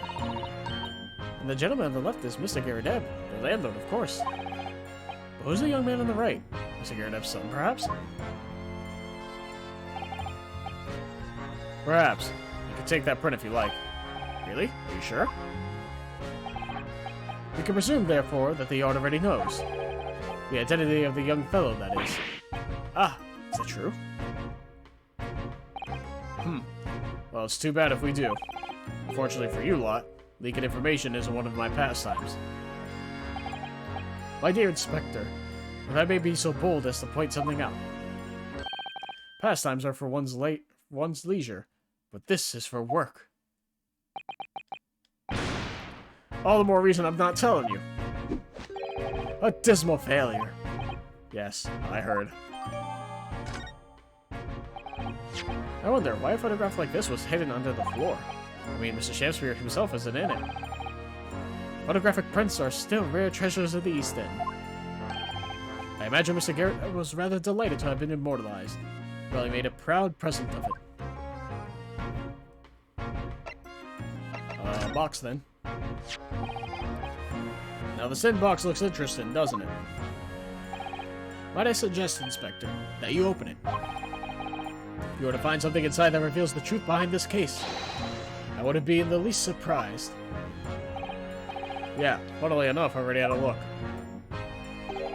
It's completely empty. What? Shamspeare, give us a clue, man! You didn't even have the chance to utter a word, Mr. Naruto. But anyway, at least we found out what's inside the box. Yes, thin air. It's empty. Rather like how I feel inside. Is there nothing more to this box, then? I wonder. Newspaper clipping. Looks like this was cut out of the paper about 3 months ago. It's about a convict who got sick and died while he was serving time up in Manchester. How terrible. He made the headlines down here in London as well. The bloke had been sentenced to death, you see. But nature got him first. Oh my goodness. He committed a capital offense? Man by the name of Selden. Nasty piece of work. Into burglaries and murder. They say the hoard he knocked off was worth about £1,000 rather. A hoard? Treasure, you mean?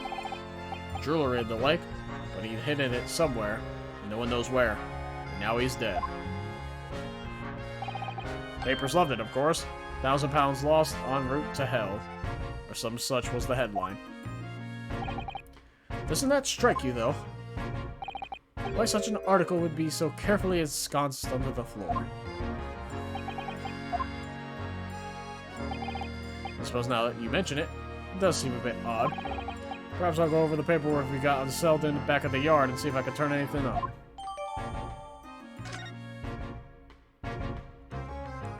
Oh, is that the person who died as Soseki-san's, like his room. It was a convict. Oh hey, it's the cat that we haven't fed. That Soseki-san asked us to feed, and we never did. Oh look, it's that lovely little kitty cat. What was its name? It's Mr. Natsume's, isn't it? I don't think we ever asked him, actually. Well, now the question becomes, how did it get here if the Soseki-san's on the second floor, right? Well, technically the first floor, because we're in Britain. Why do we call it, Wagahai? You know, like Mr. Natsume refers to himself in Japanese. Wonder how he got in here. Clever cat. Oh, wonderful. Oh then, Wagahai. Here's something delicious I brought for you from the cat's meat man.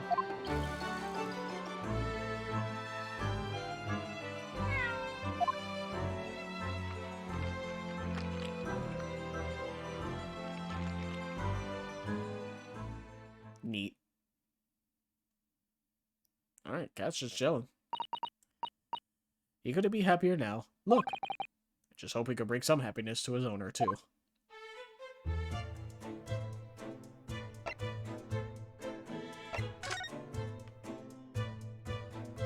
Cat.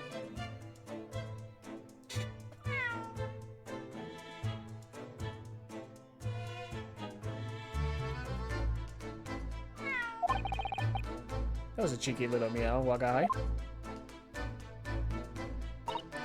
Oh, but he's so adorable. I could sit and watch him forever. I think he may not appreciate that after a while. We have an investigation to get back to. Alright. Well, we did everything here. Scared that back so we can talk about the photo? Nope.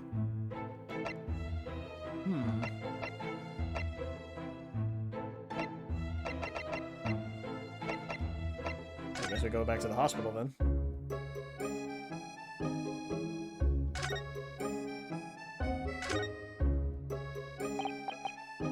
Feeling more like yourself. And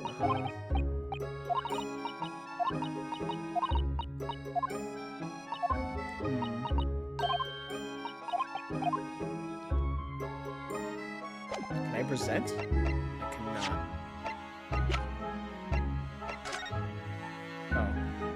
January's president announced the death of convicted murderer and burglar Selden by natural causes early hours of the morning, and suffering with fever by the end of October. Alerted by the shouts of his fellow cellmate, medical. Oh, so he died in prison. Okay. I thought he died. I thought that was the guy who died in Natsume's room.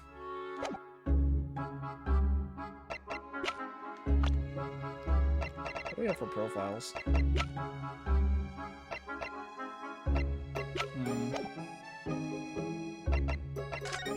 Well, there's nothing there. Sham Spears we're pretty much done with.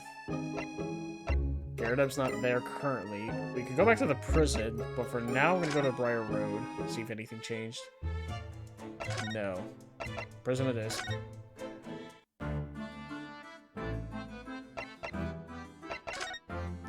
Nothing new.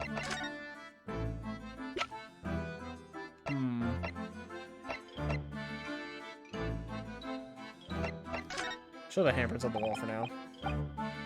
Nothing more. Okay, yeah, no. It's, well, but mostly because I can't talk to anyone else, really, so... I think Natsume's like the only person I can actually properly talk to. Aha! What's this? It's a newspaper cutting that we found in Mr. Shamspier's room. Ah, so he knew, did he? Sorry? About this man, Selden. Convicted killer, and the evil spirit behind the curse that afflicts my lodgings. What? He's already taken one young man's life, and now he's trying to take the life of another. A miserable mustache, much maligned Japanese man. Listen, Natsume, you know something, please. You must tell us. Tell us everything you can about this evil spirit. Capital offender Selden. The truth is, I didn't know the details myself until very recently. That Selden man was arrested about a year ago. And at the time, he was hiding out in lodgings at Mr. Gyarados' house. Oh. What? He lived where you do now? So I was right. That's right, yes. Exactly where I live now. In my very room. Oh my. Your room was previously occupied by a criminal found guilty of a capital offense? But before a sentence could be carried out, he died in prison. That was 3 months ago. Oh, okay, so he just lived there. He didn't actually die in the room. And that's when it started. The curse. What really is this curse you keep mentioning, Mr. Natsume? It's already caused one death. A few months after the criminal passed away in prison, a man died in the room. The man who rented it after Selden, in fact. The poor lodger, he was found dead in mysterious circumstances. The room was locked from the inside. Locked from the inside? Exactly like the case we're dealing with now. So that's the convict's curse, is it? Yes, well, that was the start of it.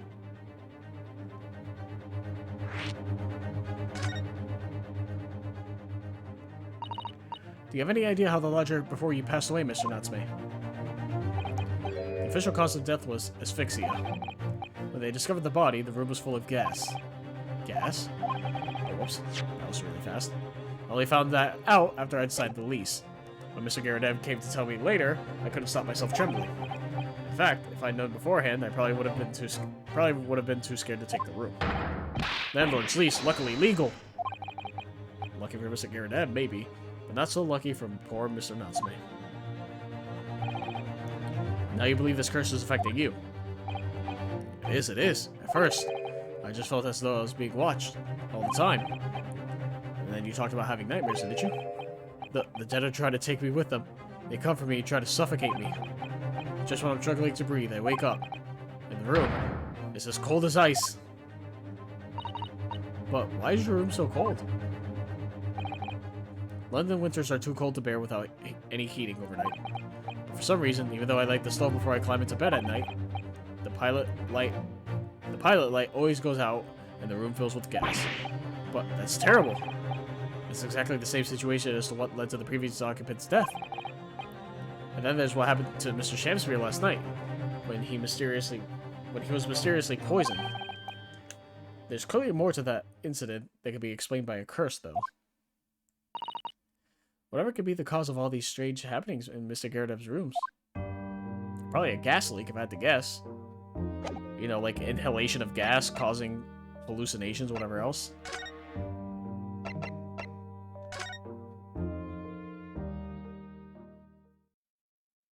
Alright, he's finally back. Ah, you're here now, Mr. Garadev. Right bally business it is for me, you know? Getting out and about. We're at the Old Bailey by any chance? Naturally. Fate of my lodgings hanging in the balance and all that. Not a trial to miss. Fate of what's already been dubbed your haunted lodgings, yes. Of course, the place has caused quite a stir around the capital on more than one occasion already. As the old haunted lodgings are some such. Ah, well, at least he knows. Makes you wonder what the place is going on, don't you know? Yes, I'm sure it does. In fact, thinking back to Mr. Natsume's other trial just 2 days ago. You were at the Old Bailey then as well, weren't you? Testifying with your wife about what happened.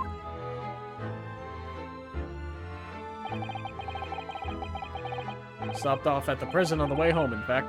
Beastly business. I see.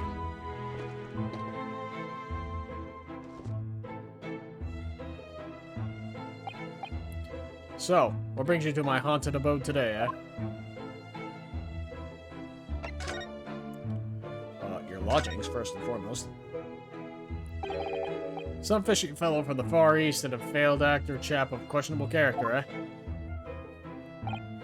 Yes, the house does seem to have become something of a magnet for rum fellows of late. Thanks to that bally curse. The convict's curse, you mean? Ah, heard the stories, have you? Ron Scoundrel was arrested here, and the next chap in the room goes and keels over. There was that woman who dropped dead just outside the street, not to mention the actor yesterday. Right next, eh? Well, can't help but get the collywobbles, can you? When you say the woman who dropped dead outside the street, do you mean Miss Green? Because Miss Green was stabbed by the knife, and Mr. Shamspeare, who was poisoned last night, are both very much alive still. Yes, well, so is that blasted convict's curse, it seems. Personally, I should be quite content with such lodgings. A bath, a toilet, a fireplace, a fascinating history. Why, it sounds like the lap of luxury. I'm not so sure about that. Well, there's no bath or toilet included, and no fireplace either. But you do look out for your tenants, don't you? By watching the rise and fall of the flames in your gas lamps up here. Yes, never hurts to keep an eye on things, in case there are any mishaps or such like. I think you've had your mishap already, sir. Is that helpful, Mr. Sholmes? Heaven forgive me, the words just came to my lips. Lodgers. Some fishy fellow from the Far East and a failed actor chap of questionable character. There's no need for that, Mr. Garrideb. That's right, Mr. Natsume is in no way fishy. He is undeniably peculiar, however. Is it right that he took the vacancy immediately after the previous tenant passed away? Yes, that's right. I asked the estate agent to find someone, and he popped up the very same day. Never come across a chap so keen for a place with a background, as it were. I don't think it was the room's background that he was keen on, so much as the cheap rent, really. So how long has Mr. Shamspear been lodging under your roof? That failed actor chap? Let me see. Oh, of course. Yes, it's been 3 months now. Quite sure of it. Only 3 months. He's quite new here too, I think. And to what do you owe your certainty in that regard, Mr. Garrideb, if I might ask? Well, it was that Selden scoundrel, as it happens. Selden? A convict, you mean? Do Selden and Shamspear have some kind of connection, then? Shamspear's tenancy. That convict chap, Selden, passed away in the clink 3 months ago now, you see? Some malady or other. Yes, we see the report from the newspaper at the time. Well, it was only 3 days later that the tragedian showed his face. The actor feller. Tragedian? I don't know if that's how you would pronounce that. Really? Yes, I remember it quite distinctly. 'Tis small, this world we inhabit. Prithee, landlord, hear my request. I, the humble Shamspear, do desire to take thy room on the middle floor offered erewhile for rent. Terribly sorry and whatnot. That won't be possible. I already have a lodger on the middle floor. Ground floor room's vacant, though. Nothing can be made out of nothing. Never repeat mine will unto thee. Those crows must be muffling your ears. The room on the middle floor is taken. It's ground floor or nothing. Very well. We have an accord. Glad to hear it. Welcome to... Lo! A Shamspear dance to celebrate. Oh boy. From what I heard in court today, sounds like the chap was thieving gas. And he was 3 months in arrears with the rent, too. Yes, the fellow was a bally player, all right.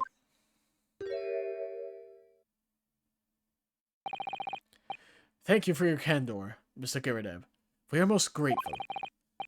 By way of appreciation, allow me to say 1 or 2 words. Give me my robe, put on my crown. I have immortal longings in me.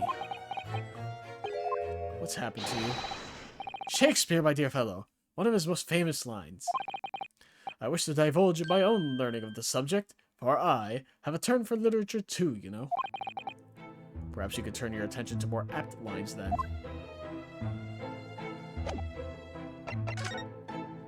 Then we present the picture. Mr. Garrideb, could I ask you to look at this photograph? Is that your son who's with you there? No, not at all. He was a lodger here once. Duncan Ross was his name. Duncan Ross. A street photographer happened to be passing, so I asked him to take a shot. Just for kicks, really. Was he by any chance the lodger before Mr. Natsume? Yes, that's right. Ah, the young gentleman who died in the room in mysterious circumstances. Just what Mr. Mustache was waiting for, one might say. Yes, Young Duncan lived in the room at the top of the first flight of stairs before that Japanese chap. Would you mind telling us a little bit more about him? Roger's death. Yes, Duncan Ross. The young chap was attending art school. Had to work to pay for it, mind. Moved into the middle floor, a room about a year ago, after that criminal Selden was arrested. Young students are always on the hunt for rooms with a history behind them. History of cheap rent, maybe, yes.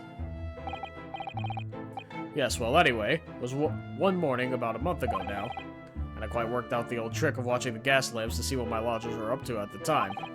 So sadly, I was rather tardy to discover what had happened. The smell of gas that alerted me it was. Ah yes, synonymous with the smell of death. Called the police straight away, of course, and the officer kicked the door off its hinges. But once we got inside, we all badly collapsed. Because of the gas? Yes, the room was full of it. No air at all.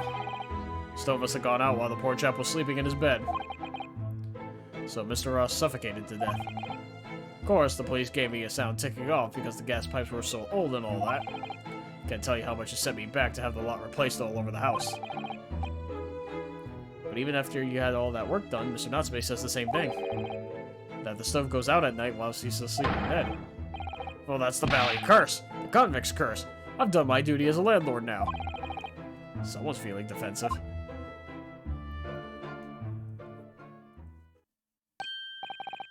Ah, it reminds me, actually. Yes? About young Duncan, the night before the poor chap perished. He'd been writing a letter of affection to a young lady. A love letter, you mean? Yes. Where did I put it now? Ah, here it is. Left it on my desk.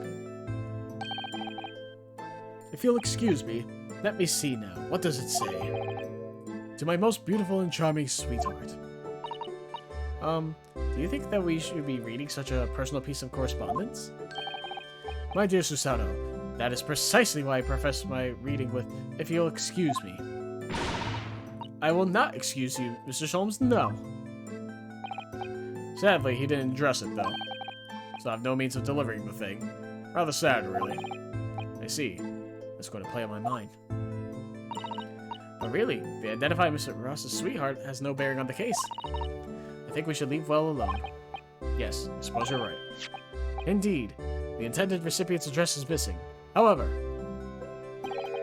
there is a name attributed to the man's most beautiful and charming sweetheart. Mr. Sholmes, please, I've already had to chastise you about this once. Yeah, why didn't you fucking do a suicidal takedown on him, huh? Fucking bitch. My undying love to you, my colorful darling, Olive Green. Ah! Olive Green? The woman who was plunged into a coma after a knife plunged into her back outside of this house 5 days ago? The victim of the last case Oseki-san was in court for, who regained consciousness only yesterday. Is it just chance that her name has come up now? Could it possibly be a mere coincidence? Mr. Naruhodo, whatever could this mean? Reading personal correspondence can have its merits, you see, Mr. Sato.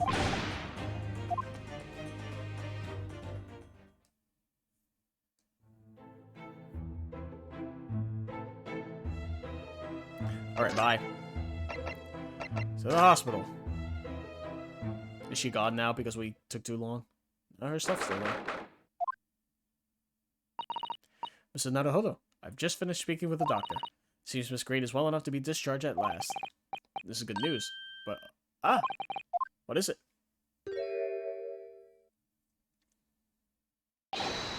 Miss Green!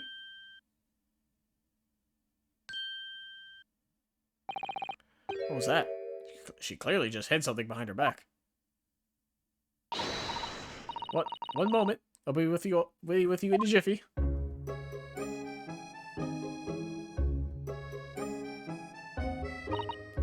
Oh, hello everyone. What are you all doing here? Doctor has said I can be discharged, so I'm just getting my things together. Miss Green, what were you just doing? Oh, nothing, really. I was just about to take some medicine the doctor prescribed for me, that's all. Well, we were hoping to have another quick chat with you if that's alright. I don't really have anything else to tell you. Alright, she's definitely behaving strangely. Let's see if we can't coax something out of her. I'm just gonna examine it right away. You can't stop me. This is the car that Mr. Green was looking at so intently before, isn't it? Mr. Naruhodo, you shouldn't be peeking at a young woman's private effects. Right. I should say peeking for gentlemen's effects only. You mustn't do that either. And maybe you, Mr. Sato, shouldn't be peeking into a young man's mind either, Yeah. This is the bottle that Miss Green was just about to drink from when we arrived. Yes, she looked rather preoccupied, didn't she? Perhaps it was very bitter. I can't stand bitter medicine. I suppose that could be it. In fact, whenever a doctor prescribes me medicine for a number of days, I always take it all at once. Oh no! Well, if you have to take something you don't like, it's best to get it all out of the way in one go, isn't it? Oh dear. And I thought it was Miss Green I should be worrying about at the moment. I just OD. Hospital discharge, huh? It's wonderful news that you're going to be discharged, Miss Green. Oh yes, I mean, thank you. Once people are better, the hospital staff don't want them lingering and wasting space. Not people like me, anyway. That's why I don't think I should keep anyone waiting. Probably should stand around and chat. She surely doesn't seem to be in the mood to talk, that's for sure. Alright. Oh, we don't have the letter? Thought we would. Oh well. Miss Green, we were hoping to ask you about someone. Mr. Duncan Ross. You knew him, didn't you?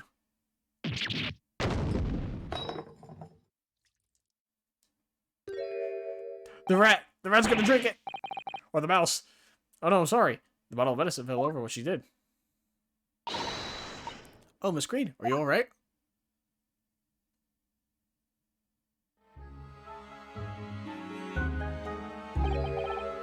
So sorry. I didn't mean to startle you like that. No, it's alright. I just wasn't expecting it. But how do you know about Duncan? Mr. Ross had been writing a letter when he passed away. The landlord found it in his room. It was a very personal letter. To you. It was at the art school. That's where I met Duncan. A year ago now. He was working hard to fund his studies. He dreamt of becoming a professional artist one day. And the two of you became romantically involved? Yes, that's right. We were very much in love. We were engaged to be married, actually. That's why he decided to move into a cheaper room, to save money for the wedding. And that's what led him to Mr. Garrett's. Yes, he told me he found the worst but cheapest room in the entire East End. And then, 1 month ago, that's when it happened. We're so terribly sorry, Miss Green. Well, it's all in the past now, I suppose. Poor Miss Green. She looks desperately sad. Started to think that's just her luck. Now I see that she has every reason to feel the universe is against her. Oh no, the mouse! Is the mouse dead? Please, no. I do hope you won't think I'm being rude, but... Would you mind leaving me in peace now? I have to leave the hospital soon. Oh, I'm so sorry. We didn't mean to hold you up. Of course we have Mr. Naruhodo. Oh god, the rat's fucking dead! She was about to kill herself. Surely you were not about to leave. That's quite out of the question. What? Mrs. Holmes! I didn't realize you were here. But of course I was, my dear fellow. Watching intently from the shadows as always. Well, make your presence known next time. Mr. Holmes, what's this about? You know about dead fucking mouse? Something which occurs to me with some regularity, Mr. Sato, is this. Why do detectives insist on such an ex post facto modus operandi? Why solve a case after it's happened? Instead of preventing a case before it happens. That is what sets a great detective apart. What do you mean? There's a case waiting to happen under our very noses, Mr. Naruhodo. So let us avert disaster. Let us prevent this case from ever happening, with nothing but careful observation. Alright. All the clues you need are set before you. You need only look, and you cannot fail to see. You can do it, Mr. Naruhodo. I know you can. Oh, let me save.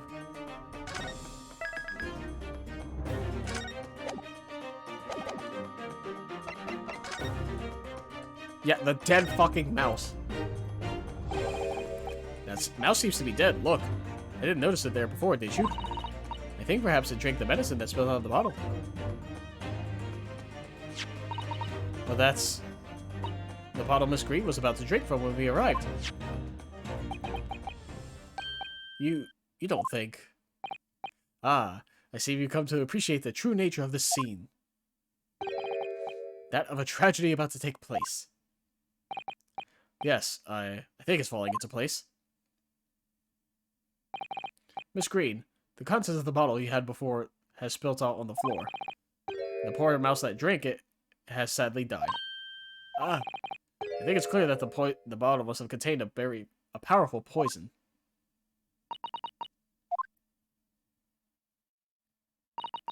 Don't worry, I will attend to the mouse presently. Rest in peace.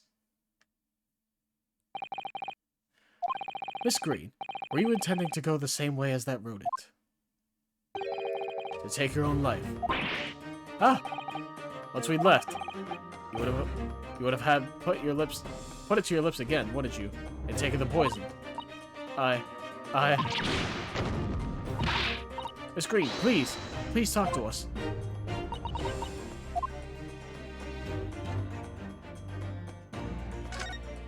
Okay, look at this thing now. It definitely feels as though this card must be relevant. I mean, when we first arrived, Miss Green was standing it with her in her hand, what can only be described as a very tense atmosphere. Yes, it may very well be related to whatever incident Mr. Sholmes believes was about to happen here. Perhaps we should ask Miss Green about it. Just look at it now.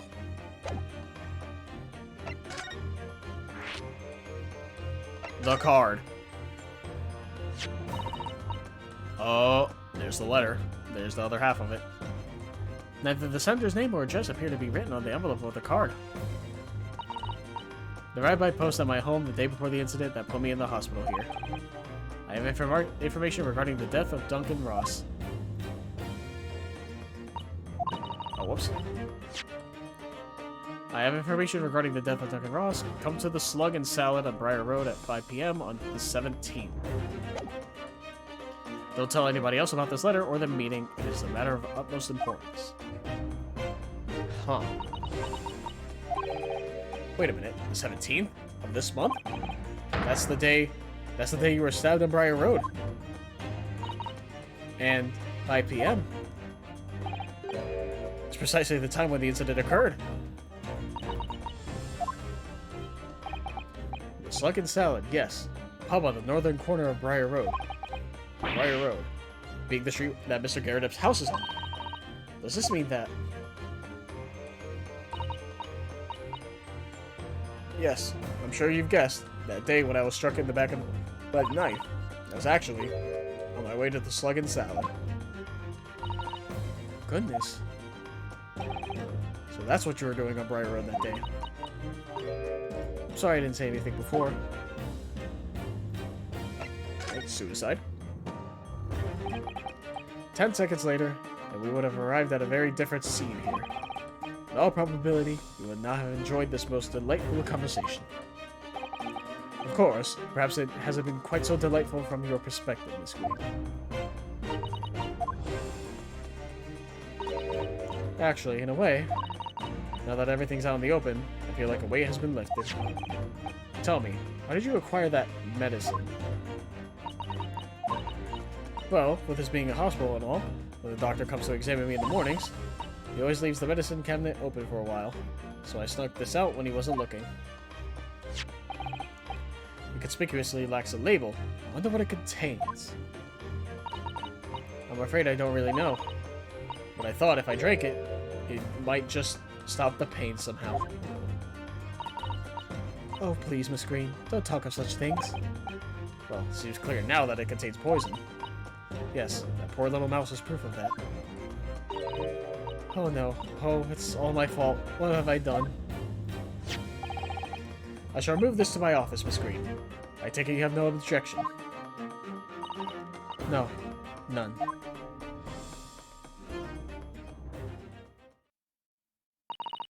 I think I really will have to ask you to excuse me now. I've told you everything. Yes. I'm very sorry to have drag such painful memories for you. No, it's fine. Miss Green. Please, promise us you won't try to do anything like that again. Yes, don't worry. Your detective friend has the bottle now anyway. And besides, I've been stabbed in the back and had a close shave with a bottle of poison, and I'm still here. I think I'm destined to see things through to the end. Might sound a little conceited, but, well, that's how all this has made me feel.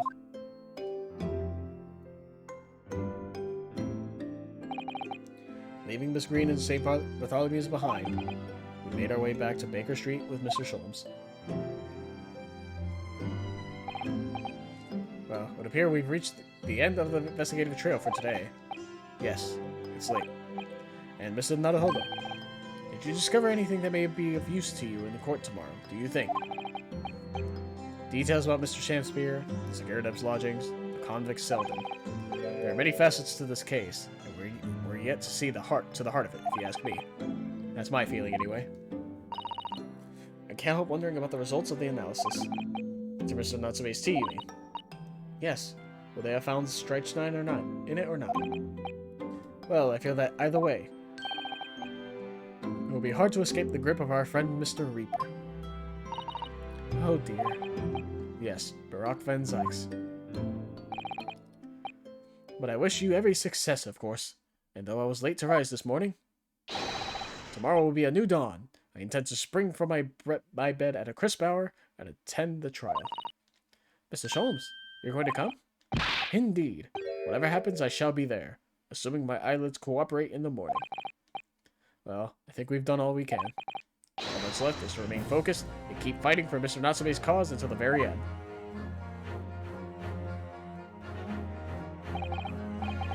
London, the world's most prosperous city, home to some 6 million people. But away from the razzle-dazzle, down back alleys, and behind bricked-up windows, the lonely lurk. Soseki-san has battled long and hard with loneliness during his many months here. And so I felt honor-bound to battle equally hard for my compatriot, to lift the curse that gripped him. As Mr. Sholmes said, tomorrow will be a new dawn for all of us.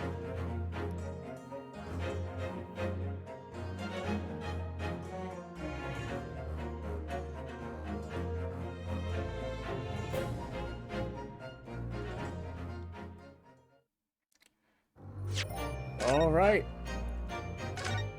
Unfortunately, in uncharacteristic fashion for me, it is very late and I do have to work. And I thought I'd get through this faster. I thought this case would be much shorter. But, I do not have as much time as I thought.